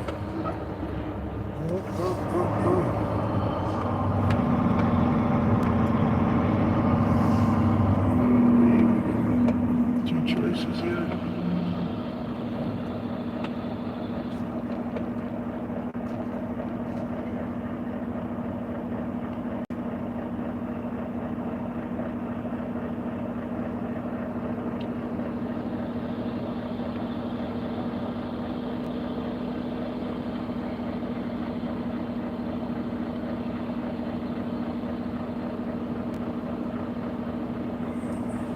Driver is kind of in my way. Let's see.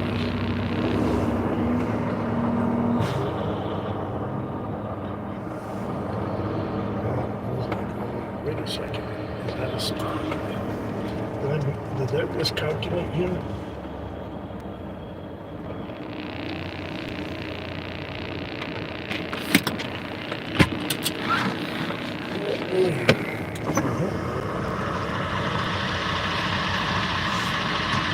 Backing it up.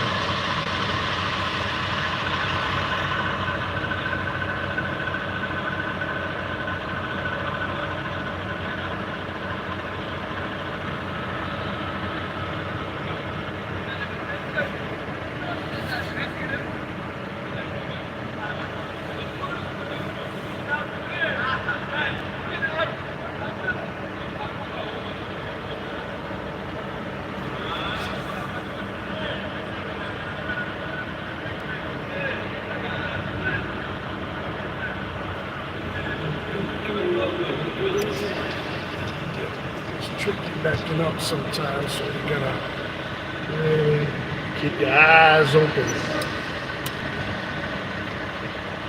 Your eyes open.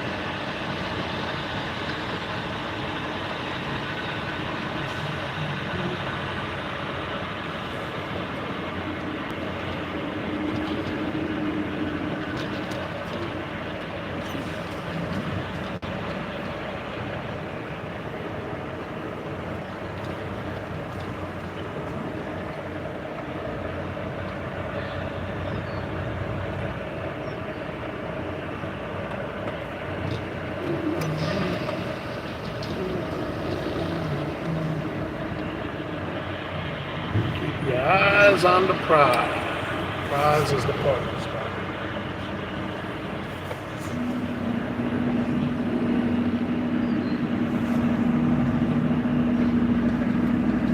So now in the parking spot, now you can eat peaceful. You know, you're not blocking the fuel island. Take the brakes. Use the bathroom, not worry, because you got a lot of inconsiderate guys. Hello, Lynn Marshall. How you doing, Lynn?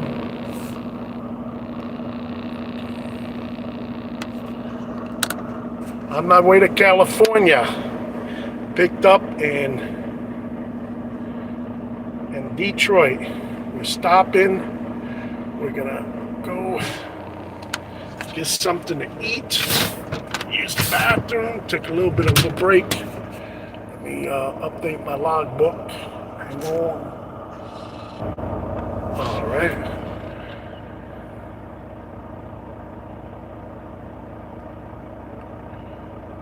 Yeah. Yep. I'm doing good. Thanks for asking. I hope your Thanksgiving was good. And I think I'm going to take a little bit of a break here. Could walk you into QT here, but I don't know how much video content that would be. But I'll hang on to you guys a few minutes. Let me get myself prepared. Got the money. We'll put the hat on. How cold is it out there? Is it super cold? Oh, it's tolerable. So you guys ready to take a walk? Guys ready to take a walk? Come on, take a walk. For all my loyal fans and all the people, you guys brought me up to 30 likes. I appreciate that. All right, let's see. I'm gonna leave that here. I want to bring my little pogo stick. I'll bring it. All right, who knows where we're gonna go? We're still deciding. Get a quick sandwich here at QT, or we going to look at some of the oil spot right here. Look at that on the ground.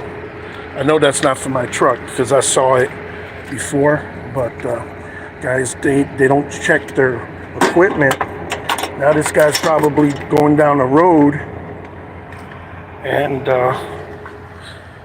he's missing a couple quarts of oil or something, you know. Let's lock it up, you know. I don't want to get that. Which truck is it from? Nope. Oh shit, what the hell happened here? What the fuck? Is that bad? What the fuck? Oh shit. Damn.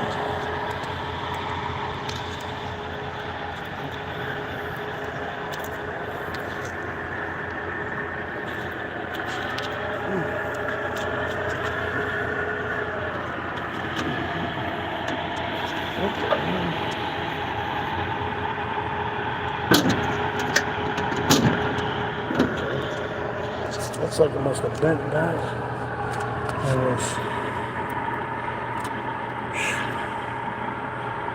Man. Wow.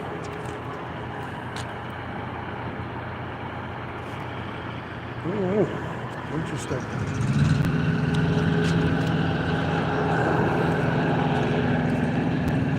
The wind got loose. Oh, that's when that bird hit. Damn it. Shoot. Wow. Oh.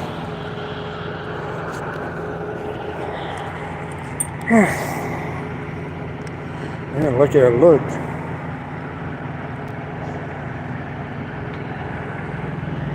Oh.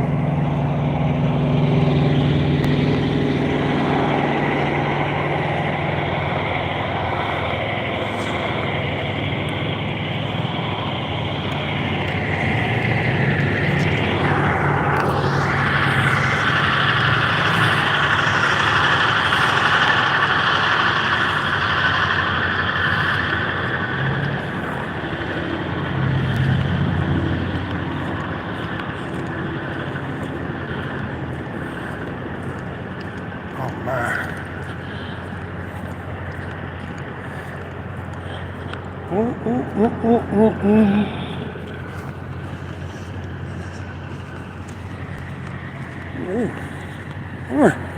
Gotta shave. Oh man.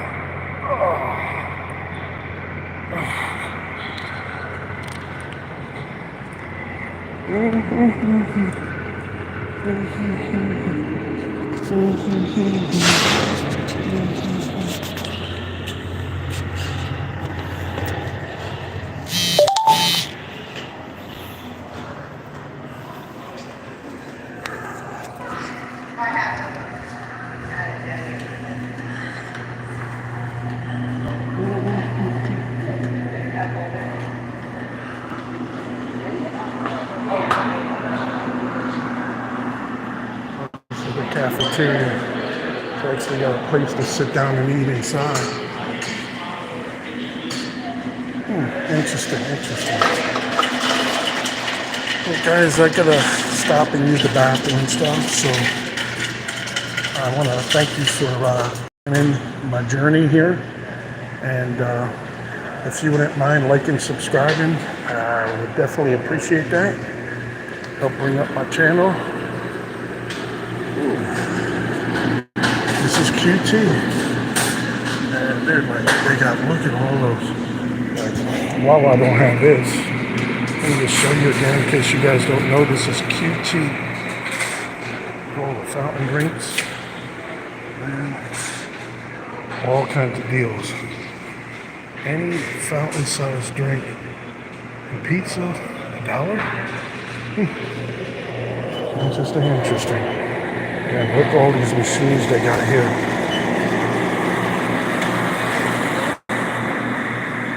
Is that, don't tell me that's beer on tap. No, they ain't gonna have that. That can't be beer on tap. Did I see anything like this? No, this has gotta be coffee or something. That's what it is.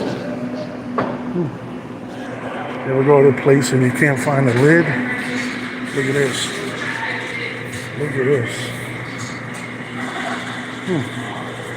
All the lids, man. All kinds of lids. Man. Look at all the stars. Ever have a problem finding a straw? I don't think you're gonna have that problem here. Need some creamer. And even got the whipped cream right there. No, no, I ain't gonna take a mouthful of that. How you doing? New grill, huh? New one. Nice. I'm getting ready to put a new grill over here. You want to do this one? Take a look. You got a new grill in the box. Nice. Little YouTube content, you know? Oh, yeah. What's your name, man? Huh? What's your name? Mitchell. Hey, Mitchell. Good luck with that, man. Appreciate it. What was wrong with the old one? I mean, A little worn out there? I don't want you guys eating off that. No, I appreciate it, you know? That's good, man. They switching it out when it ain't even broken. That's a good thing. I want one of those.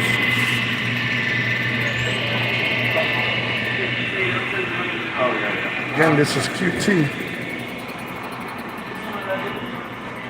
Man, we got a little bit of everything. This is made for like high volume in and out.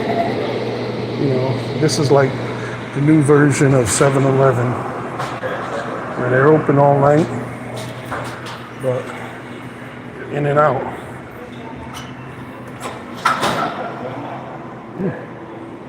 You want a sandwich? They got ready made, but they'll make it for you instantly fresh. No sense of buying something that's cold and sitting there. You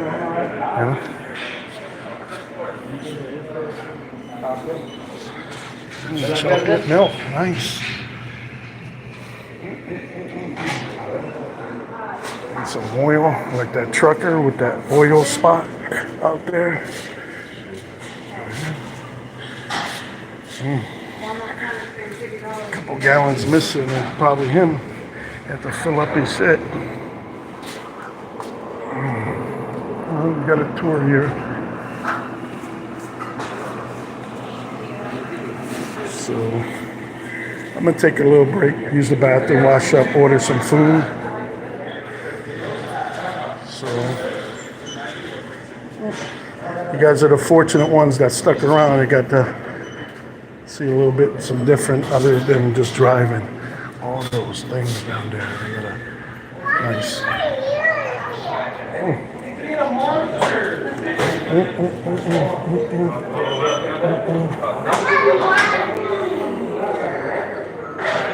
All right, I'll see you guys in a little bit. Okay.